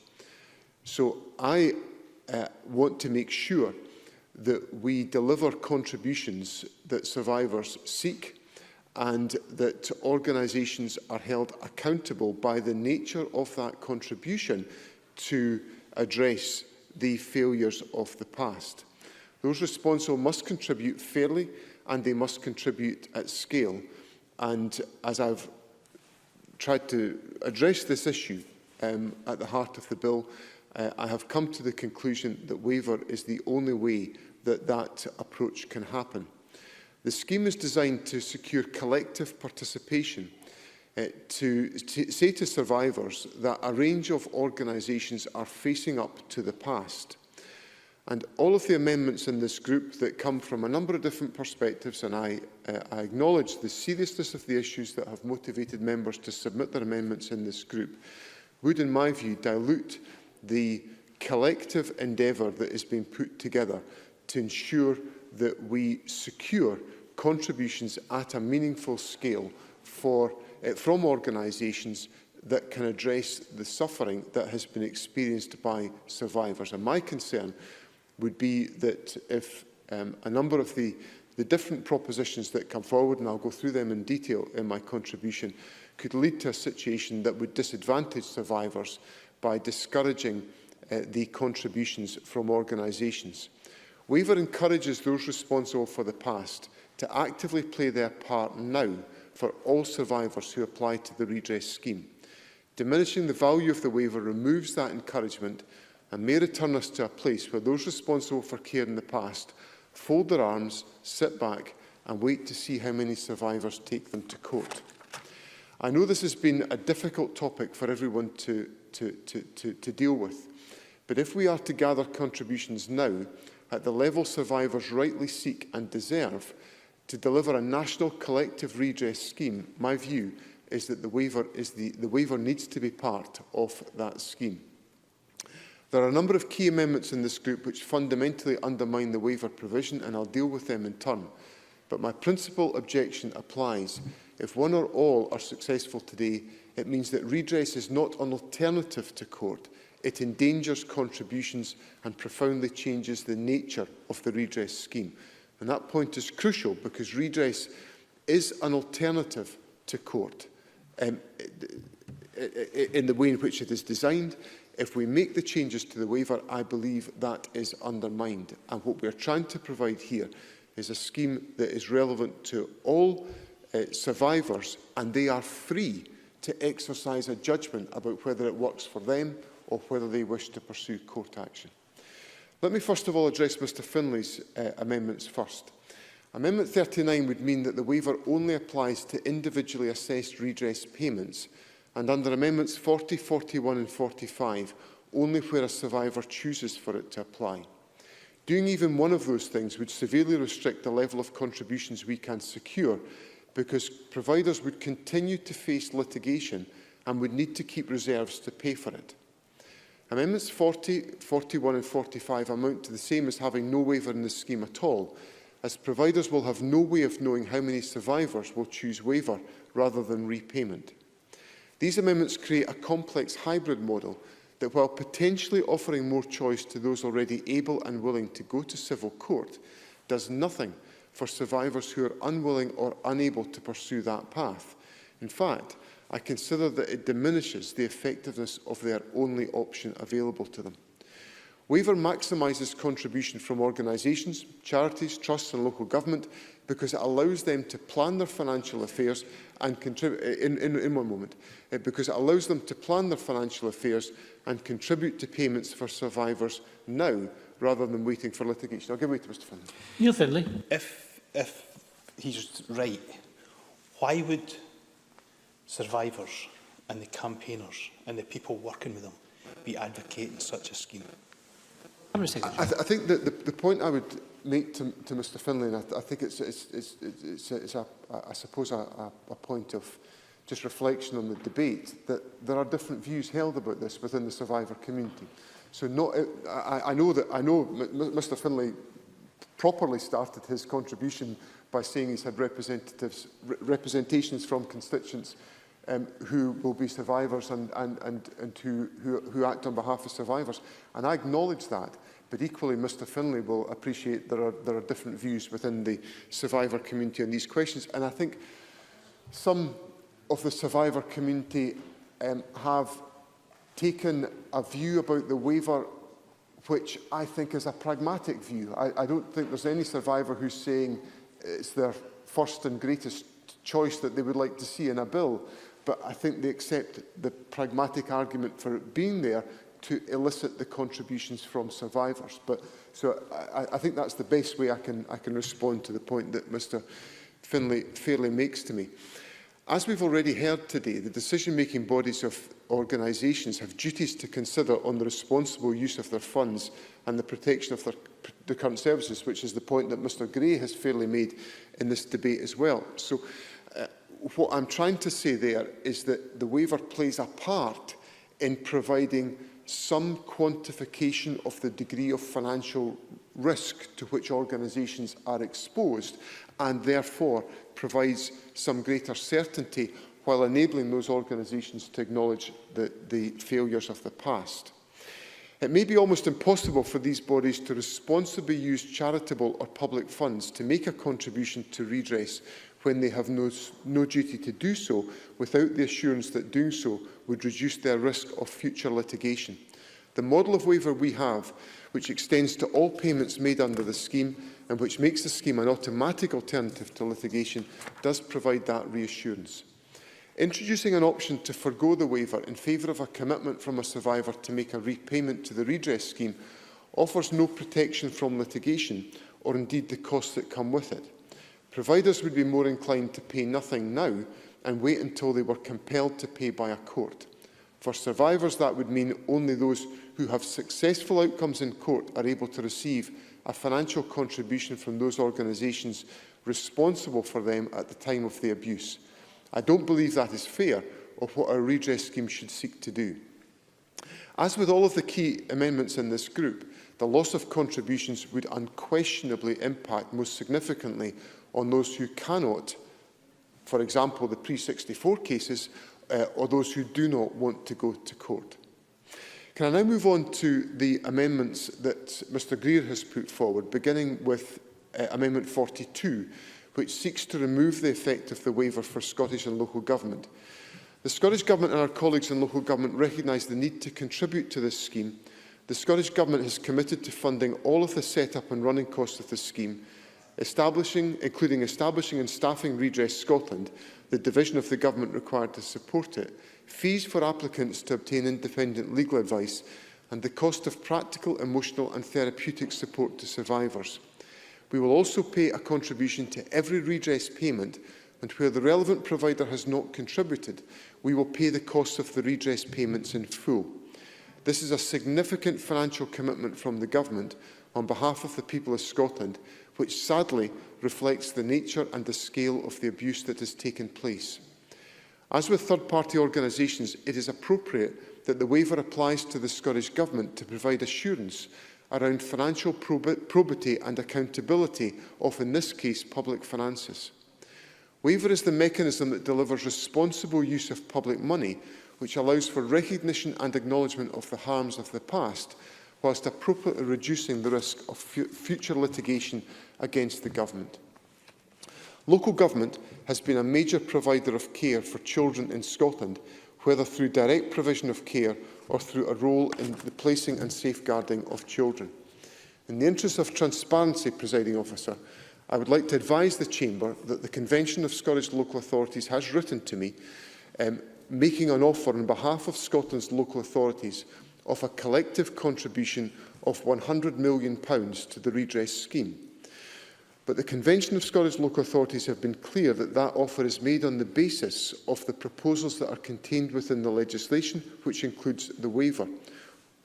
Naturally, any change to the waiver would therefore necessitate a review of that offer, and with the implications that that would involve a substantial reduction in the commitment made. So the removal of the waiver for local government would directly jeopardise that substantial offer which I unreservedly welcome from local government. Finally, on this point, I would remind members that the other steps the Government has taken to respond to survivors of historic abuse. This includes the establishment of the Scottish Child Abuse Inquiry, the passing of the Limitation Childhood Abuse Scotland Act 2017 and the setting up of future pathways. We are absolutely confronting our responsibilities to survivors, and the redress scheme is an example of that commitment. Moving on to Amendment 43 on legal advice, I appreciate what I believe may be the intention behind this amendment, to encourage applicants to obtain independent legal advice before signing the waiver. Indeed, when developing the bill, we considered whether we should make it mandatory for survivors to do so. Ultimately, however, we were not persuaded that compelling survivors in this way was appropriate or trauma-informed. Survivor choice must be empowered and respected, and we cannot force survivors to engage and disclose deeply personal and sensitive matters to a solicitor as a prerequisite for redress. However, what this amendment would mean in practice is that a waiver signed by a survivor would have no effect if legal advice had not been taken by that survivor. Far from ensuring that survivors have had meaningful legal advice before signing the waiver and accepting payment, this amendment provides a strong disincentive for them to do so. Survivors may decide that it is in their best interest not to seek legal advice so as to keep the option of civil litigation open. It may mean that those who do not obtain advice end up receiving less from the redress scheme than they ought to because they have not had the benefit of legal advice throughout the process. Of course. Jamie Greene.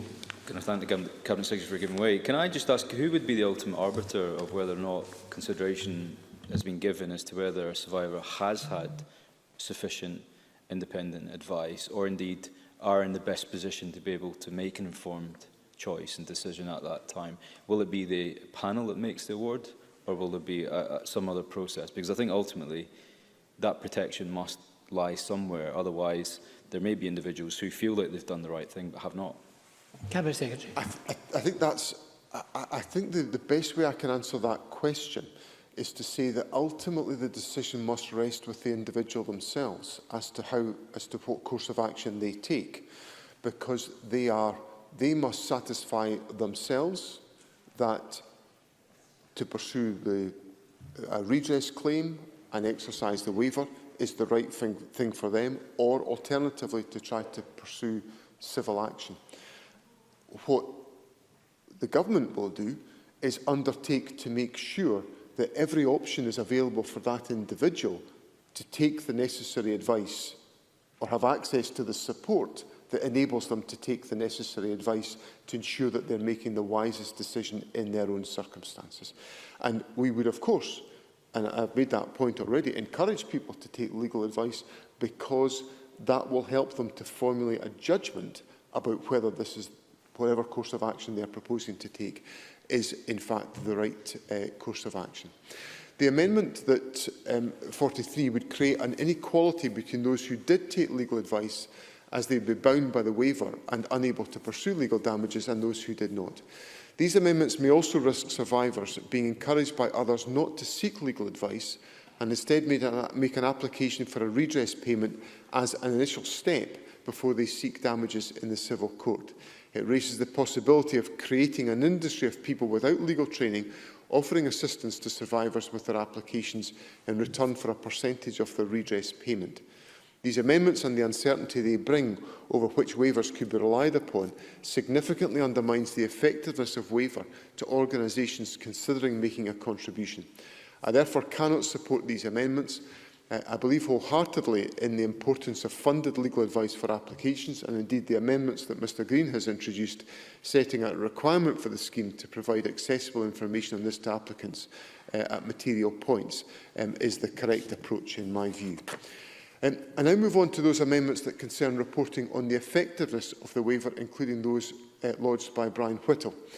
I've brought forward my own amendments to Ross Greer's Amendment 19 to incorporate the crucial element of Brian Whittle's important proposal so that we can create one consolidated reporting requirement. I'm grateful to Mr Whittle for the points that he has brought forward, but I wanted to try to create a consolidated provision that enabled us to strengthen those reporting requirements. It is important that we consider the effectiveness of waiver in relation to the impact it has had on securing contributions from organisations, as this is the key driver for including the waiver as an element of the scheme. I'm very appreciative of Mr Whittle's consideration of this issue. I think it is fundamental that this should be included in any report on the effect of waiver. But I think it makes sense for there to be one report rather than two, considering the factors put forward in both Amendment 19 and Amendment 20. And I felt the shorter timescale in Amendment 19 might be preferred by Parliament. Since I've incorporated this aspect of Mr Whittle's amendment into Ross Greer's, I would ask that Mr Whittle does not press his amendment, but instead supports my amendments 19A and 19B. I support Mr Greer's initial amendment, Amendment 19, but I do not support his proposed Amendment 19C, which seeks to include within the report whether there is evidence to suggest that applicants would have received a higher amount of an award of damages or compensation by a court had they pursued relevant civil proceedings. This could not reasonably be accomplished. We cannot make presumptions about damages that may have been awarded. These would always be inaccurate due to the individual consideration of the facts and circumstances carried out in a court process. And of course, many cases settle out of court anyway, and the information would be subject to non-disclosure agreements. We've said many times that we know that the payments offered under the redress scheme may in some cases be lower than some of those offered in a successful civil court case. As I've said, the redress scheme seeks to offer a distinct non-adversarial and trauma-informed alternative to the court process, as well as offering funded legal advice and access to non-financial redress. Therefore, it is not appropriate, necessary or workable to include this requirement within Amendment 19. I now turn to Amendment 44, also lodged by Ross Greer. This seeks to ensure that where an applicant has commenced civil proceedings, offers of redress should remain open until those proceedings have concluded. Following Stage 1 recommendations at Stage 2, I brought forward an amendment to increase the standard period of acceptance from 12 weeks to 6 months. I also wish to stress that the decision-making panel already has the power at Section 47(3)(b) to extend that standard period of 6 months where they consider there is good reason for this. And this could be used in circumstances where there was an ongoing court action. Presiding Officer, I regret that I cannot support Amendment 44. Whilst I wholeheartedly agree that applicants should have the time they need to decide whether to accept an offer or not, I believe that Section 47, combined with duration of the scheme, already achieves this. Further, Amendment 44 could create a number of difficulties for the scheme. Court proceedings are not clearly defined in the amendment, so this would, on the face of it, apply to matters wholly irrelevant to redress. Moreover, proceedings can last for a long period of time, especially if they are assisted, and if offers of redress had to remain open throughout, this could make it impossible to wind up Redress Scotland at the end of its natural life.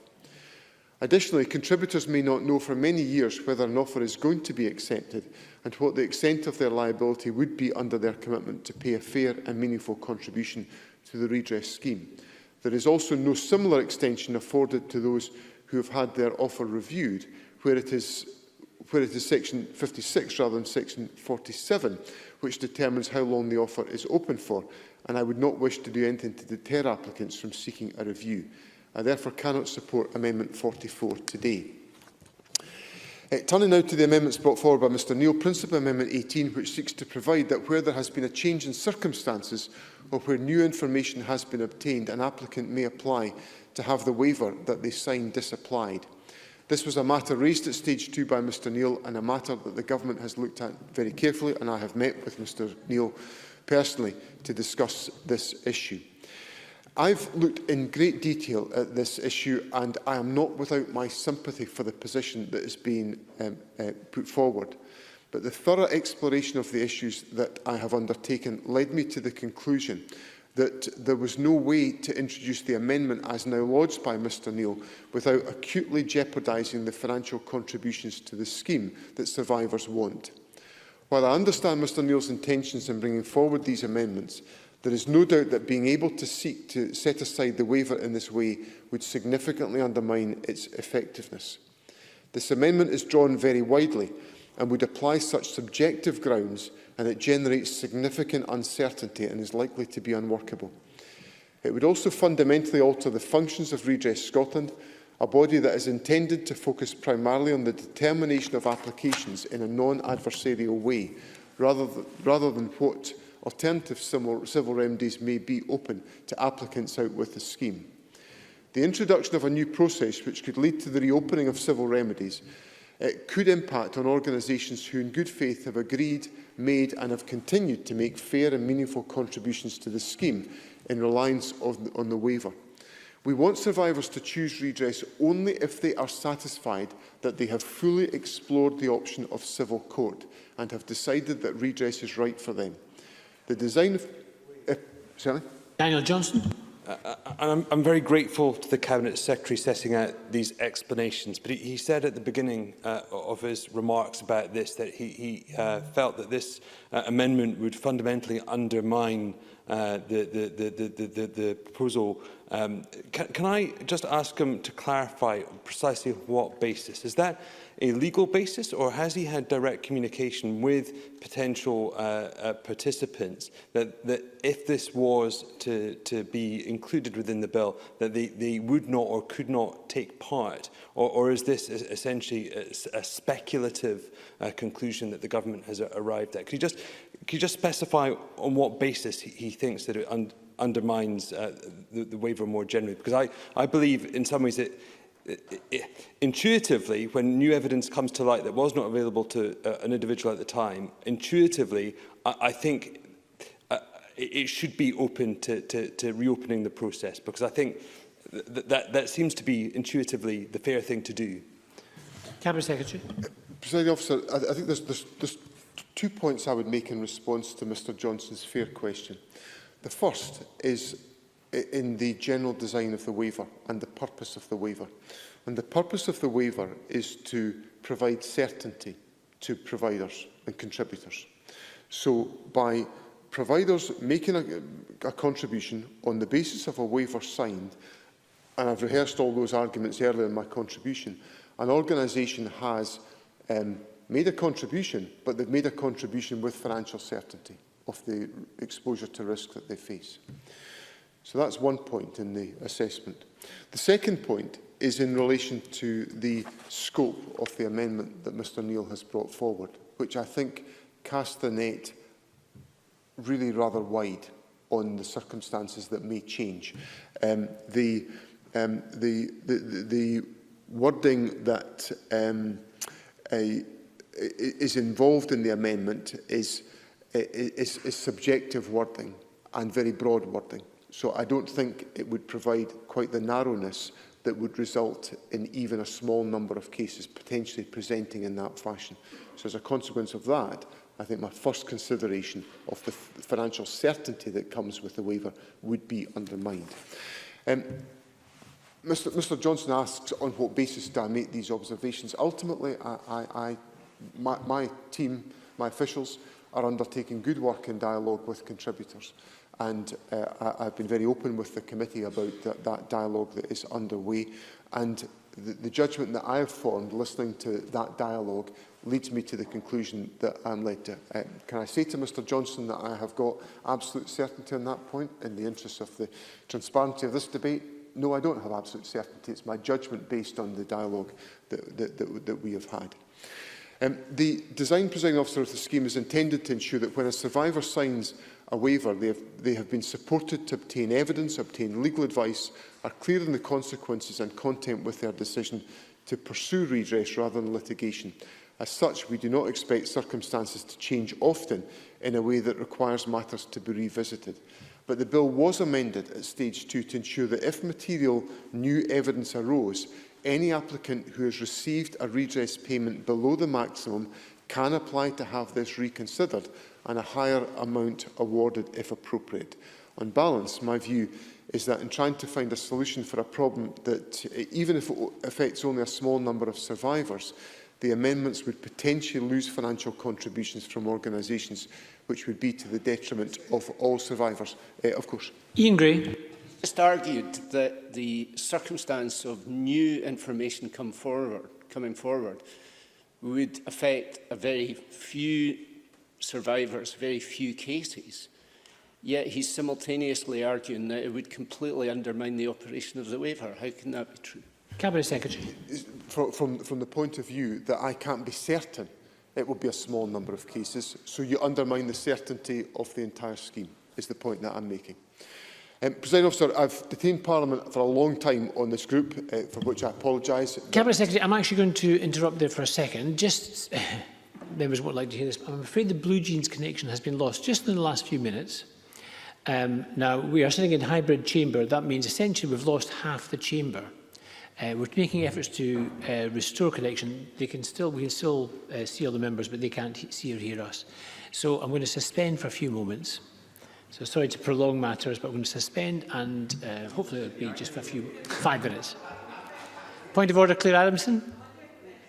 How long we're suspending for, given that we've gone right through since 12 o'clock today? It would be very helpful if we could say if it's 5 minutes. Yeah, that's a very good idea, yes. So let's suspend until 5 o'clock. That's a 10-minute suspension. 5 o'clock.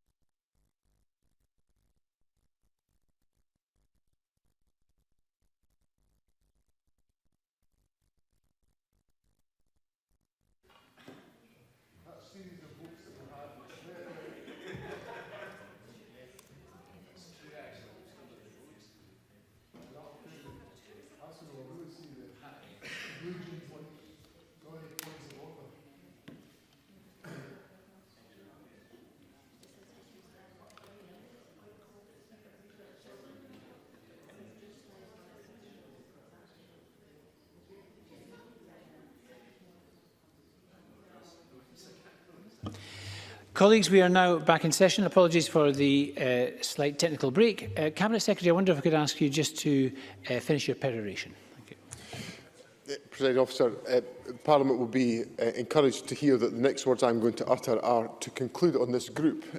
Although I understand the concerns that have been raised, I do believe that the waiver is an essential provision at the heart of this bill. I believe it is the only means of securing contributions at scale whilst providing a credible alternative to court that is non-adversarial and trauma-informed.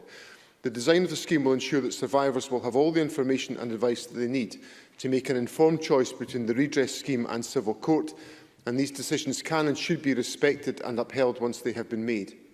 Parliament, and the Education and Skills Committee in particular, have contributed a great deal to this bill, not least a strong number of survivor-focused amendments that strengthen safeguards and improve the waiver for survivors.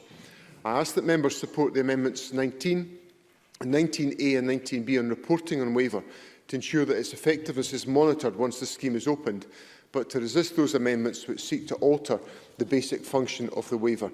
The redress scheme is designed as an alternative to justice and accountability for survivors. We must deliver contributions for those who cannot and those who do not want the ordeal of a court case. They must not feel their provider has escaped facing up to their responsibilities. Thank you very much, Cabinet Secretary. I'm going to call Brian Whittle next to speak to Amendment 20, and I still have 4 other members who wish to contribute in this section. Brian Whittle to speak to Amendment 20 and the other amendments in this group.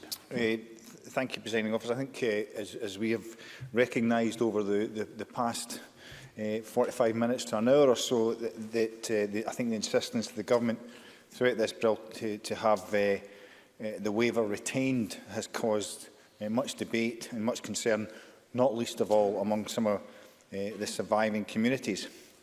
We know it's there to try and assure public authorities and voluntary organisations and other persons who may contribute to the redress scheme and ensure that that victim will not be able to take their case against any of the organisations or individuals to the civil court should they accept a redress payment. I think the thing here is, though, that there is a current system in place that allows for a payment to be made by the Criminal Injuries Compensation Authority under a similar situation as the redress scheme, but the law allows the victim to take their case to the civil court at a later date should they so wish, with any compensation awarded in civil court requiring the CIC award be deducted. And I think, in listening to McNeill, I want to be able to support that amendment. I would like to. I've listened to Neil Findlay. I want to be able to speak up again against the waiver.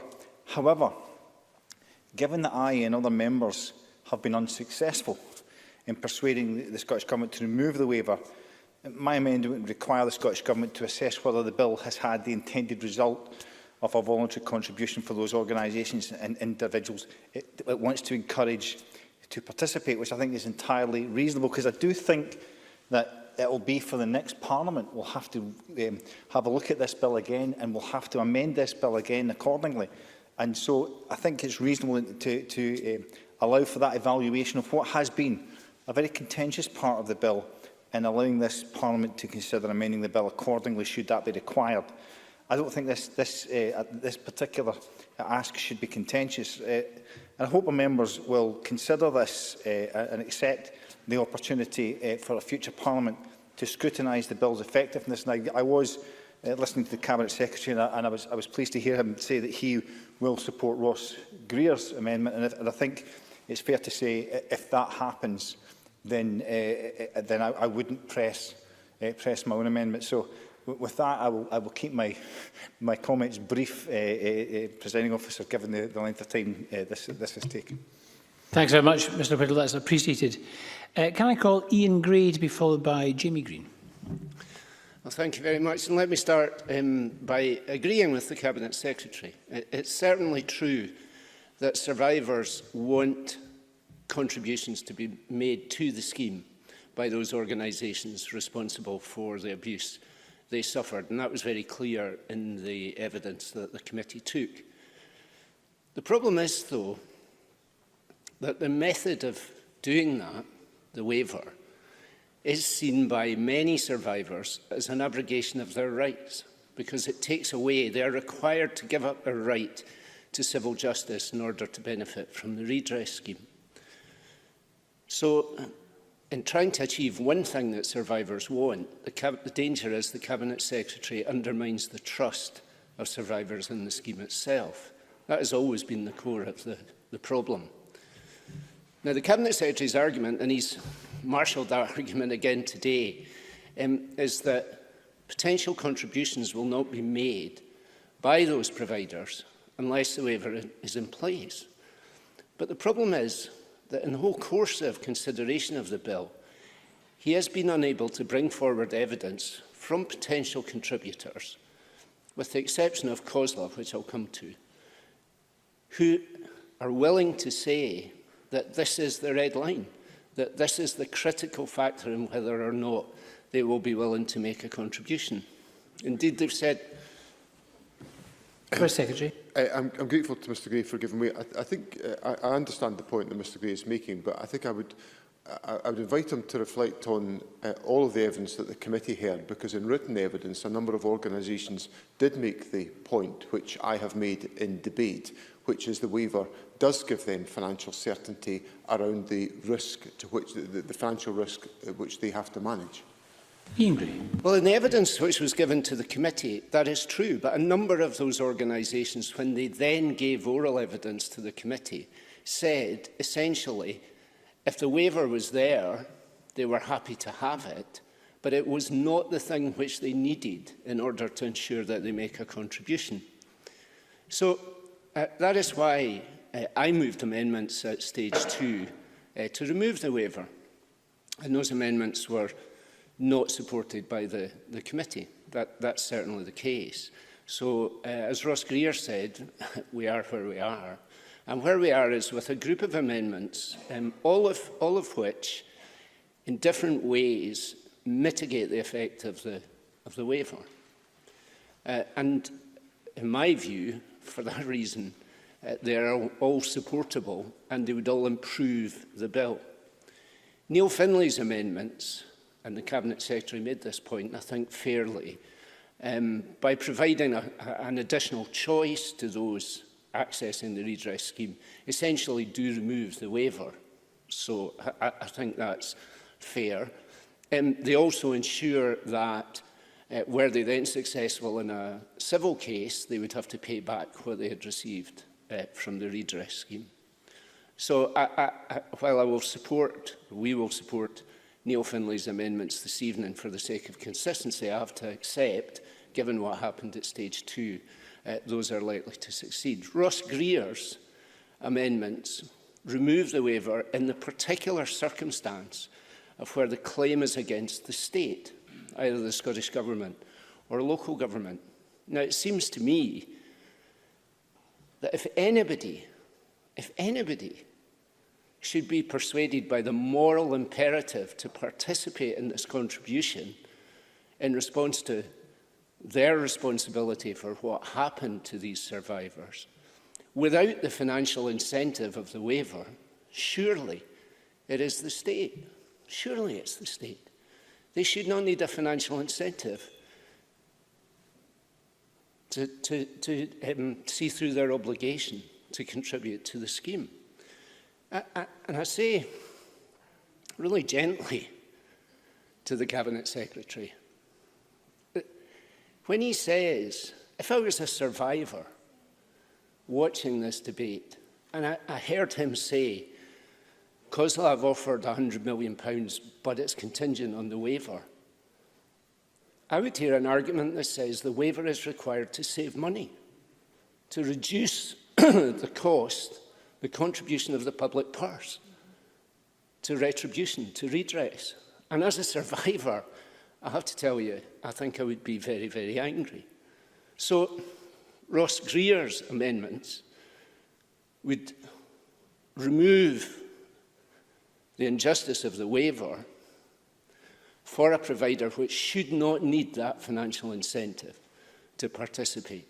Survivors, I think, don't mind where it is the public purse which is going to pay redress, which bit of the public purse that comes from, whether it's from local authorities or from the Scottish Government. They do want other providers to make a contribution.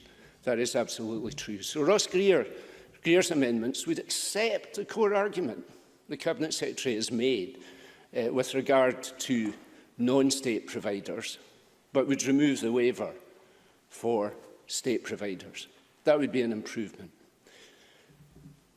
However, if the waiver remains, that brings us to Alec Neil's amendment, or his amendments. The key one, of course, is Amendment 18. Now, we started this afternoon's consideration of the bill, all agreeing with each other, I think it was around Mr Greene's amendment, all agreeing that those who are accessing the redress scheme must be able to take decisions with all the relevant information available to them. Yet here we are saying that where they make a decision with all the information available to them, and then at a later date, new information which they could not have known does appear, then they will be stuck with the decision which they took in the first instance. That's simply unfair. That's simply unfair. And I do think that the number of cases in which that would apply, where new information comes forward, which casts doubt on the decision to sign the waiver in the first instance, those cases will not be numerous. I think they won't be numerous, and the Cabinet Secretary said that they won't be numerous. And so I don't think the argument that they somehow fundamentally undermine the waiver actually holds much water. So the truth is that we have a bill here for which the most important thing is we sustain the trust and support of survivors in the scheme that we're setting up. And we have a measure which threatens to jeopardise that. And we have before us a series of amendments which would mitigate that circumstance, rebuild the trust of survivors in what we're trying to do, and that would be to the benefit of all. And for those reasons, I would argue that we support the amendments tonight in Neil Findlay's name, Ross Greer's name, and Alec Neil's name. Thank you very much. Can I call Jamie Greene to be followed by Daniel Johnson? Thank you, Presiding Officer. Much of what I'm going to say on this topic I'll briefly cover in my debate in the stage 3 after we've covered amendments, but I felt it important to talk about it in the context of the debate we're having, and I hope members will forgive me for that. I'd like to commend any member who's contributed an amendment to this group. Neil Findlay, Ross Greer, Alex Neil from the government benches. And I should add, I think from the outset, it goes back to something that was mentioned earlier, is that none of the positions that anyone has taken throughout this process, whilst we may have disagreed down party political lines, have been political decisions. And that's an important point I want to make. We've approached this bill collectively as a committee and respectfully, and there's no politics in it whatsoever.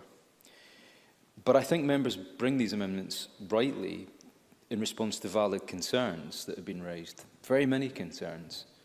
I've been no flag waver of the waiver.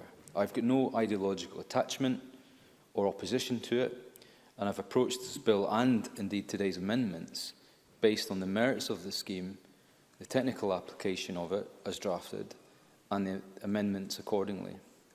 But the fact is that the concept of the waiver remains in the scheme as presented to us at stage 3. And I think disaggregating the moral and ethical arguments of the waiver, which I think are very valid ones, from the technicality of it, which I feel the Cabinet Secretary's responses were technical responses to an emotional issue, and that is a challenge that we faced as a committee. And my position is that I am sympathetic to some of the amendments, but I wanted to make a few important points. The amendments proposed by Brian Whittle and Ross Greer do seek to introduce a very important review into the efficacy of the waiver. That's a new concept that we've come up with as a Parliament at stage 3, and I'm glad that the government have taken that on board. But that's an important point, because if the waiver, as proposed by the government in its arguments for its need, are not working, we will see that very quickly. We will know that very quickly. Another thing, I've also had conversations with COSLA, with individual local authorities, with contributors directly on the issue of the waiver.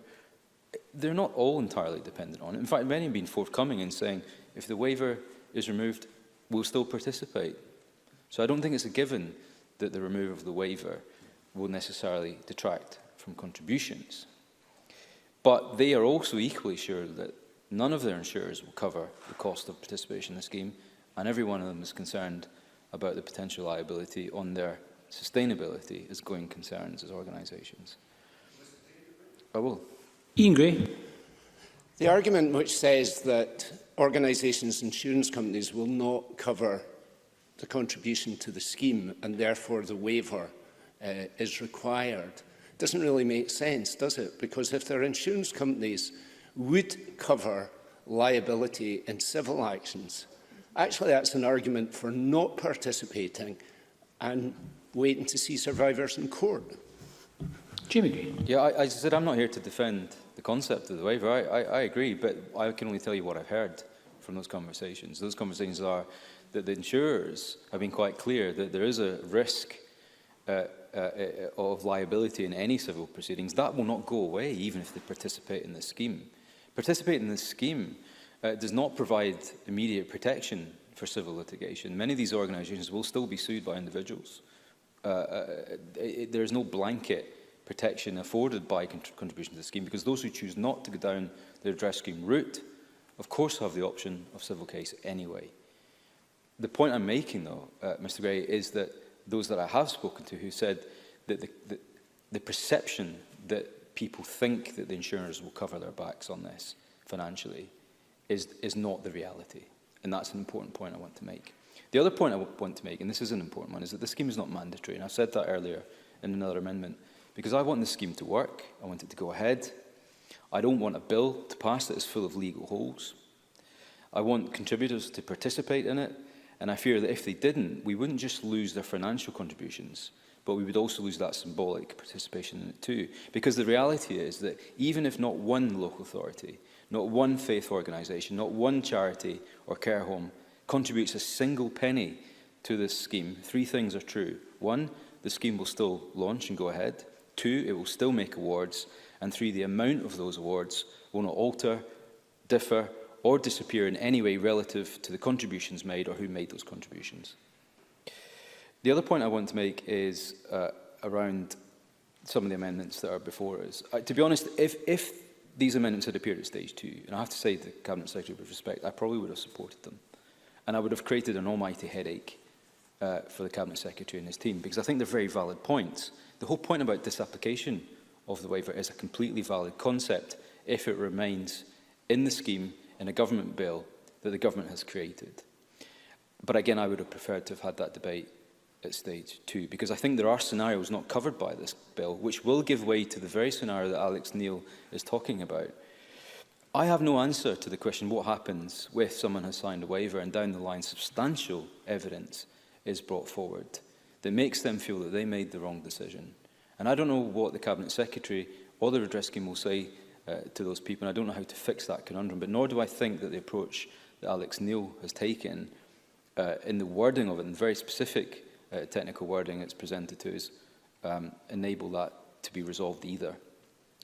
I actually think those most at risk of falling into that category are perhaps those who should not be signing a waiver or indeed accepting payment at all, which underlines the importance of my amendments to ensure that we maximise choice, options and informed decisions. I've never really felt that the waiver is in there for the fun of it. I've never been convinced that those designing the scheme, the bill team, the good people who I think have nothing to gain by keeping in it without good reason, it is with huge reluctance that I accept their informed judgment on this.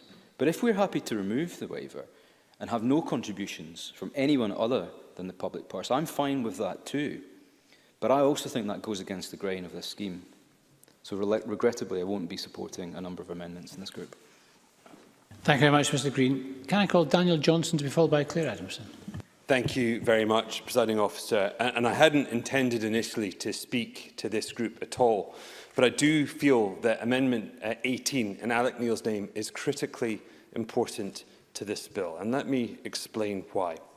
Like Ian Gray, I completely agree with the Cabinet Secretary, that we have to maximise participation by contributors to this, because this is not simply a case of financial contribution or financial imperative. This is about moral imperative, because frankly this scheme, in order to be successful, has to maximise the inclusion of those people who are ultimately responsible for perpetrating the abuse to the individuals who will be seeking redress through it. Without that participation, and regardless of what financial compensation those individuals manage to obtain from it, if those organisations don't participate, there will be many applicants who, despite being given compensation, will feel that justice has not been done because of a lack of acknowledgement by those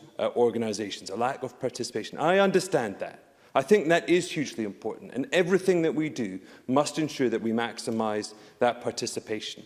That's why I understand why the waiver is in place. I've never misunderstood why it is there. I have simply questioned two key things: whether or not, in practical terms, it would deliver what was claimed, and that is an argument and a discussion for another time, not in this section.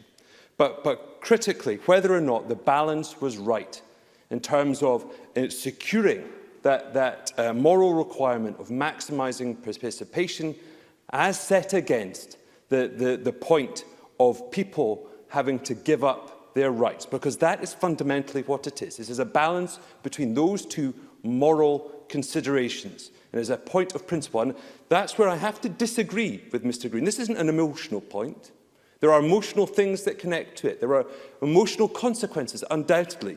This is a point of principle, and a series of principles which are quite easy to understand. Because let's be clear, this is about access to justice and maximising access to justice. And again, I think we can agree on that point and agree with the Cabinet Secretary. This will provide a route to justice for many people who have no other route, because it is difficult for those people to obtain evidence, because it is traumatic to go through and relive those circumstances and to undergo those things. And quite simply, those 2 points alone, for many people, will mean the civil courts are simply unavailable to them. But what I ask is this: what happens if those things change? What happens if the circumstances arrive where the person can face court and face those issues? What happens if the evidence is available and therefore they could pursue, but they have already taken a payment and therefore set aside those rights and are therefore unable to do that? And it's not simply that simple point of principle in terms of change of circumstances, because this is a scheme that is limited in scope, limited in two fundamental and very important ways. First of all, in terms of what the compensation payments will actually compensate for, because this is not all aspects of injury. It is not all aspects that might be covered in a civil court.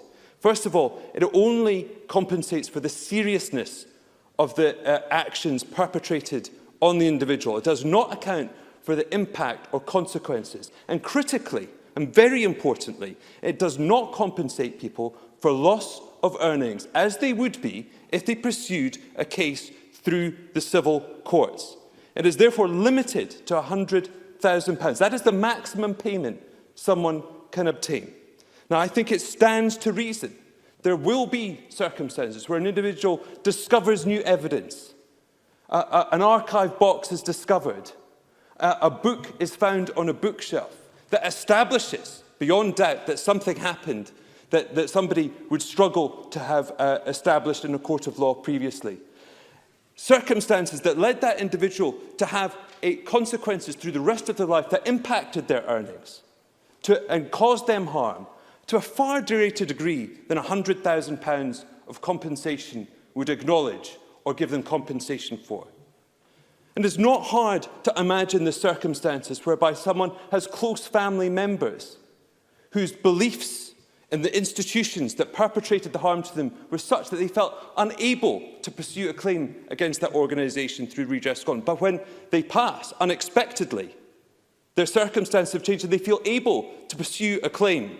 and their injuries were such that they could gain much more than £100,000. Or indeed, a situation where simply that person whose trauma was such that it only came to full bear on that person, the full consequences later in life, after they had obtained compensation through Redress Scotland. And again, that damage, they were unaware of what it would be later on in their life, was such that if they pursued that claim through the civil courts, they would receive much more than £100,000. For those reasons, for those change of circumstances, for new evidence, for the ability of someone to take those claims through the civil courts, what this scheme, as currently constituted with the waiver in place, what it threatens to do is not provide easier access to justice, not provide a scheme where someone can more easily obtain compensation for what has happened to them, but it actually perpetrates further injustice to that individual already so badly harmed by that institution that was supposed to look after them. So Mr Neil's proposal is not unrealistic. I don't think it is outrageous. I don't think it's too broadly framed. It is a modest proposal that simply seeks, in the narrow circumstances where someone's situation changes, that they can apply through ministers to have that waiver disapplied. And I think it is important to note, subsection 1, that that is what is required. It is not some random thing that no organisation could account for. They will have to apply through ministers, and that the course of action will then have to be approved by Redress Scotland. And as the Cabinet Secretary has already acknowledged, those changes in circumstances will be a limited number of people. And so to the Cabinet Secretary's point about certainty, I understand that point too. It is important that if we're going to seek contributions, that we provide as much certainty to those contributors as possible. But that certainty is never going to be cast iron. It is never going to be absolute, because even within the terms of the scheme, they don't know what level of individually assessed payment each applicant will get. They don't know the number of applicants that will apply, and they don't know how many of those people may be able to reapply. That certainty is simply not there. It does not exist in the way the Cabinet Secretary asserts. So what this bill at the moment potentially does is seriously disadvantage a person when new circumstances or new information comes to them. And in so doing, it runs the very real risk of meeting new harm on that individual. It's the last thing any of us wants to do. And that is my real concern. And ultimately, my concern is this, and alluded to by Mr Whittle, that if those circumstances do obtain, if there are even a limited number of people, even a handful, whereby they find themselves in such a situation, where they, in different circumstances, would have made a different decision, where they have new evidence, new information, or a new set of circumstances, that this Parliament will have to revisit this decision. It will have to pass new legislation to remove that waiver for those individuals, which is why I think we should be passing this amendment today, because this should be about improving access to justice, not meting out new injustices to people already so badly harmed. Thank you. Thank you. And can I call Claire Adamson followed by Neil Findlay? Thank you, Presiding Officer. And I'm afraid my contributions would have been interventions against two of the earlier speeches, but unfortunately we couldn't do that because the people were remote. So I just wanted to actually, and I apologise to Roski if I misheard him in this, because I think he said that the committee was unanimous in asking that the waiver be removed at stage 1. And I just wanted to clarify that we did have, obviously a lot of discussion around the waiver, but the stage 1 report at no point recommended that it be removed. We sought further clarification from the Cabinet Secretary as to how the mechanisms as intended would work, and I believe that the extensive work and the executive movement in this at stage 2 and now at stage 3 is really important. And so it comes down to the principle of whether the waiver should be there or not. And I look to the international comparators across the world, with one exception in Western Australia, every other redress system put in place by legislature has had the waiver in place.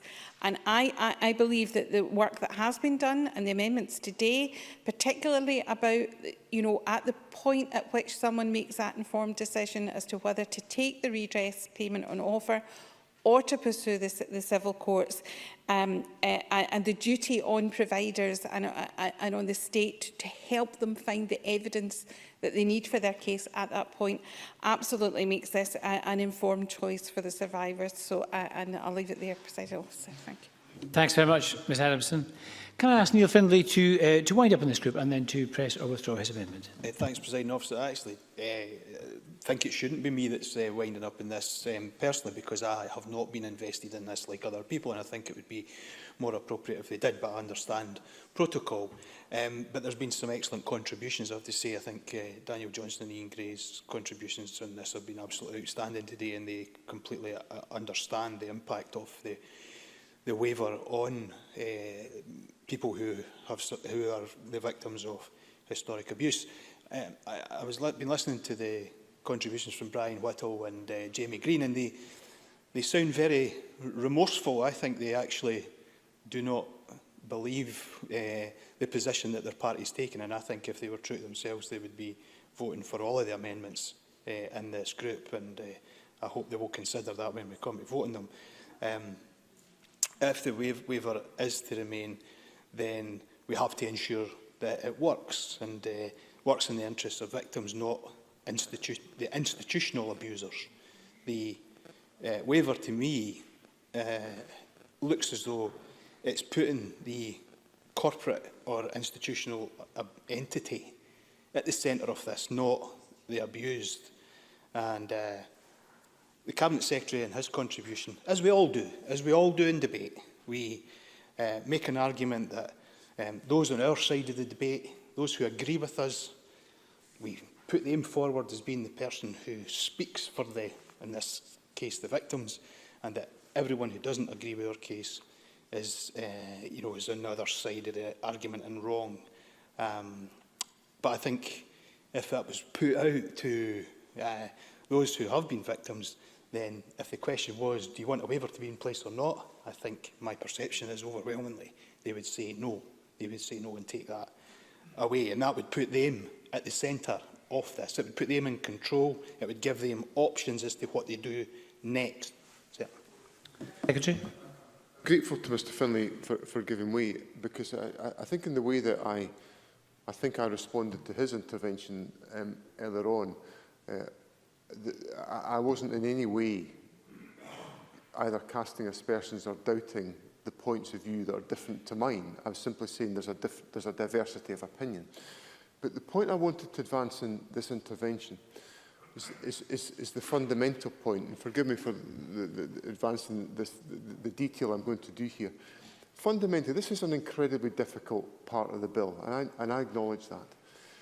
But it's also about trying to create the right balances that address the needs of the interests of survivors in as wide a respect as we can. For some survivors, a lot of survivors, definitely for pre-64 survivors, they have no court option available to them. And what the redress scheme opens up is a route for them to get redress. For others, evidential requirements, other barriers, the fact that they would find it difficult to confront these issues would make it impossible for them to go to a court. So we provide a route for them. And for those who have the evidence and have the ability and the capacity to face a court action, that option still is available to them. But what we're also trying to do is address the fact that we want a contribution from providers. Survivors tell us they want providers to be in the frame to make a contribution. So what I'm trying to say in this rather lengthy intervention to Mr Findlay, because he correctly says he's closing this section, and I'm just trying to respond to some of the issues that have come in the debate. This is an agonised balance to be struck to try to create a route for as many survivors as we possibly can do. Is it perfect? I'm not going to suggest it is perfect. Nothing in all of this is perfect. But it's trying to create as reliable a route for as many people who currently today do not have that route, but leaves open the choice for those who wish to pursue civil action if they wish to do so, having been properly informed with the advice about what this scheme can offer. I hope that perhaps helps to capture some of the dilemmas. The length of intervention, and I think that is helpful, but I think the amendments put forward by various people from across different parties seek to make that scheme even better, and that's the intention. No one has brought forward any of these amendments to make the situation for victims worse. They have all been brought forward with the absolute best of motivations and intentions, and in consultation with those who have been wronged, with an aim to make it better for them. Yep. Secretary. I'm grateful once again to Mr Finlay, and let me unreservedly put on the record that I accept the point he's just made, that members are bringing forward amendments in a difficult area to try to enhance the scheme as they consider it. And equally, I would say that what the government is trying to do, what we've tried to do at stage 2, is to do exactly the same thing, but in different ways to the ways put forward by members. Neil Findlay. Question the sincerity or the motivations of the Cabinet Secretary. I just disagree, and I disagree, and others who've brought forward amendments disagree. And I actually believe, in a quiet moment, that if all members reflect on what's on offer, many of them would disagree. Many of them would disagree. Mr Whittle. And Whittle. I can thank Neil Findlay for letting me speak out here. This is an unbelievably difficult concept to get around, an unbelievably difficult bill to understand. I think what strikes me here is we are talking about a redress scheme for financial compensation that will prevent, that means that there's a waiver there that will prevent people then going for a civil action. We're talking about this in terms of finance. I wonder if the member agrees with me, it's not just about financial compensation. And receiving financial compensation, the person who suffered this abuse, it might not satisfy the emotional redress that is required, and to do that they may need to seek a later date some sort of civil some civil court case to get the emotional redress that's required. This is not just about finance. Neil Findlay. Absolutely. Much of my time in here has been dealing with campaigners who are seeking justice in different campaigns. Money has no relevance to them. The overwhelming majority, it's about getting recognition for their lives being wronged and their lives being wasted and destroyed by whether that be corporations, whether that be government, whichever institution that might be. It's about justice first. Financial elements come much, much later. I have to say, and I'll say this lightly to the Cabinet Secretary, he was on his weakest territory when he started to talk about the government having to be careful with public money, particularly today when we've just poured another £4.5 million down the drain on delays to the ferries contract again. Now, I only make that as a small barb because we look at the amount of public money that's being wasted on a whole range of policy areas, whether that be delayed discharge in hospitals, whether that be on... I wonder if the member could draw his remarks to a conclusion. So he's on a bit shaky territory there. Presiding Officer, on this, I hope members, when we come to make decisions, think very carefully about this. This is fundamental, and I hope we make the right decision when we vote these amendments through. Thank you very much, Mr Findlay. So we're going to go to the question. The question is that Amendment 39 be agreed to. Are we all agreed? No. We're not agreed. So this is the first division of the afternoon. We're going to have a 5-minute suspension to allow members to be called to the chamber or to access the voting app. A 5-minute suspension.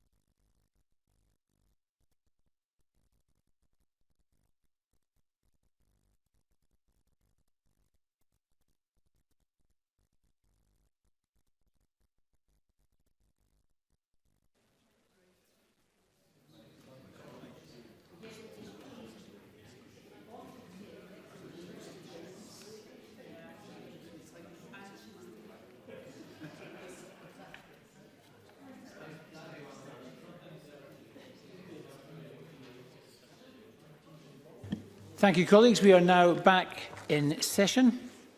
So we're going to go straight to the vote. And the question is that Amendment 39 be agreed to. So this is a vote, a 1-minute vote on Amendment 39 in the name of Neil Findlay. Members may vote now. A 1-minute vote.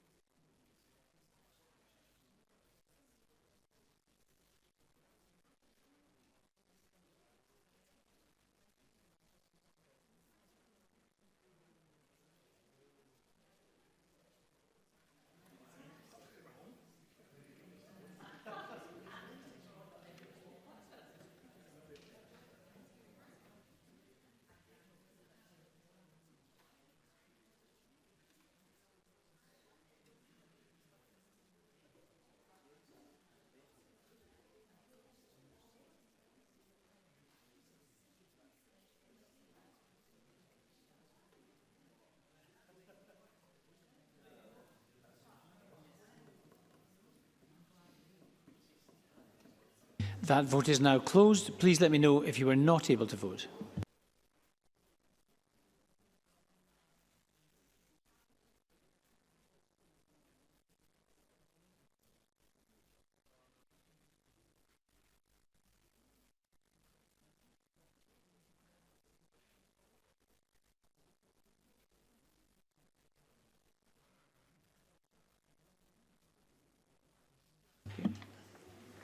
Thank you. The result of the vote on amendment number 39 in the name of Neil Findlay was yes 29, no 89. There were no abstentions. The amendment is not agreed. Can I call amendment 40, Neil Findlay, to move or not move? That is moved. The question is that amendment 40 be agreed to. Are we all agreed? No. Or not agreed? We'll move to division on amendment 40. A 1-minute division on amendment 40 in the name of Neil Findlay.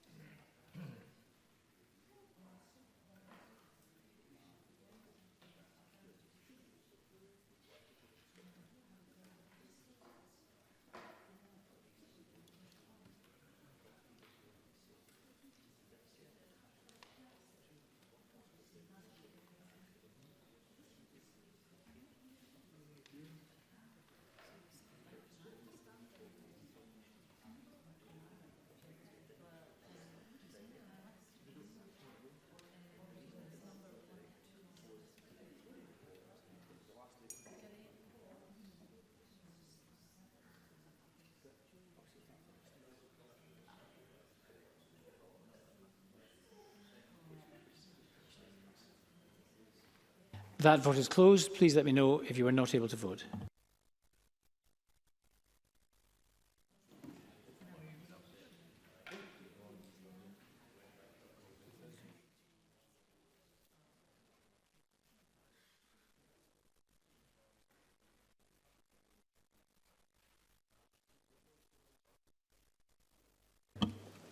The result of that vote on Amendment 40 in the name of Neil Findlay is yes 29, no 89. There were no abstentions. The amendment is therefore not agreed. Can I call Amendment 41, Neil Findlay, to move or not move? That is moved. The question is that Amendment 41 be agreed to. Are we agreed? No. We're not agreed. We'll move to a vote on Amendment 41 in the name of Neil Findlay. 1-minute division.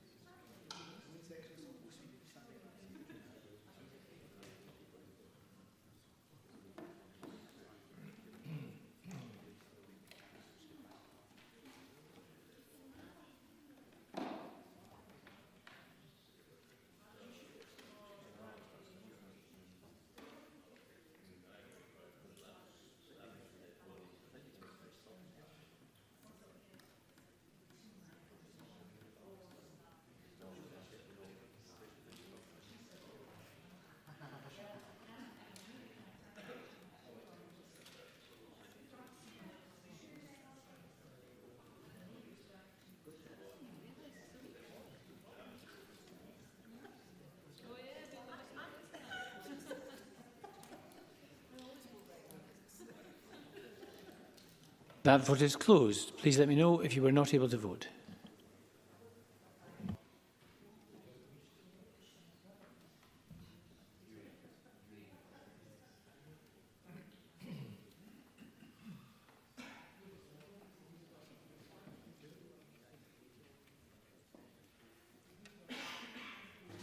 The result of the vote on amendment number 41 in the name of Neil Findlay is yes 29, no 89.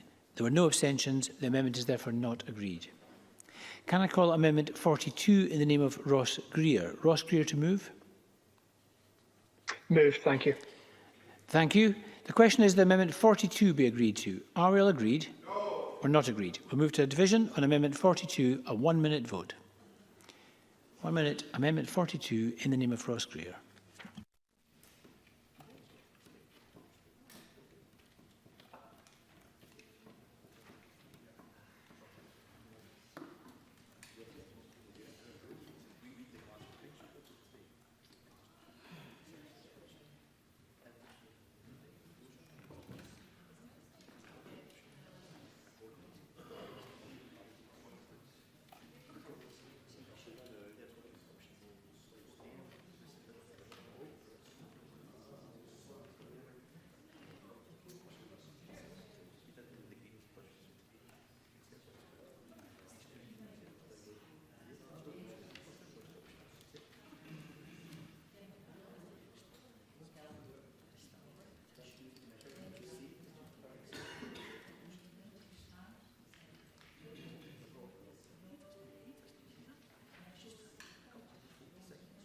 Thank you. That vote is closed. Please let me know if you did not vote, if you were not able to vote.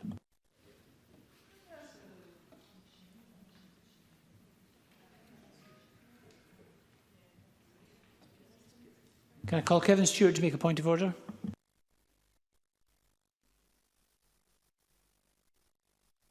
Thank you, Presiding Officer. I could not connect to this and I would have voted no.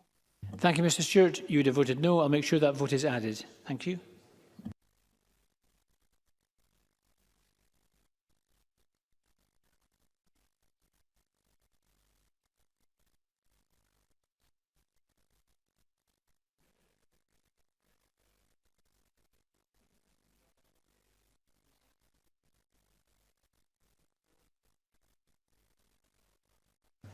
The result of that vote on Amendment 42 in the name of Ross Greer is yes 28, no 88. There were no abstentions. The amendment is therefore not agreed.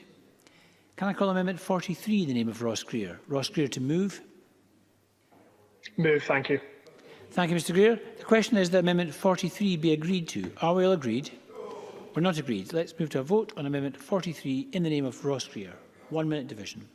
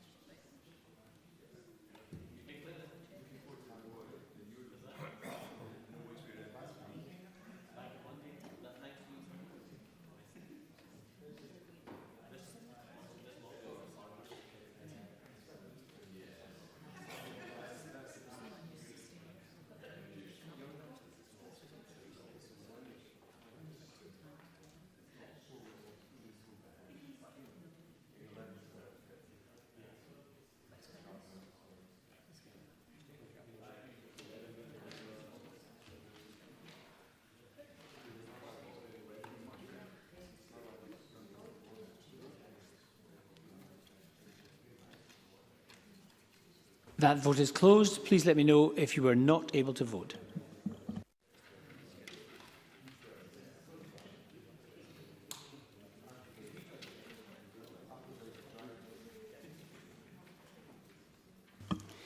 The result of the vote on amendment number 43 in the name of Ross Greer is yes 29, no 89. There were no abstentions. The amendment is therefore not agreed. Can I call amendment 18 in the name of Alex Neil? Mr. Neil to move or not move? Move, Presiding Officer. Thank you very much.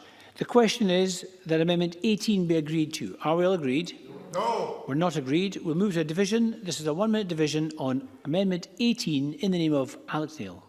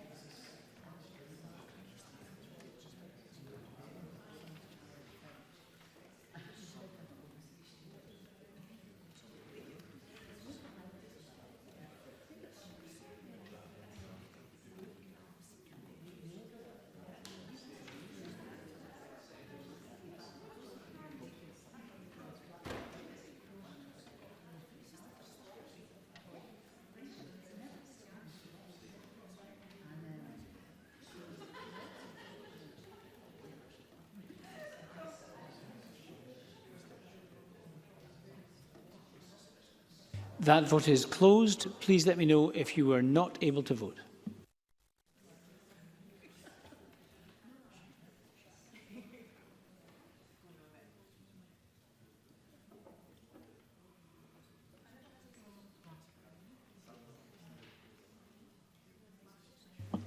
The result of the vote on amendment number 18 in the name of Alex Neil is yes 31, no 87. There were no abstentions. The amendment is therefore not agreed. Can I call amendment 19 in the name of Ross Greer? Ross Greer to move. Move, thank you. Thank you very much. I'm now going to call amendment 19A in the name of the Cabinet Secretary. Cabinet Secretary to move. Move, Presiding Officer. Thank you. So the question is that amendment 19A be agreed to. Are we all agreed? Yes. We are agreed. Can I call amendment 19B in the name of the Cabinet Secretary? Move, Presiding Officer. Thank you very much. The question is that amendment 19B be agreed to. Are we all agreed? Yes. We are agreed. Can I call amendment 19C, Ross Greer, to move or not move? Moved. Thank you very much. The question is that amendment 19C be agreed to. Are we all agreed? No. We're not agreed. We'll move to a division on amendment 19C in the name of Ross Greer, a 1-minute division. This is amendment 19C.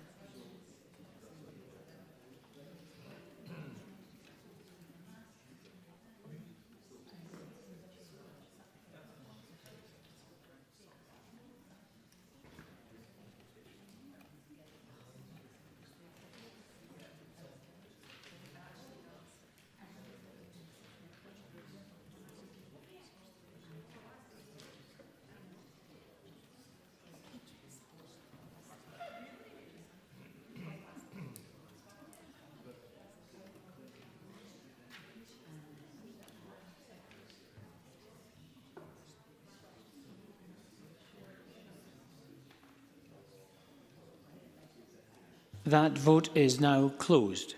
Can I call Rachel Hamilton to make a point of order? Presiding Officer, I didn't hear you, but I think you said 19C and it didn't come up on my voting app. I would have voted no. Thank you, Ms Hamilton. You would have voted no. I'll make sure that vote is added. Thank you. Alexander Burnett to make a point of order. Thank you, Presiding Officer. No vote appeared on my device. I would have voted no. Thank you very much. You also voted no to 19C. Thank you very much, Mr Burnett. That will be added.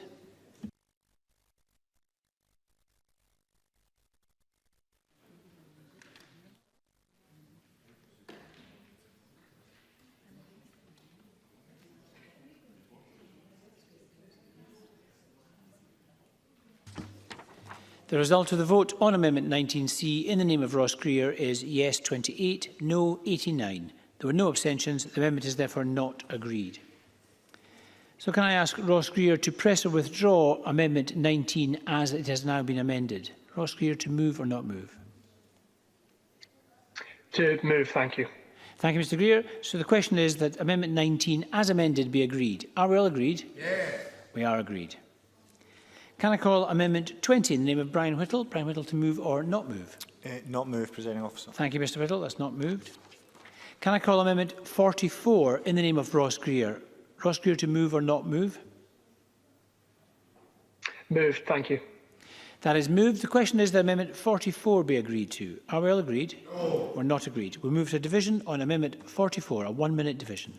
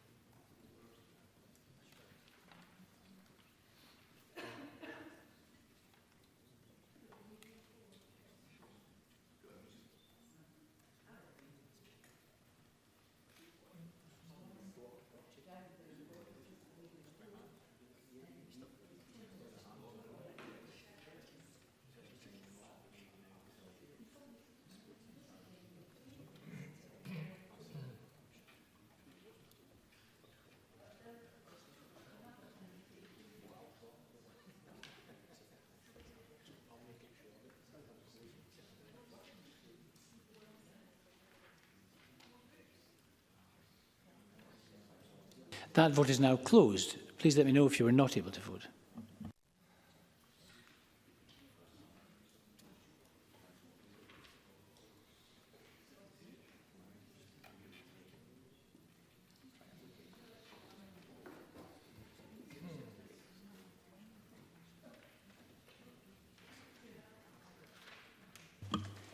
The result of the vote on amendment number 44 in the name of Ross Greer is yes 29, no 89. There were no abstentions. The amendment is therefore not agreed.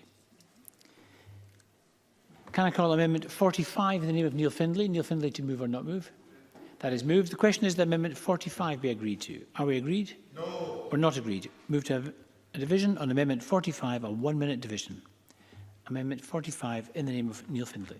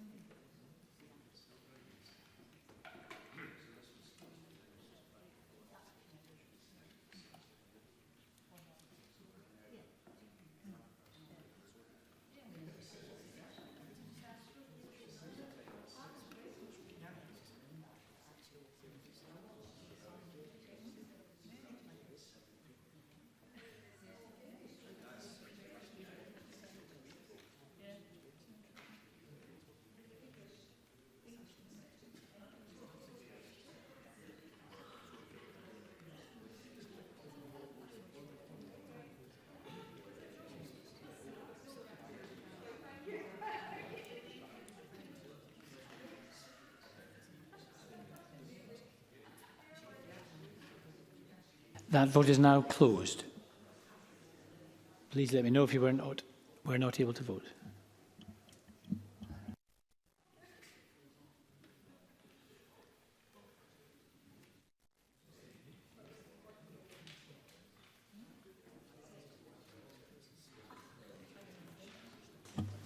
The result of the vote on Amendment 45 in the name of Neil Findlay is yes 29, no 89. There were no abstentions. The amendment is therefore not agreed. Can I call Amendment 46 in the name of Alec Neil? Alec Neil to move or not move? Not move, presiding officer. Thank you. And Amendment 47? Not moved. Thank you very much, Mr Neil. And on that, we're going to move now to Group 8. This is on information access by applicant. Could I call Amendment 21 in the name of Daniel Johnstone? And this is grouped with Amendments 22, 23, 24 and 25. Daniel Johnstone to move Amendment 21 and speak to all the amendments in this group.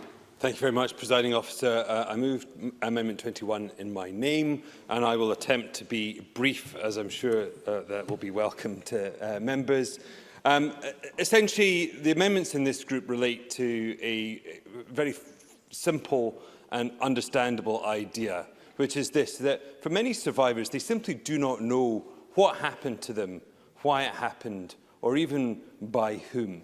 And what this seeks to do is that where information is obtained by Redress Scotland, that is made available to applicants so that they know as much information as they can, and so that there's not information held by Redress Scotland that's not available to the individual applicant. And this is born from situations reported to me by survivors where information has been obtained by the inquiry, and that has been useful. And this just seeks to ensure that any such information obtained by Redress Scotland is provided to survivors. That is obviously subject to information laws that exist. None of this supersedes any of that pre-existing legislation. But I think it's a simple and important idea. And I would also just like to note my thanks to the Government and the Bill team in terms of their cooperation and help in drafting these amendments. Thank you very much. Thank you very much, Mr Johnson. Can I call the Cabinet Secretary? President Officer, I'd like to thank Mr Johnstone for lodging these amendments and for his constructive engagement with the Government following Stage 2 in connection with this issue.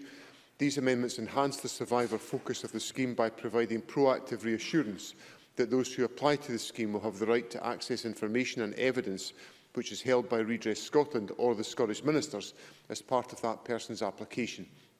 These amendments reinforce transparency, which is such a critical aspect of the scheme to command the trust and confidence of survivors. I would echo Mr Johnstone's comments and ask the Chamber to support the amendments in this group. Thank you very much. Does Mr Johnson wish to add anything? I don't. Thank you. So we'll go straight to the vote. The question is that Amendment 21 be agreed to. Are we agreed? Yes. We are agreed. Can I call Amendment 22, Daniel Johnson, to move? Moved. Thank you. The question is that Amendment 22 be agreed to. Are we agreed? Yes. We are agreed.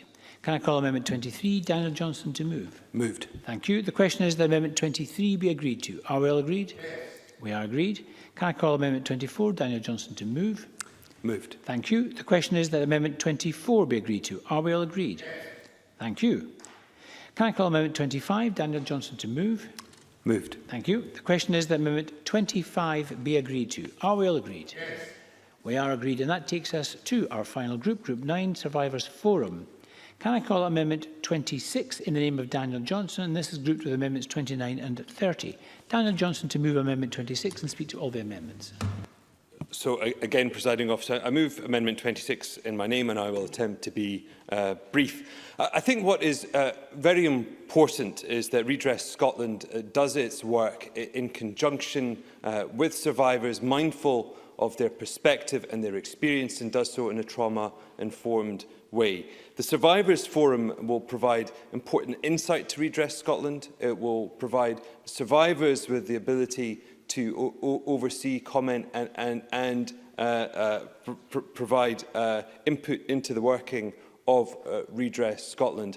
And I do feel it's important that this is placed on the face of the bill. I note that this was always the government's intention, but I think giving it the strength of statute strengthens their work and underlines its importance. I would also just like to add an important note that this oversight and assistance is very much in general terms, that there is nothing within these provisions, and indeed it is a specific exception that the Survivors Forum will not oversee individual cases. It is in terms of the broad and general working of Redress Scotland. And again, I would just like to thank the Scottish Government, the Bill team, and indeed the Cabinet Secretary for their cooperation and assistance in drafting these amendments. Thank you very much. Thank you very much. And could I call on the... Sorry, Jamie Greene, beg pardon. It was just briefly to welcome these amendments in Daniel Johnson's name. I'm very pleased he's brought them forward, and more so that the government will support them. The creation of a Survivors Forum, I think, is a fundamental part of ensuring that, as we've heard this afternoon in quite a robust debate, there are many elements of this bill which have been contentious. And I think it's important that as it launches and starts to proceed and accept applications, that the voices of survivors lie at the heart of any future changes or alterations that the next Parliament has to make to the scheme if required.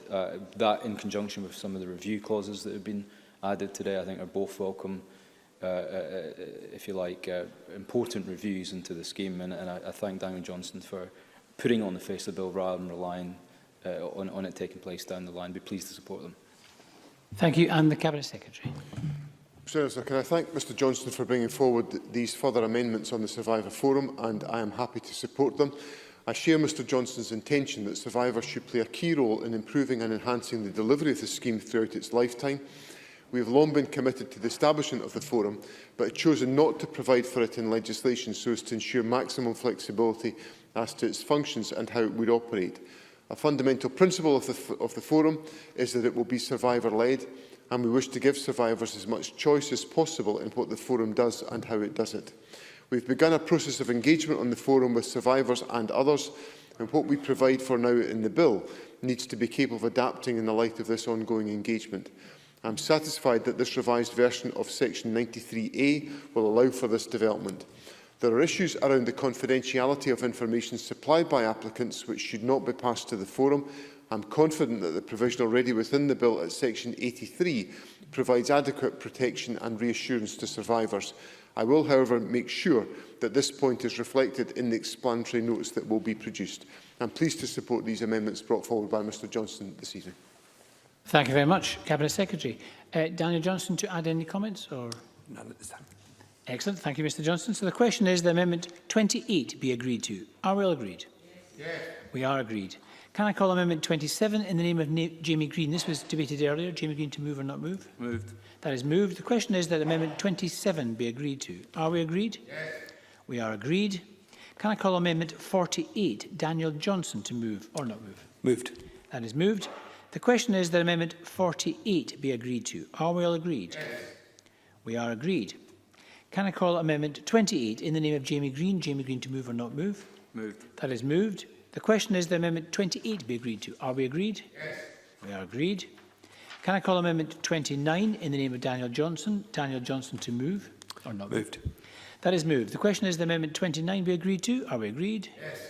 We are agreed. Can I call Amendment 49, Ross Greer, to move or not move? Not move, Presiding Officer. Thank you very much, Mr Greer. And Amendment 50, also in your name, Mr Greer, to move or not move? Not moved. Thank you. Thank you very much, Mr Greer. Can I call Amendment 30 in the name of Daniel Johnson? Daniel Johnson to move or not move? Moved. That is moved. The question is that Amendment 30 be agreed to. Are we all agreed? Yes. We are agreed. Can I call Amendment 31 in the name of Jamie Greene? Jamie Greene to move or not move? Moved. That is moved. The question is that Amendment 31 be agreed to. Are we agreed? Yes. We are agreed. Can I call Amendment 51 in the name of Daniel Johnson? Daniel Johnson to move or not move? Moved. That is moved. The question is that Amendment 51 be agreed to. Are we all agreed? Yes. We are agreed. Can I call Amendment 32 in the name of Jamie Greene? This was debated with Amendment 5.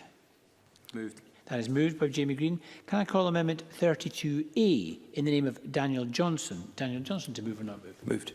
That is moved. So the question is that Amendment 32A be agreed to. Are we all agreed? Yes. We are agreed. Jamie Greene to press Amendment 32 as amended. Pressed. The question is that Amendment 32 as amended be agreed to. Are we all agreed? Yes. We are agreed. Can I call Amendment 33 in the name of the Cabinet Secretary? Cabinet Secretary to move. Move, President. Thank you. The question is that Amendment 33 be agreed to. Are we all agreed? Yes. We are agreed, and that ends consideration of amendments. So at this stage, I'm going to make a determination.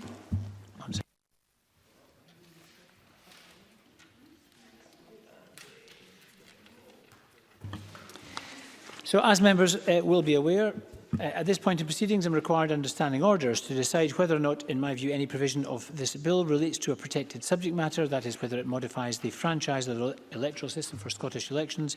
In the case of the Redress for Survivors, Historical Child Abuse and Care Scotland Bill, it does not. Therefore, it does not require a supermajority to be passed at stage 3.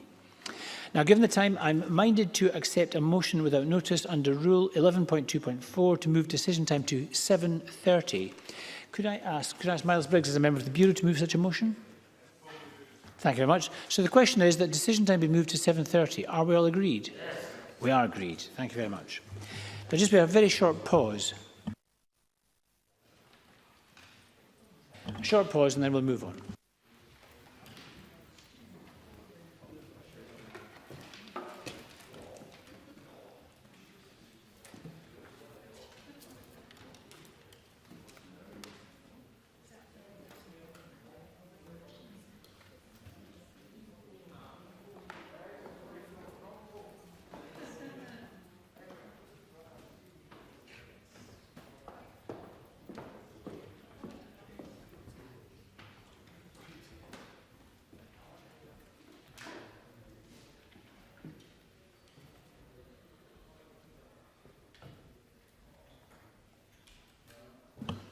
The next item of business is debate on motion 24338 in the name of John Swinney on the Redress for Survivors, Historical Child Abuse and Care Scotland Bill.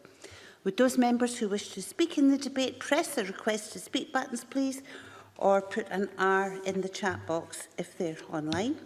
And I call on John Swinney to speak to and move the motion for up to 7 minutes, please, Cabinet Secretary.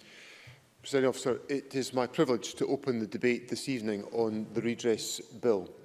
This has been a very challenging bill on an immensely painful and difficult subject for all of us within Scotland, and particularly for the survivors of historical child abuse, whose courage, tenacity and determination to seek justice has brought us to our National Parliament today.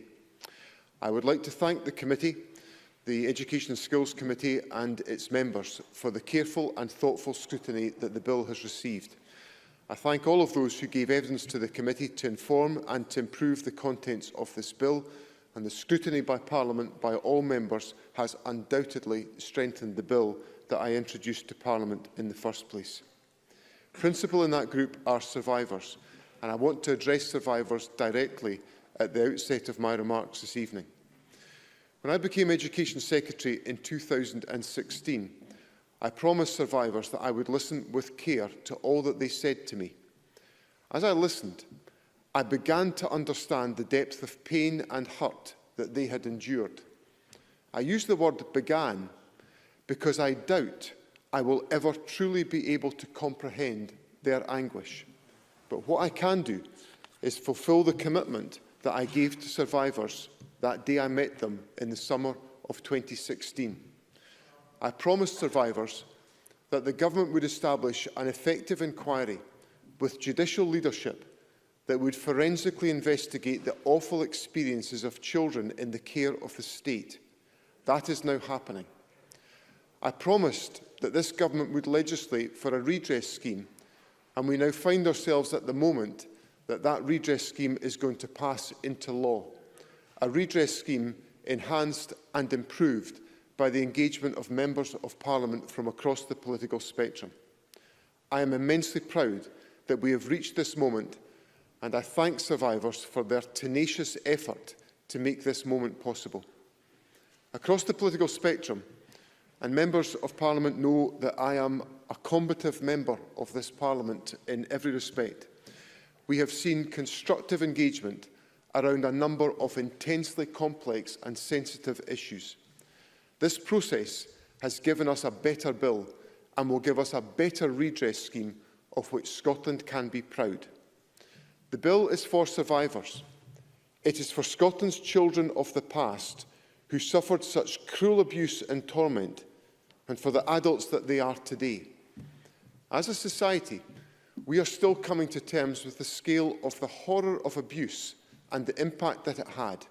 Childhoods devastated, innocence stolen, trust betrayed, lives made heavy with burdens that no one should ever have to bear. And we're also coming to terms with our inaction as a society. Inaction that exacerbated, perpetuated and prolonged that abuse. Children were neither heard nor believed.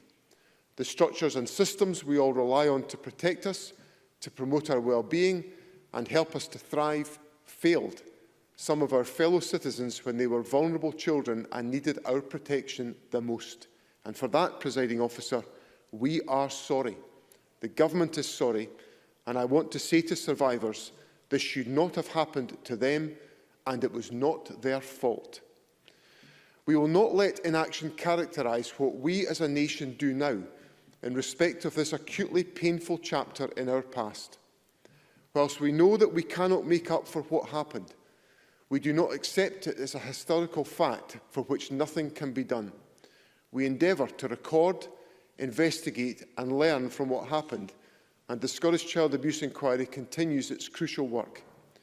We are supporting survivors to achieve their potential through future pathways and the Survivors of Childhood Abuse Support Fund. And today, we pass Scotland's redress scheme into law and add it to that response. We've developed a bill that will establish a survivor-focused route to redress. Survivors will now have a choice that did not previously exist to apply to the redress scheme for payments of up to £100,000. For survivors abused before 1964, this will in fact be their only option. They have no avenue to seek payments through the courts. Redress applications, assessments and reviews will be swifter, more trauma-informed and transparent than existing routes. The scheme offers a non-adversarial alternative to court. Liability will not have to be established and survivors will be given practical support to obtain evidence and emotional support throughout the process, should they need it. Funding for independent legal advice will be made available to all applicants throughout the entirety of the process. Under this scheme, survivors will be entitled to keep 100% of their redress payment. They do not have to worry about having to pay hefty legal fees or other costs from their redress payment. Crucially, our aim is to deliver redress not only as a government scheme, but recognising the historical care landscape and the involvement of a myriad of public, religious and charitable bodies. Survivors have told us that this is important, and I consider that all those with a responsibility for the failings of the past have a responsibility to do the right thing today. The scheme sets out to be a national collective endeavour. Redress payments will reflect fair and meaningful financial contributions from organisations responsible for the care of children at the time they were abused. We know that, sadly, some survivors are no longer with us to apply for redress. They and their families are not forgotten, and the scheme makes provision for applications from next of kin where the survivor died on or after the 1st of December 2004. Give way to Mr. Green. Ian Gray. In light of the comment he's just made about some survivors who are now elderly, the government already introduced the advance payment scheme, and at stage 2 we had some discussion of that and whether that could be improved in the short time before the introduction of the new scheme, which will replace it. And he did say that he would come back to me on that.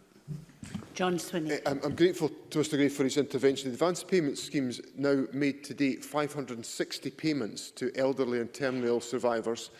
It will remain open until the statutory scheme can accept applications, and I am pursuing a very aggressive timetable for the establishment of a statutory scheme, which I hope will address the issue that Mr Gray, I know, is legitimately concerned about. We will open the scheme for applications as soon as possible before the end of this calendar year. It will begin the public appointments process and advertise for a Chair of Redress Scotland before the end of this month and for a Chief Executive in April. The advance payment scheme was set up on the grounds of urgency in the public interest under common law powers, which limit the scope of any changes that we can make to it.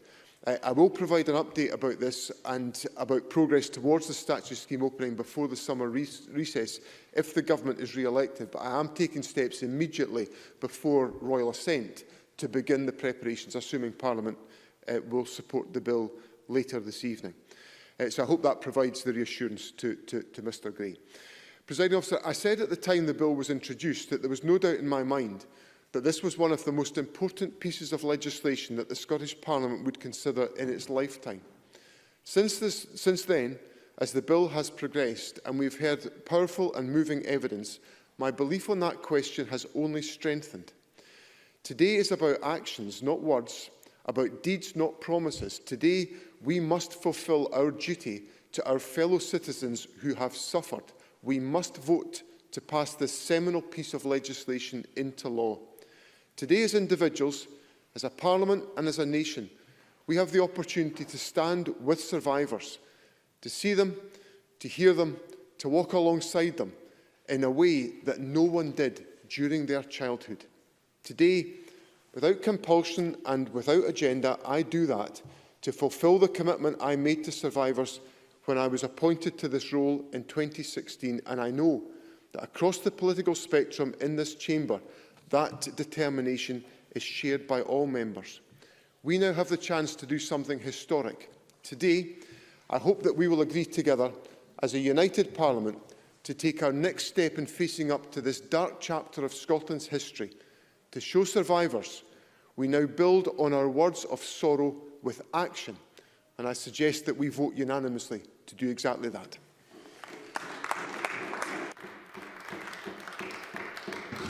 I call Jamie Greene for up to 6 minutes, please. Thank you, Deputy Presiding Officer. Can I start by paying tribute to members of the Education and Skills Committee, which I only joined last year, its convener, our clerks, and of course our advisor who helped us, but also to the Deputy First Minister and his officials for their work in bringing what is an immensely difficult and sensitive piece of legislation together, and of course the respectful, I think, and constructive way in which we conclude that journey together. I'd also like to put on record my thanks to the many organisations that gave evidence to us throughout the bill's passage, but more importantly, those survivors, the survivors of historic abuse, those who are known already to us and those who are unknown and yet to come forward, who will, I hope, benefit from the scheme, those to which this scheme is aimed to assist. To be honest, I've always had concerns about many of the aspects of the redress scheme, but I do believe that the bill has come on a long journey.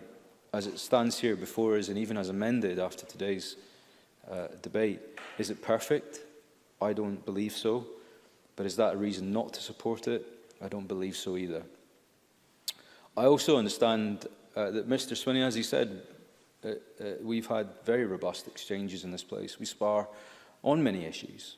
But I do respect that he has spearheaded this bill throughout and kept his commitment to those survivors. And I'm thankful for that. I'm also would like to take this opportunity, if the Chamber will permit me, to pay tribute to a member of the Education and Skills Committee, Mr. Ian Gray. I believe this may be one of his last contributions to the Chamber. I know he's given many years of service to his Parliament, to his party and to politics. He entered this place when I was only 19, but I know that I sit here in the Parliament. I hope I don't make you feel old, Mr. Gray. But earnestly, I've sat there in committee and listened to his forensic analysis and his fair contributions and his effortless contributions. And I look at them in awe, and I think it's something we can all learn from and aspire to. And I wish Mr. Gray all the best in the future. So thank you.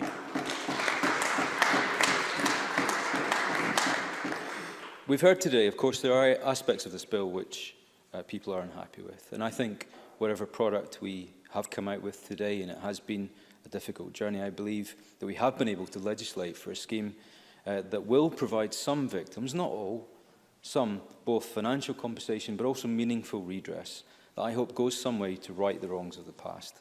I said way back in the stage 1 debate on this that the stark and very sad reality is that there's very little that we can actually do to fully compensate these people. We cannot ever bury those memories of abuse, the ones that continue to haunt people, the people that we deal with in our casework, the people that we've heard from throughout the process. No amount of money will ever undo that horror. For many people, this has never been about financial redress, although it may be welcome for some. It's the symbolic move that this Parliament has taken to right those wrongs, or indeed help right those wrongs. It's an important first step for many, but it should not and will not be the end of that journey. And we should also be honest with each other. This scheme will not be for everyone, and it will not benefit everyone. And I say that because at the heart of it, and by its very nature, that those organisations, or indeed the people representing them today, do participate in it. And I think that is required to validate it, which takes me on to that point that was controversial in the debate today, including the issue of the waiver, but not the only one. I believe that this scheme isn't just about delivering financial compensation, although at its heart, many of the pages in the bill are precisely about how that money is paid and what circumstances and the evidence threshold and so on. But it's not about the money, it's about where it comes from. It's about the fact that these contributions are meaningful, that they're voluntary, and that they're forthcoming. Yes, of course, the government will have to underwrite much of this. I understand the government is funding the operational costs. I understand the government is funding the first tranche of payments up to £10,000. I understand this is not a mandatory participation scheme. But we needed a system. We needed a scheme that allowed individuals, authorities, organisations to come forward and make a meaningful contribution as their acknowledgement of their role in past abuse. I also believe that on the whole, most organisations have approached this bill with enthusiasm, but not all of them. And as controversial as that may be, some have been more readily accepting of their role in historic abuse than others. I won't name and shame them because I think we probably all know who they are already. But what is important is that we have a robust, reliable, fair and compassionate scheme. We can't ignore the fact that organisations would be hesitant in coming forward if it meant blanket accepting liability. We can't ignore the fact that many of these organisations are still going concerns, that they still do great work in our community. And I had many sleepless nights over many of the issues in this bill. And I sought to amend it in any way that I could to strengthen both the rights of survivors, but also strengthen the responsibilities of the scheme to offer options and transparency to those survivors, but also to the contributors, to make sure that we never legislate for something that will undermine or affect their sustainability, and that we will legislate in a way that ensures that their contributions are fair and meaningful. The terms that we've heard right throughout, fair and meaningful. It's been terribly difficult. And I'll never forget the words of a survivor who gave evidence to us. Abuse never leaves a person. It is like a human shadow. That's a devastating response to it. But let this scheme and everyone who's contributed to its formation and whatever we've agreed or disagreed on in this journey, we can hold our heads up high that we have tried our best.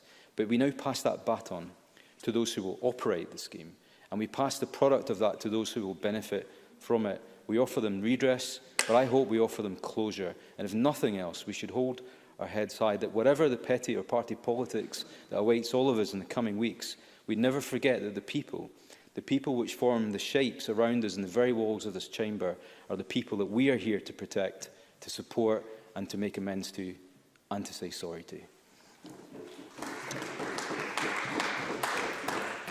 I now call Ian Gray, and I understand it is indeed likely to be Mr Gray's last speech in this chamber. Thank you very much, Presiding Officer. I speak in support of this bill, which finally promises some redress for people who we collectively let down so badly for so long. As children, they looked to us for care, and we delivered them up to hurt, to terror and torture, sometimes for years. And then, as the Cabinet Secretary said, for decades we refused to listen to them. But in their courage, they would not be silenced. So this has taken too long, and it could have been better. I wish we had removed the waiver on rights to civil justice in the bill, but it is a substantive acknowledgement at last of survivors' suffering and our responsibility for it. This is indeed my last speech, as Jamie Greene indicated. He'll be too young to know that it's actually not the first time I've made a last speech in the Parliament. The difference is last time I didn't know that it was my last speech. It is better to make that decision yourself than have the electorate make it for you. And I'm glad that as my last speech, it is about righting a wrong of the past. I am privileged to be one of that class of 99, and over 22 years, I believe that we have put right many wrongs of the past. I helped take through the very first act of this Parliament, Adults with Incapacity, which supported families stymied in their care for loved ones by cruel incapacity laws, some of them 400 years old. We abolished a feudal system which for 1,000 years had excluded the people of this country from vast swathes of their own land and opened it up to all. We closed down the long-stay hospitals in which our brothers and sisters with learning disabilities had been imprisoned for generations. It has been a privilege to be just a small part of all of that, and so much more which this Parliament has done when it is at its best. Donald Dewar said on that unforgettable opening day in 1999 that this Parliament is about how we carry ourselves. I don't believe that he meant how we strut on the world stage or swagger along the corridors of power. He meant how closely we are willing to walk alongside those who need us most. How willing we are to stand with those who are hungry, who are hurting, who have no hope. Not craving the limelight, but rather braving the darkness that it is our duty to try and dispel. And we haven't always succeeded, of course. There are plenty of present-day wrongs that I'll be looking to those of you who come back in May to put right. After all, we opened up access to our land, but it's still owned by a tiny, wealthy, powerful elite. We liberated people with learning disabilities from long-stay hospitals into a social care system which fails them again and again. And there were precious few food banks back in 1999. What were we doing that so many came to depend on them? Child poverty is rising. Drug deaths are Scotland's shame. Parliament's best days are the days when we refuse to accept that we cannot change these things, when we believe in our power to do it. In this Parliament, which I leave, is not the one I entered 20 years ago.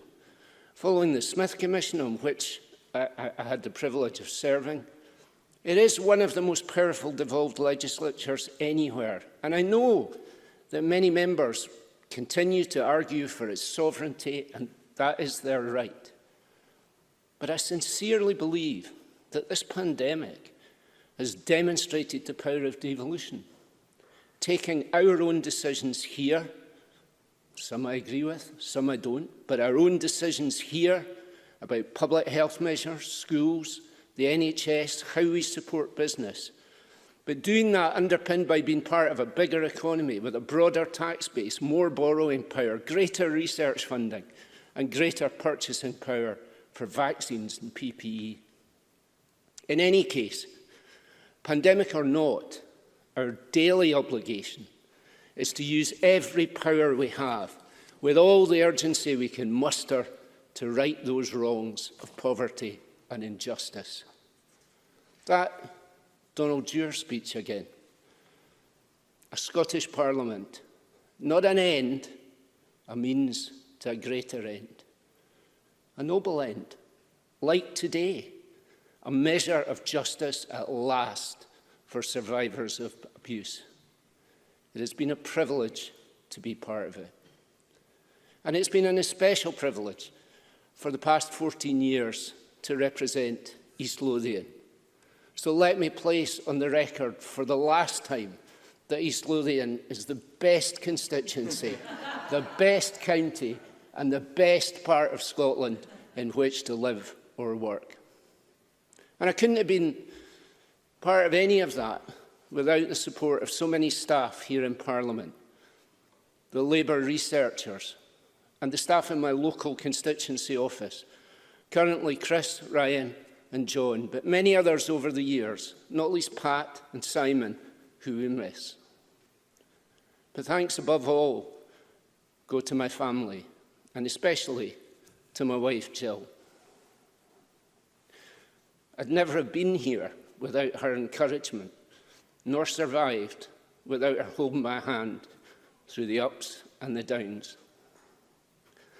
This bill is an up, a good bill, some light in a terrible darkness. We'll support it this evening, and that'll be me last. Thank you.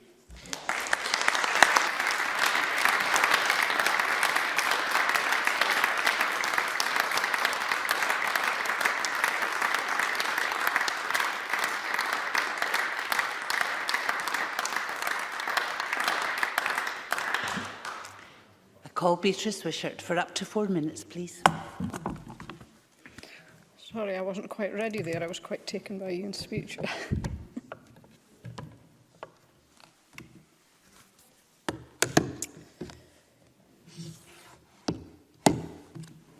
Presiding officer, this bill has been a long time coming. The journey so far has been long and slow, and I'm grateful for the perseverance of all those involved in working hard to reach this point.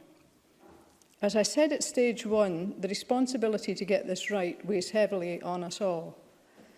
The bill deals with a range of sensitive and complex subjects, and we heard from witnesses at committee and from people who contacted us individually. And I hope that those who engaged with us during the process feel that their voices have been heard and that their concerns have been heard too. This is something that I and others on the Education Committee care deeply about, that applicants are treated and considered with respect and dignity. Daniel Johnson made an important point earlier today, that it's important that survivors are not re-traumatised all over again by the Redress Scotland process, and I very much share those views. Looking ahead to the processes that will now begin, it's vital to ensure that all those who engage with the non-adversarial redress scheme are able to make informed choices to make sure that their voices can stay strong moving forward. Helen Holland from In Care Abuse Survivors said in evidence to the committee that, and I quote, "Survivors have waited a long time for this coming, and, quite frankly, many have already made that choice for themselves." She continued, We have members who are going down the civil court route, and equally we have members who are patiently waiting for the redress scheme to open. It will never suit everybody.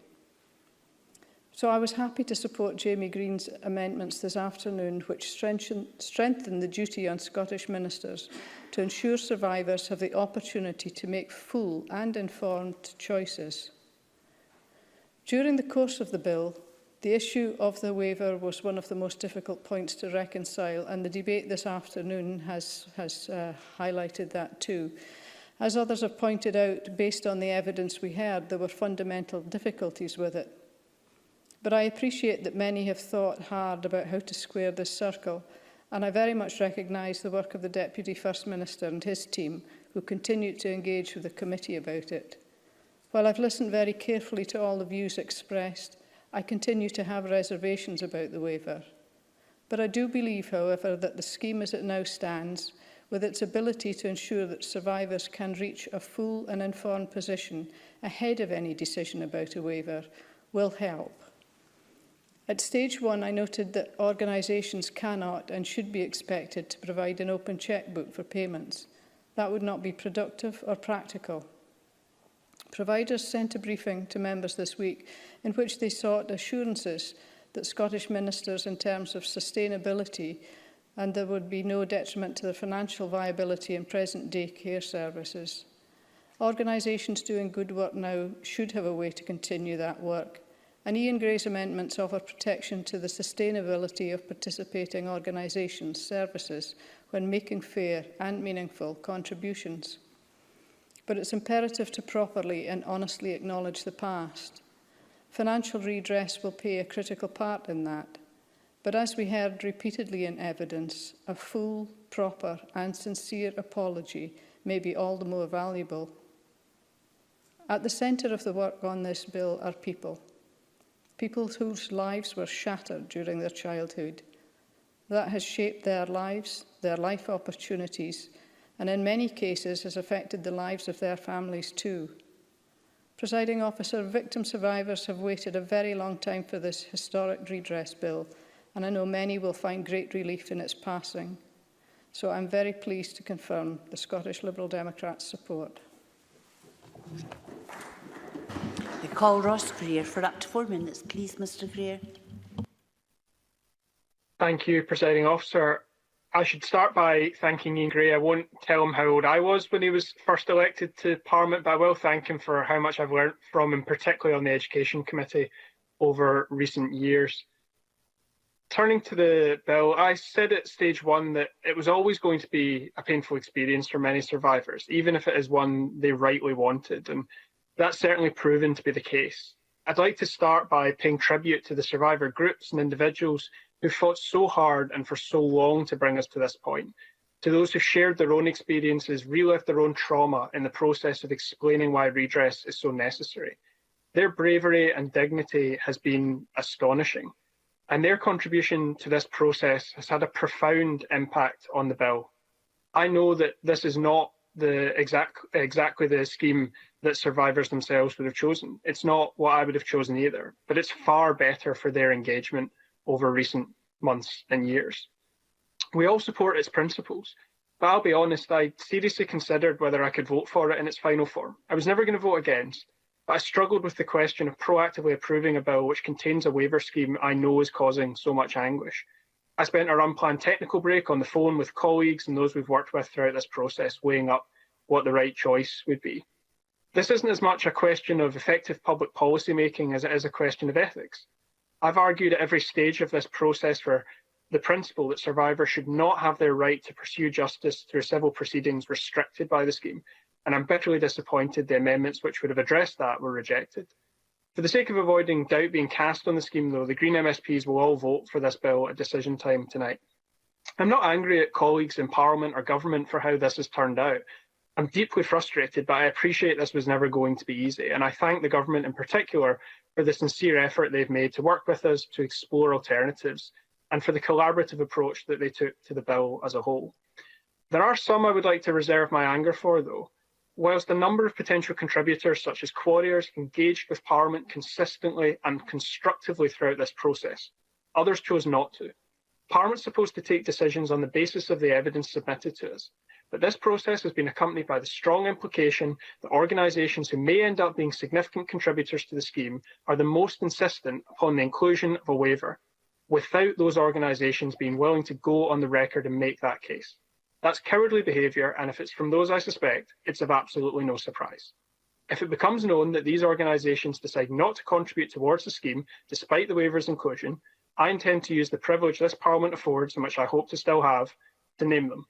For now, I'm content to trust the Government and their sincere efforts to ensure that fair and meaningful contributions are made.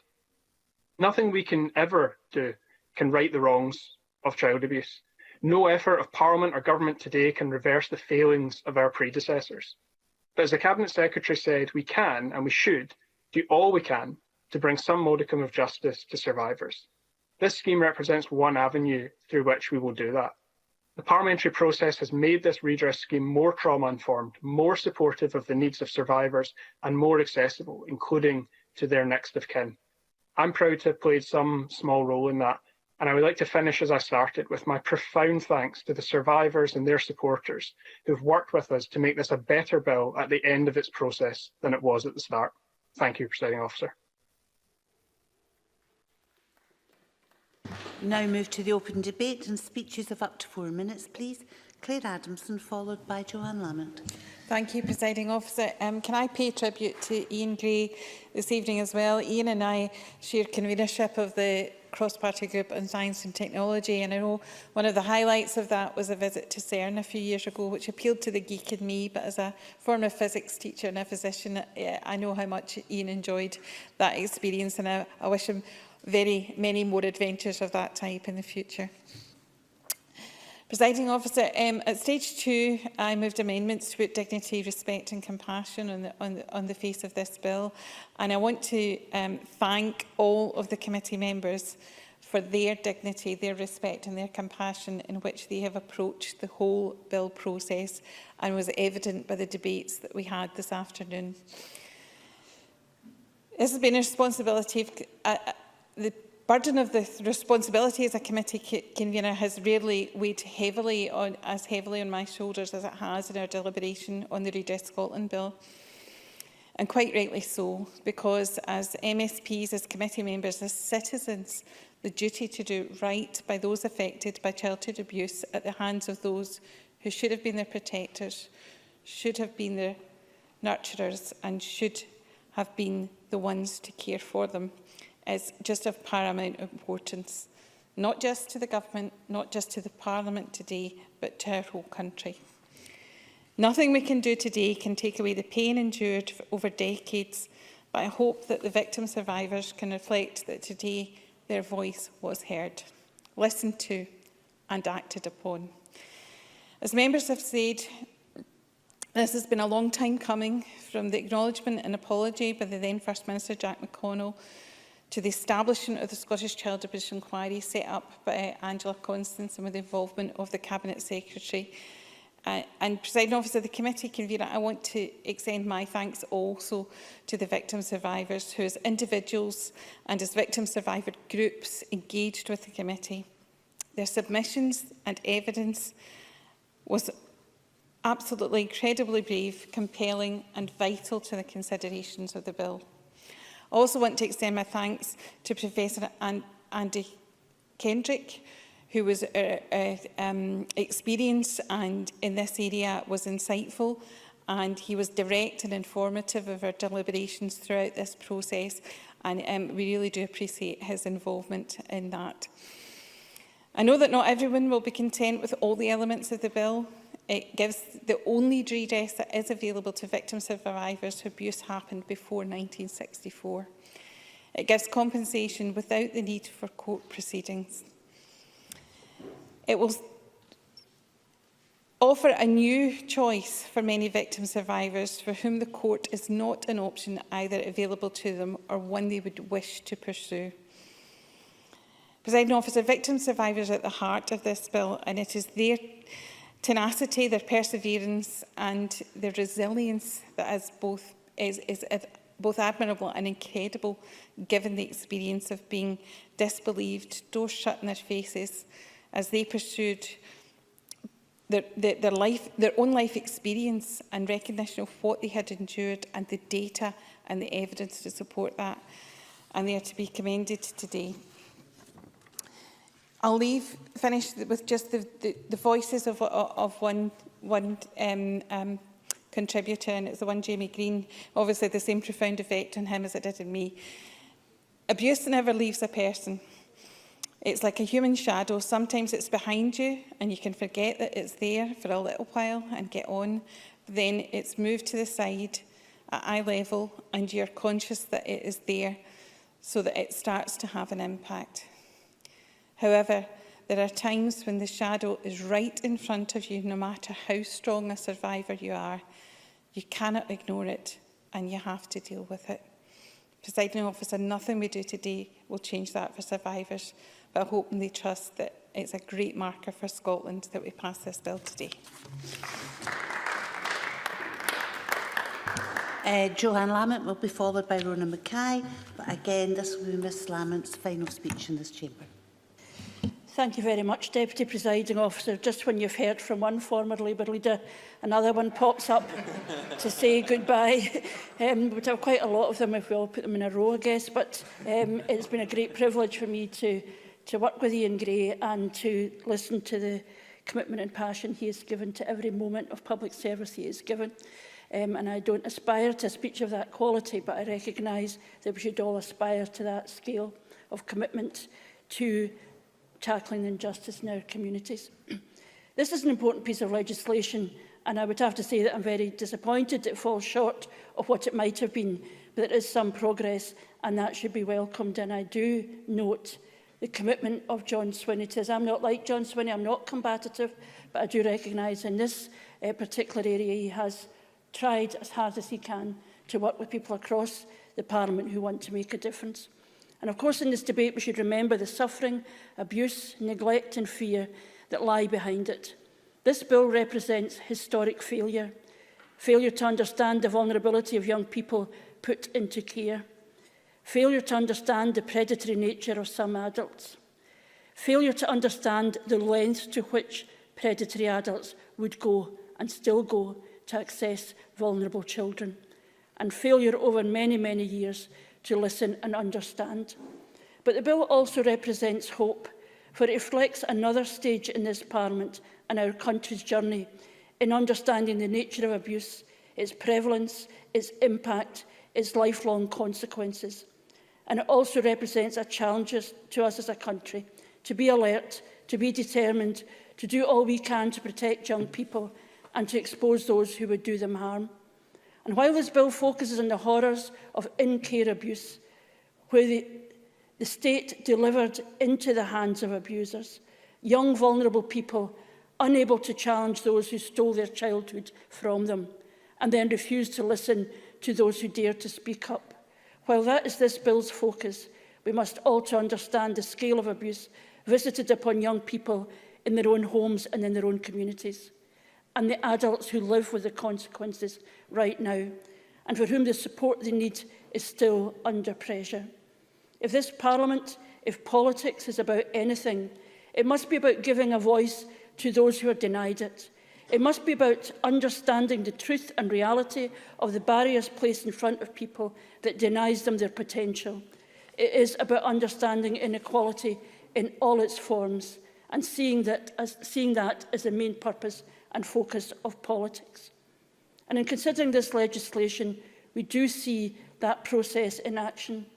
It was in 2000 that Anne MacDonald, on behalf of the Kingdom Abuse Survivors Project, brought a petition to Parliament asking that we understand the psychological and health needs of adult survivors of child sexual abuse and that there be a national strategy for survivors that recognise the importance of raising awareness and ensuring that services were provided. That followed with a cross-party group on adult survivors being established, and my friend Marilyn Livingston, an MSP at that time, showed a great passion in driving the work of that forward, along with Anne MacDonald and others. And of course, in 2002, a petition was brought by Chris Daly, seeking a public inquiry, raising the issues of survivors in care, which revealed the horror of realising how poorly served and poorly understood in-care survivors were. And of course, we have seen progress in legislative terms and in policy terms and investment terms following on from that, not least the public inquiry itself, which still shocks with the testimony that we hear. So there is progress and that should be celebrated, but none of it would have happened without survivors finding their voices, without this Parliament having a route through the Public Petitions Committee to have real access. So we owe a debt of thanks to those survivors and those who have made it their life's work to support them. And we should celebrate the work of the Public Petitions Committee, of which I've been privileged this term to be convener, where the people of this country determine the agenda of the committee, no one else. And it was powerful what was done through that work, and I know will continue to be done. And always and critically, these voices were challenging, were difficult. Those who from direct experience demanded more from all of us, and that is a lesson too. We should celebrate the difficult voices rather than circumvent and silence them, even if it makes life easier. And now, as I face the final period in my time as a politician, I recall the aims that the Labour Party, my own party, had for this place. To bring power closer to people, to protect people, to see a real sharing of power and ensuring that the priorities of people in our communities were then reflected in the work of this Parliament. And I speak as a Glaswegian and as a Glasgow Islander, and I say that I do recognise that centralisation of power, as I think we have seen in the last period, is not our friend, and that needs to change. This will be my last speech here, unless something winds me up before the 23rd of March, and it feels fitting to be in a debate, regardless of reservations, that reflects what I feel is at the very root of good politics and at the very heart of the purpose of politics. Politics should be about the heavy lifting of understanding problems and then addressing them. I was so proud of my party in legislating for this Parliament and to be strong for women's representation that allowed me to be a candidate. And I know I would not have been here otherwise. I'm proud beyond measure as a Labour and Cooperative member to represent Pollock and my city and to play my part in speaking up for my constituents, for Labour values and cooperative solutions. I'm proud of the work of my staff, in particular Celine Laughter, who has worked with me from the very beginning, for all they have done to connect our politics directly to what has happened to people and constituents in our communities. And I want, in conclusion, to thank my party, my colleagues, my staff, my friends, colleagues across the chamber, and those with whom I agree and disagree. And please believe that I do not reserve my argumentative nature for the opposition. I want to thank my husband for all his support, despite his continued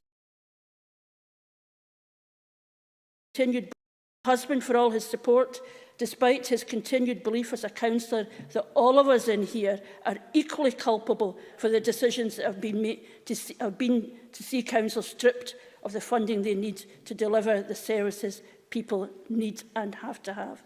I want to thank my children, who I think feel more than a little duped by my persuading them as children that attending surgeries at the labour rooms in Cardonald was actually a treat. And I'm grateful to all of my family members who have kept my feet on the ground. But it is different now. We are now in terrible times and fearful for the future, and the consequences, while largely unknown, will be, I'm sure, will also amplify the inequality that people in our communities already suffer. And the survivors and others who seek support are often told we cannot afford it. These people will often say there is always money for some things. And my plea is that in the next Parliament, that those with the privilege to make decisions understand that and will match the exhortation of the American politician who said, "Don't tell me what you care about, show me your budget." Now more than ever, politicians must not settle for signals. This Parliament must be the place to test all the good choices and not just settle for the one that will look best on a leaflet, but choices that will match in people's lives the aspirations that brought me and my fellow 99ers to this place. That would be wonderful. It has been a privilege. Thank you.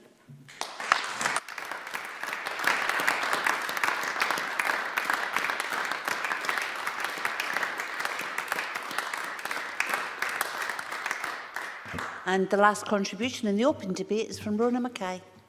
Thank you, Presiding Officer. Can I congratulate Joanne Lamont and Ian Gray on their very moving speeches. I think titans of the labour movement isn't an exaggeration when it comes to them, and I wish them very well. Presiding Officer, the bill we're debating today is life-changing for those who were abused in childhood. Those of us who've not experienced vile abuse will probably never understand what this bill means to those who have. The Redress Scotland Bill is not just about money. It's much more than that to survivors of abuse. It's recognition that the institutions in which they were abused owe them a debt. That for many, their childhood innocence was taken from them violently, and their future prospects and their relationships were ruined, that their lives were ruined. The bill is a result of the brave and tireless advocacy of survivors of historical child abuse and care, and a reflection of the Government and the Cabinet Secretary's absolute commitment to properly address what they've experienced. Presiding Officer, as a member of the Education Committee, the evidence we heard was harrowing and emotional. Every brave survivor who spoke out somehow found the strength to speak up for themselves, and for those who could not, to ensure that this wouldn't happen to anyone else. Of course, there were contentious issues, as we've heard, in particular the waiver, and there's been a good debate on this today, which I won't attempt to repeat, other than to say that I was sceptical of the waiver at first, but now associate myself with Jamie Greene's and the Cabinet Secretary's comments on this. Presiding Officer, I'm going to cut my speech short because I appreciate it's been a long day, so I'll just cut it quite short. The amendments submitted by my colleagues that we passed today are very helpful and add considerably to the bill. My own amendment at stage 2 ensured that anyone who had suffered corporal punishment, albeit it was legal at the time, would be eligible if excessive force was used, as it often was, and each case would be judged individually.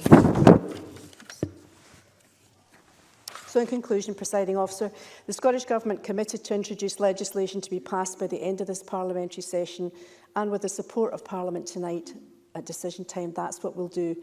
As others have said, redress is not a magic bullet, but if it gives survivors some comfort by way of an apology and recognition from the institutions that violated them, then we should all be pleased to vote for this bill tonight. Thank you.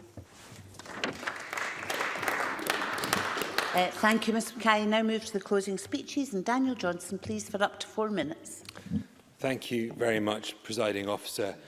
In summing up this debate, I think we can all start from the place I think that was well outlined by the Cabinet Secretary, Jamie Greene, Ian Gray, Joanne Lamont and others, and that this bill is motivated and indeed driven by a profound sense of need for justice, but also an extreme and I think indeed an emotional connection to the very real harm and abuse that was done to so many. When I spoke in the Stage 1 debate, I made remarks which I'd like to broadly repeat. We were dealing with a situation where there were children needing care, families needing help. The state had to step in, but rather than delivering that help and that care, the state delivered them into the hands of abusers who tortured them. And in many cases, those children were delivered into the hands of the state by parents doing so willingly because they felt the state could do a better job than they did, only, I think, making that horrific set of circumstances worse. The state let them down, and we as a parliament have a duty to provide, albeit, I think, it can never be a truly adequate form, but some form of justice for those people who suffered in that horrific way. And this bill undoubtedly is an important step forward towards that. And again, I associate myself with the Cabinet Secretary's remarks and his aims, which I think are delivered largely by this bill, in terms of providing people with a straightforward, flexible route to gaining that justice that they would not otherwise have. And indeed, for many people, that justice would be unobtainable to them. That's not to say that this bill is perfect. I believe that there are a number of issues that continue with it, but it is undoubtedly improved by the work of this Parliament.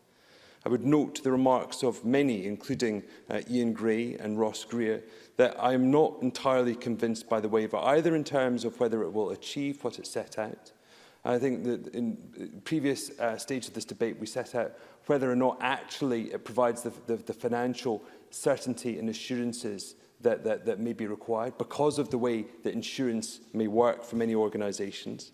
But I do also believe that the caveats and the reporting mechanisms that have been put in place do improve it.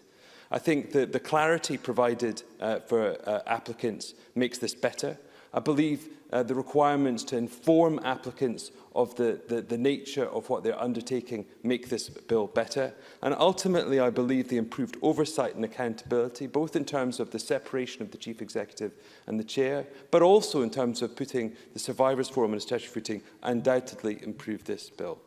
But we cannot treat this as finished business. We must continue to listen to survivors and respond to their needs as and when they identify them. And we must also recognise that there is limited scope for this bill. It merely deals with the state.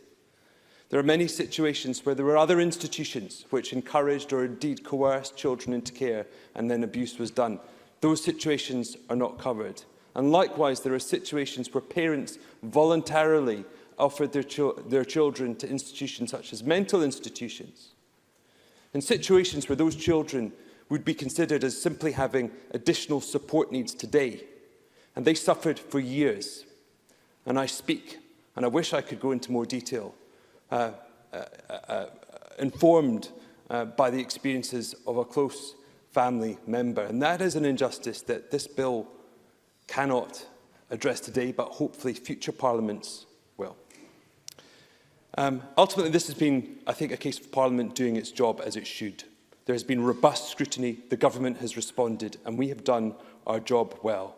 But I would question whether or not that will always be the case. We are about to have a new Parliament. Elections will bring in a new composition to this chamber. And I think we must question whether or not this place is well structured and well delivered to provide that robust scrutiny for providing better legislation.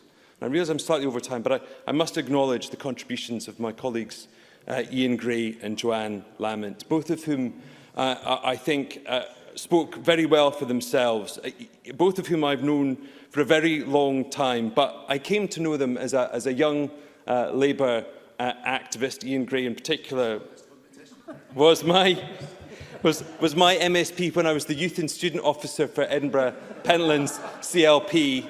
I think Joanne Lamont I got to know subsequently, but I think there's a great many things which make becoming an MSP I think fulfilling and a great thing. But actually one of the things I didn't expect was that you come to know people that you've regarded as political figures, and you come to know them as colleagues and friends. And that is undoubtedly the case in both Ian and Joanne's case. And I just hope that, despite the fact that we may no longer be colleagues, and hopefully I'm re-elected, but even if I'm not, I hope that just simply because we no longer have offices on the same corridor, that they continue to offer their good guidance and counsel.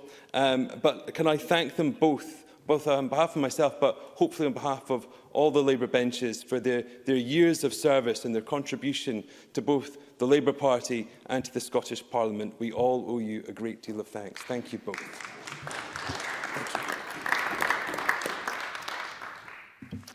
I've been very lax with the timings tonight. Please don't take advantage, Mr Whittle. Up to 5 minutes, please. Thank you, Deputy Presiding Officer. I am pleased to have the opportunity to speak in this debate on which is a very important bill. And I think, looking back over the last couple of days, we have tackled some extremely difficult topics. And I think in the lifetime of this Parliament, looking at, for example, the last couple of days in the hate crime bill, the forensic medicine bill was a recent one. We looked at the medical examination of those suffering sexual abuse, and now the redress bill. And that's not to say that I think these bills are not without flaws, but it is a credit to this Parliament that we have not shied away from debating and tackling these issues very passionately. Now, I'm going to say from the outset, Deputy Presiding Officer, just for the record, I really struggled with some of the votes today. It struck me that we were debating about financial redress and not paying enough attention to emotional redress that maybe require a civil action after accepting redress payment.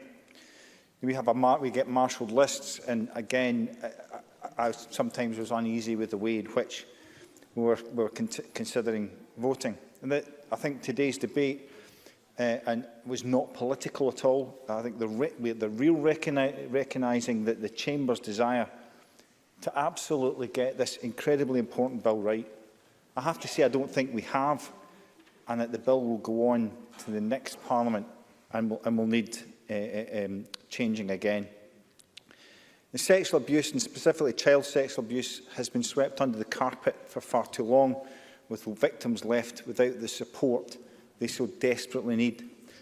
I think, as many of my colleagues are aware, this is an issue I've been working on with a constituent over a number of years, and I think it's fair to say my understanding of the trauma suffered by my constituent over a prolonged period of time as she seeks justice and redress, my discomfort and disquiet in the way victims are re-traumatised and are open to suffer secondary abuse continues to rise. Organisations that have been brought into question include local government, the Education Authority, the police, the church, support services, and yes, the Scottish Government. However, Deputy Presiding Officer, we should not shy away from scrutinising any of the actions involved in these organisations. I know I have asked the Cabinet Secretary for Justice for a meeting on this very topic, and he has agreed, and hopefully we'll get the opportunity to have that meeting prior to the dissolution of Parliament, so at least we can have some notes to take forward into the next Parliament. The Criminal Injuries Compensation Authority already has a redress scheme where the decision is based on the balance of probability. And I think the difference from a criminal court which decides on the basis of beyond reasonable doubt, the victims do not need to wait for the outcome of a criminal trial if there's already enough information to make a decision in that case.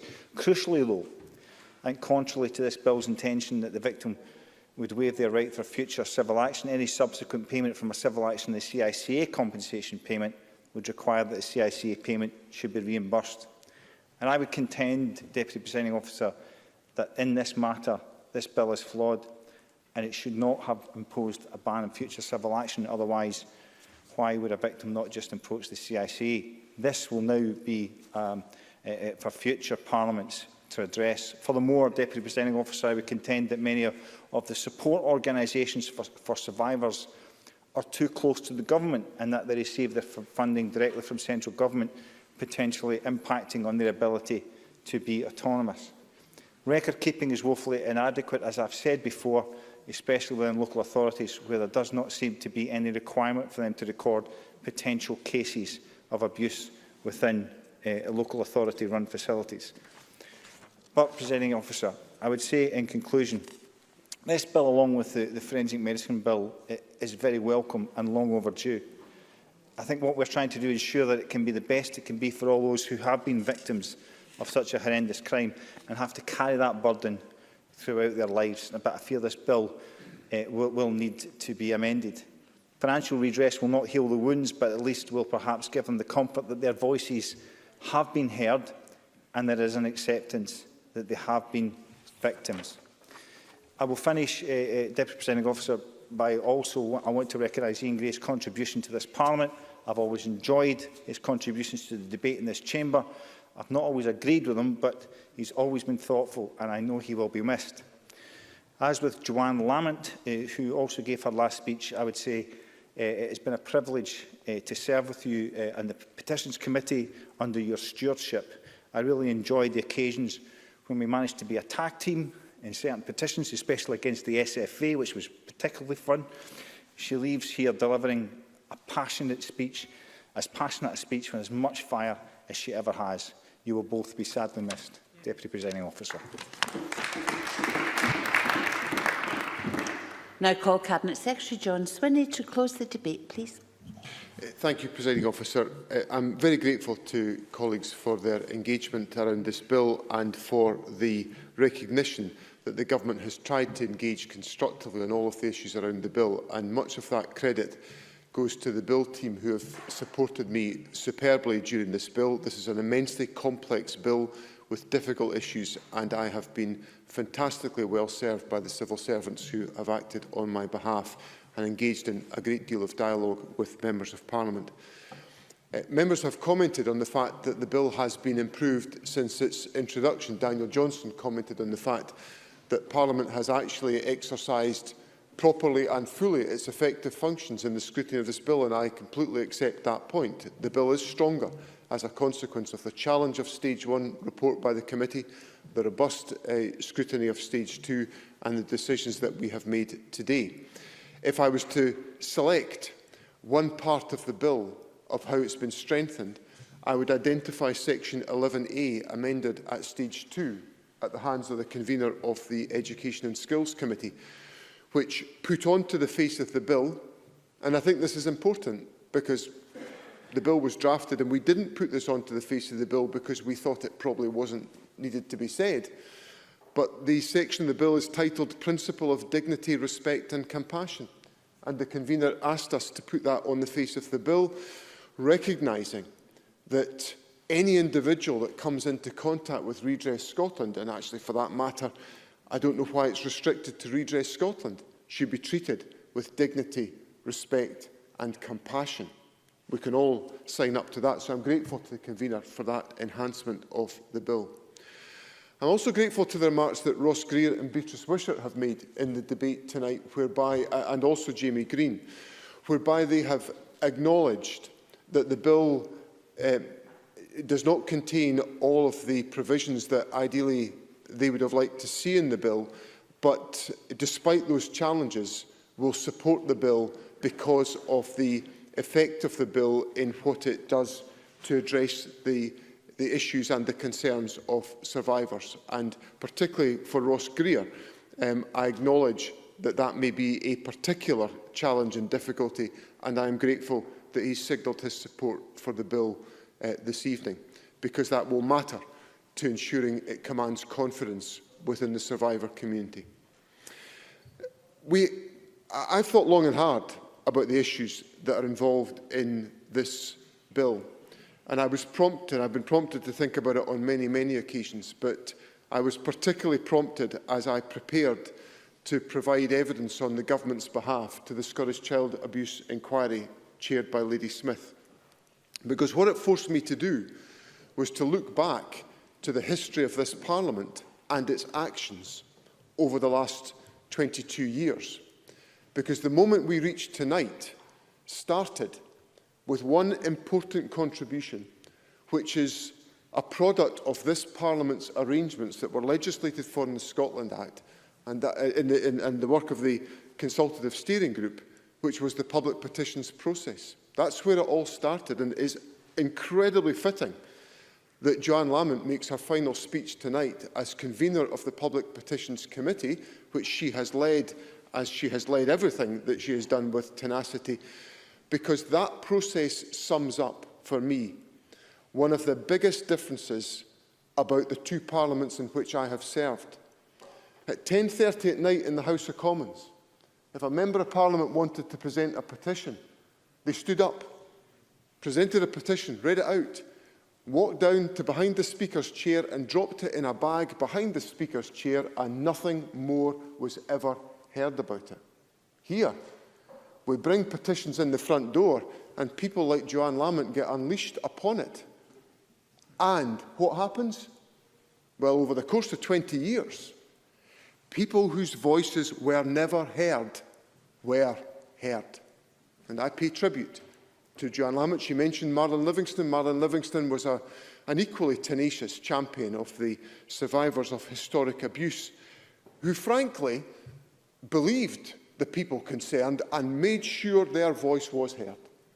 So when people criticise this Parliament and make it all the things they say about the place, people have to remember that this Parliament has embraced a process, the petitions process, which started with an early petition on this subject, about which, frankly, not many people had been willing to encounter or engage, and we have made big progress. Former First Minister Jack McConnell stood where I'm standing just now and gave a remarkable apology on behalf of the people of Scotland to recognise the suffering of individuals. It was not perfect. Lord McConnell, I think, would accept it was not perfect. But what has happened is that members of Parliament of all persuasions over the 22 years have made sure that these historical injustices were addressed.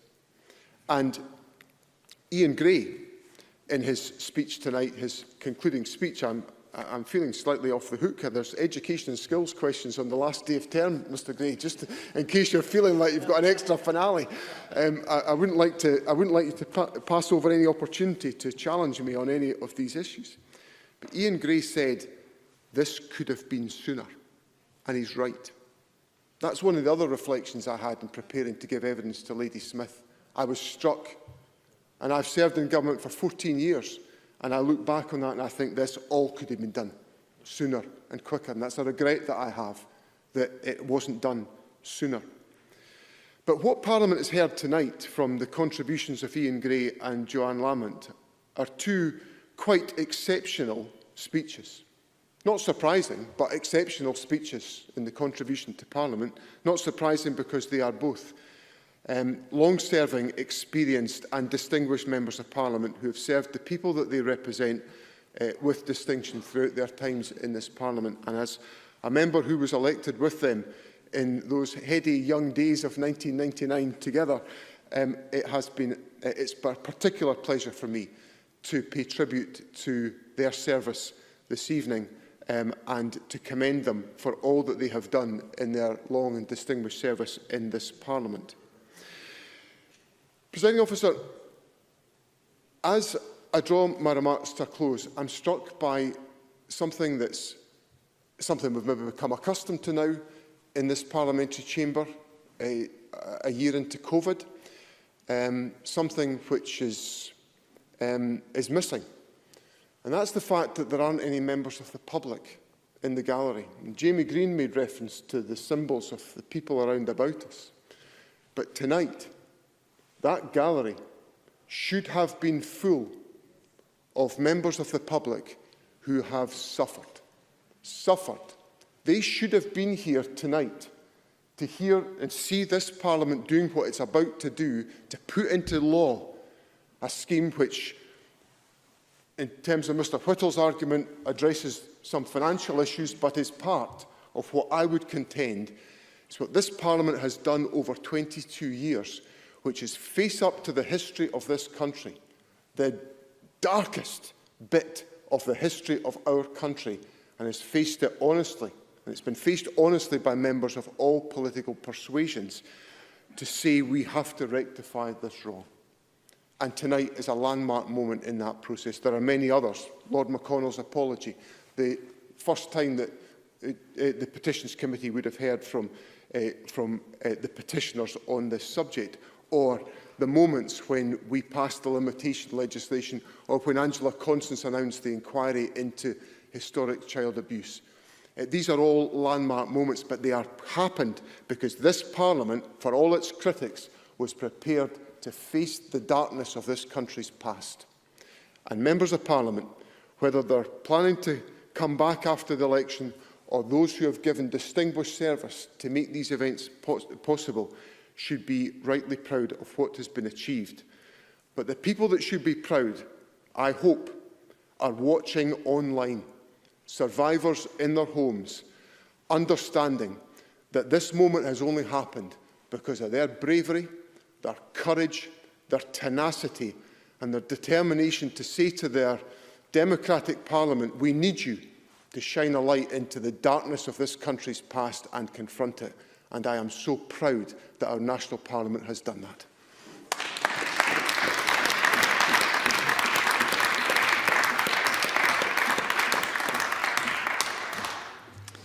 Thank you very much, colleagues. And that concludes our debate on the Redress for Survivors Historical Child Abuse in Care Scotland Bill. There are a few items before we turn to decision time. The first item of business is consideration of motion number 24333 in the name of Margaret Mitchell on the appointment of the Scottish Biometrics Commissioner. Could I call on Margaret Mitchell to speak to and to move this motion? Thank you. As a member of the cross-party selection panel established by the presiding officer under standing orders, I'm delighted to be speaking to the motion in my name to invite members of the Parliament to agree to nominate Dr Brian Plastow, Her Majesty the Queen, for the appointment as the first Scottish Biometrics Commissioner. The presiding officer chaired the selection panel, and the other members were John Finney, Emma Harper, James Kelly and Rona Mackay. The Scottish Biometrics Commissioner is a new independent office holder whose role will be to support and promote the adoption of lawful, effective and ethical practices in relation to biometric data in a policing and criminal justice context.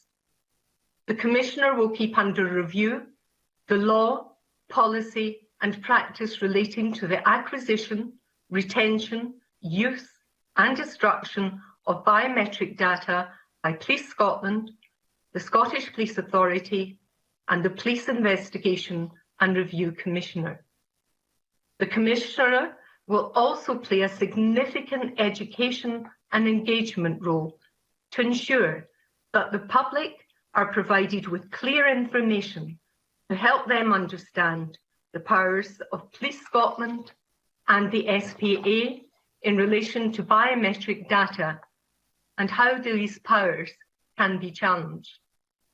It is expected that the Commissioner will foster close working relationships with relevant bodies and office holders in Scotland and beyond, whose functions might offer insights into biometric data, use, including, for example, the Information Commissioner, the Children's Commissioner, and the Commissioner for the Retention and Use of Biometric Material. The Commissioner must also prepare a code of practice and monitor and report to the Parliament on compliance with it, establish a procedure for individuals to complain if one of the specified bodies has not complied with the code of practice, and lay a strategic plan before the Parliament by 1st December 2021, setting out how he proposes to fulfil his general duty.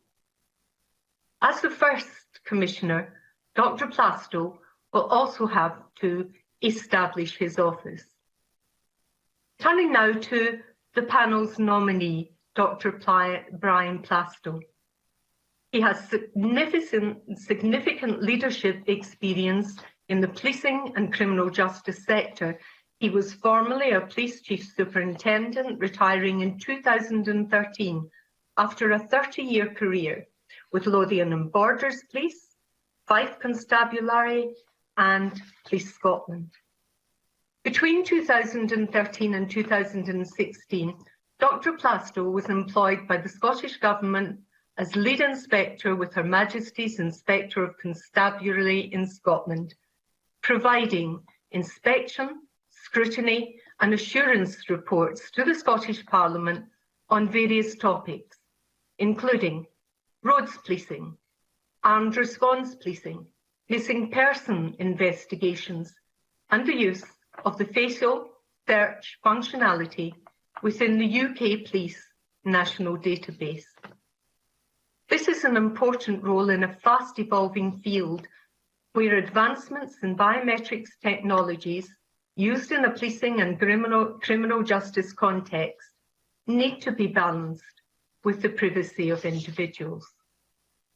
The panel believes that Dr Plastow has an outstanding blend of the necessary skills, experience and knowledge to enable him to carry out this important role efficiently and effectively, and I'm sure that the Parliament will want to wish him every success in this new role. Presiding Officer, I move the motion. Mr Mitchell, thank you very much indeed for that. We're going to move on to the next item of business, which is, and the vote on this motion will be put at decision time. Moving on to the next item of business, consideration of Parliamentary Bureau Motion 24340 on approval of an SSI. This is the Community Orders Coronavirus Scotland Regulations draft. Could I ask Miles Briggs on behalf of the Bureau to move this motion? Moved, Presiding Officer. I believe Liam Kerr would like to speak against this motion. Mr Kerr. Thank you, Presiding Officer. I rise to speak against the Community Orders coronavirus regulations. These regulations will reduce the unpaid work requirements by 35% on all CPOs that were imposed prior to the regulations coming into force. Let's make that real. The latest data suggests that there are roughly 800,000 such hours outstanding, so about 300,000 hours will be written off. In other words, a crime has been committed, the suspect has gone through the court system, been found guilty, and the judge has seen fit to hand down a community punishment order, which includes an unpaid work requirement, a third of which will be written off. I ask simply this: what message would this write-off send, particularly in the context of the SNP's presumption against short-term sentences, which seeks to keep people out of prison and use more of these community orders? What message do we send to criminals who, remember, include those who have committed some really serious crimes, such as the 363 violent criminals who were handed a CPO in 2018-19, if we suggest they need not serve their full punishment? And what message does it send to society, to the victims of these crimes? Now, the Cabinet Secretary said in committee that if this cut doesn't happen, and I quote, that could lead not only to the system being completely overwhelmed, but to sheriffs and the public losing confidence that CPOs can deliver justice at all. I think, Presiding Officer, that loss of confidence will be precisely the impact of the Cabinet Secretary's move today. I cannot see how victims of crime can retain full confidence when more than a third of a court-ordered punishment is written off. I cannot see how a sheriff, in making a borderline decision, will not at least hesitate when deciding which judgment will actually be the most appropriate because of this write-off. Now, Presiding Officer, nobody disputes that the criminal justice social work teams, third sector partners and others have done their absolute all to continue to deliver community justice services and related support in the context of necessary public health restrictions. But it is clear that the Cabinet Secretary has failed to plan for the expected rise in outstanding unpaid work hours following the public health restrictions, which begs the further question, Presiding Officer, why on earth, despite the huge increase in the number of outstanding unpaid work hours, the SNP has frozen the budget allocation for criminal justice social work? Presiding Officer, this SSI is an extraordinary proposition which I fear could have considerable negative consequences for victims and our justice system. It has not been properly thought through, and I shall vote against it tonight. Thank you very much, Mr Kerr. And could I call on Cabinet Secretary Hamza Youssef? Thank you, Presiding Officer, and thank you for the opportunity to briefly explain why the proposed community orders regulations are necessary as part of our response to the coronavirus pandemic. The regulations propose to vary all unpaid work requirements in existing community payback orders, reducing the number of hours imposed in each order by 35%. There are some exceptions. Those exceptions are for CPOs that are imposed either entirely or even partially for domestic abuse, sexual offences or stalking. The action is necessary to ease pressure on local authorities as the coronavirus pandemic continues. Liam Kerr asks why we did not plan for it. Local authorities have told us they have not been able to carry out the unpaid work hours because simply the restrictions just make that impossible. You cannot put 10 people into a minibus, take them down to a local community centre to paint, to clear up allotments, to do whatever it is that is part of their unpaid work, because coronavirus restrictions simply would not allow that to do. In fact, if we did not do this, Social Work Scotland tell us, Community Justice Scotland tell us, local authorities tell us, COSLA tell us, Scottish Association of Social Work all tell us that the system would be completely overwhelmed. 800,000 hours have been built up because of the coronavirus restrictions in place. If we did nothing, then that would be over 1 million come the summer. I proposed evidence to the Justice Committee on the 23rd of February. The committee voted 7-2 in support of the regulations being approved. The two, of course, that voted against it were the two Conservative members. I acknowledge that these are extraordinary powers. Liam Kerr is right. We wouldn't plan to do this in normal times, but these are not normal times. And he talks about judicial confidence. I can tell him because I have spoken to members of the judiciary. I don't know if he has, but I've spoken to members of the judiciary. And they tell us that if the system was to collapse, they would have no choice, but to send people to prison. That is maybe what the Conservatives would like to do. The proposed regulations focus specifically on unpaid work, or indeed other activity requirements only, with all other requirements remaining in place. I can assure victims of crime and others that the justice system continues to hold those who commit offences to account and to keep our community safe. I am disappointed, not surprised, but disappointed that the Tories are contesting these regulations. If we took their position, as I say, Presiding Officer, the entire system, community justice system, would collapse. They throw them in jail and chuck away. The key approach would make us less safe. It would increase reoffending. It would increase the number of victims. So we will follow the evidence.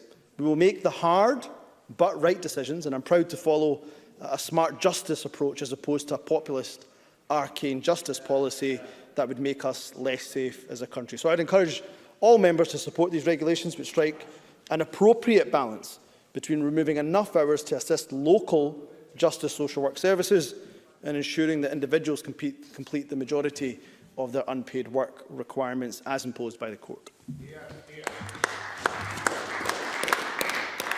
Thank you very much, Cabinet Secretary. And the question on this motion will be put at decision time, to which we now turn. And the first question this evening is that motion 24322 in the name of Humza Yousaf on the Hate Crime and Public Order Scotland Bill be agreed.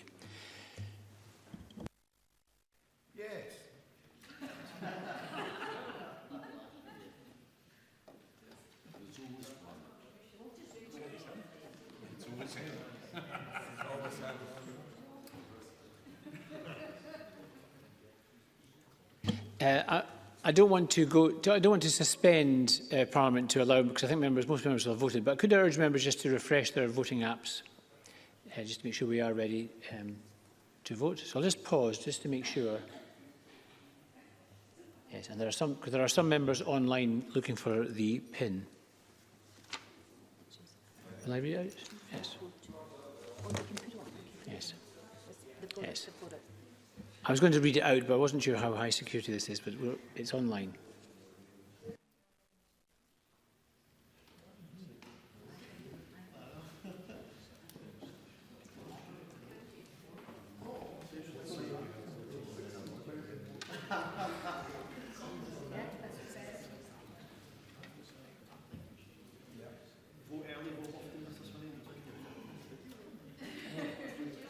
For members joining us online, the PIN is in the Blue Jeans chat box for the voting app.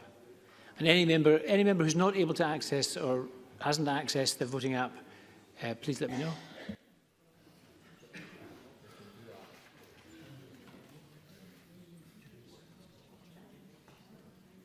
Thanks, colleagues. I think we're mostly on board. So we're going to go straight to the vote. This is legislation, so we're all going to have to use our votes. The question is that motion 24322 in the name of Humza Yousaf on the Hate Crime and Public Order Scotland Bill be agreed. Members may cast their votes now. This is a 1-minute division. A 1-minute division on the Hate Crime and Public Order Scotland Bill.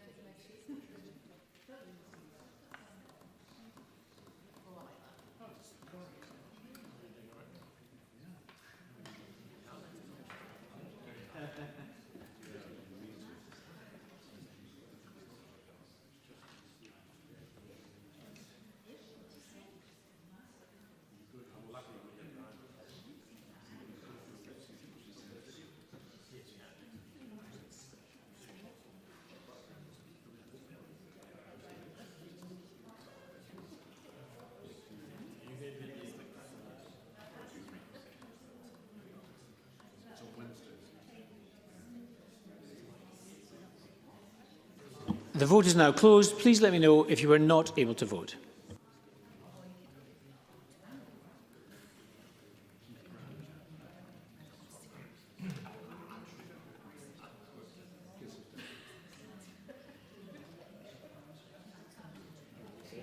Can I call Gill Patterson to make a point of order? Gill Patterson.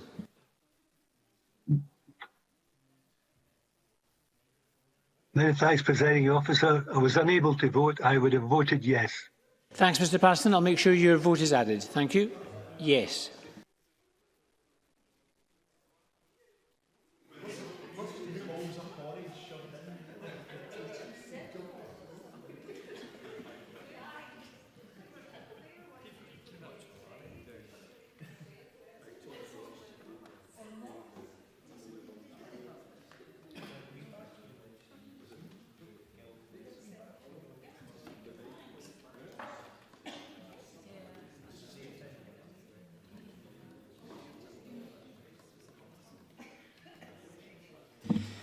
Thank you. The result of the vote on motion 24322 in the name of Hamza Youssef is yes 82, no 32. There were 4 abstentions. The motion is agreed and the Hate Crime and Public Order Scotland Bill is passed.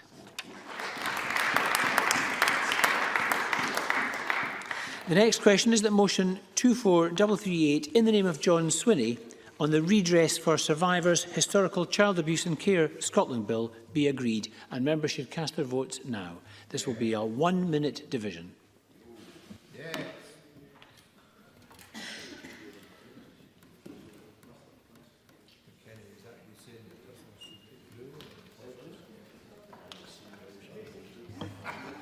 This is a 1-minute division on the Redress for Survivors Historical Child Abuse in Care Scotland Bill.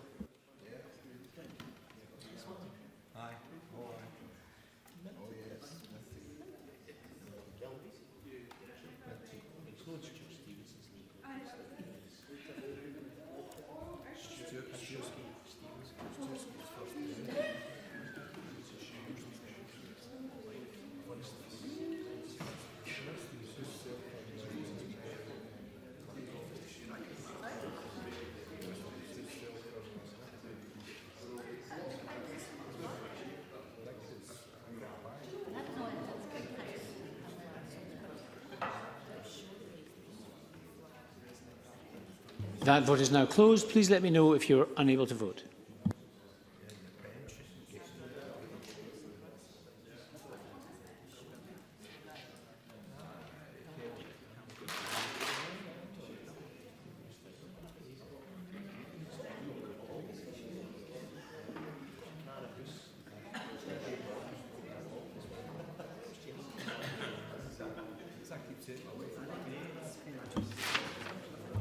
The result of the vote on motion 24338 in the name of John Swinney is yes 118. There were no votes against. There were no abstentions. The motion is agreed and the Redress for Survivors Historical Child Abuse and Care Scotland Bill is passed.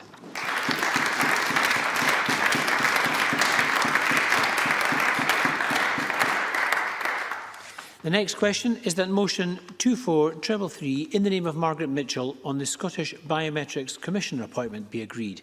Are we all agreed? Yes.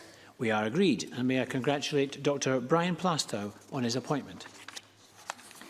Our next question is that motion 24340 in the name of Graham Day on approval of an SSI, and this is the Community Orders Coronavirus Scotland Regulations 2021. Approval of an SSI be agreed. Are we agreed? Yes. We're not agreed. We'll move to a vote and members may cast their votes now. This is a 1-minute division on motion 24340, approval of the Community Orders Scotland Coronavirus Regulations.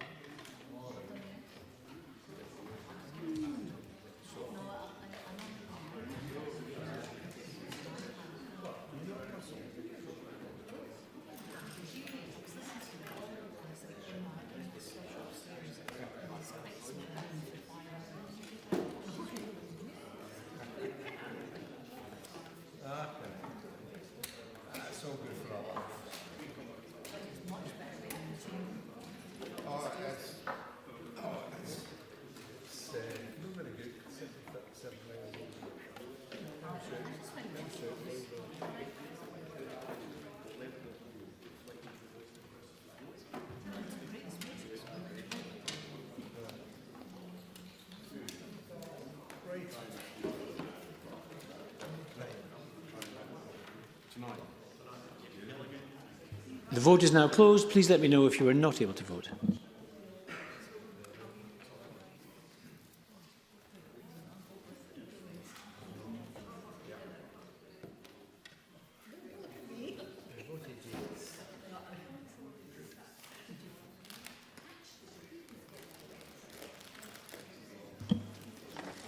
The result of the vote on motion 24340 in the name of Graham Day is yes 88, no 30. There were no abstentions. The motion is therefore agreed. And that concludes decision time. Thank you very much, colleagues. I close this meeting. Well done, presiding officer.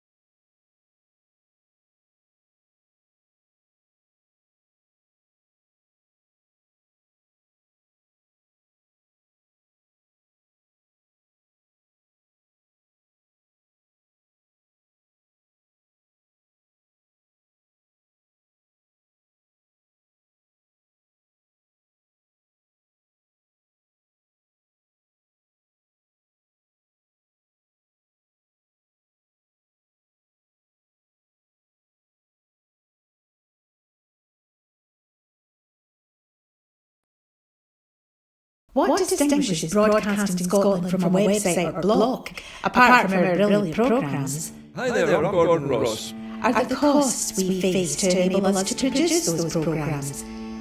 These costs are significant and ongoing. However, our facilities are able to do so much more if only we had the staff. In the last year, some of our supporters have cancelled their subscriptions. In one way, we would prevent it if it was because they didn't like us, rather than it being because of the financial pressures which we are all under because of COVID. The really positive outcome of our fundraiser is that at a time of economic challenge in Scotland, we will use your donations to create jobs and in a small way contribute to improving the Scottish economy. If you want us to be Scotland's independent broadcaster, able to provide an alternative mainstream television platform, then please support us. Scotland is going to be an independent country. Just imagine what we could do if we had even 1% of the BBC Scotland channel's budget. Imagine. And then please consider turning your imagination into reality. Please support us if you can afford it.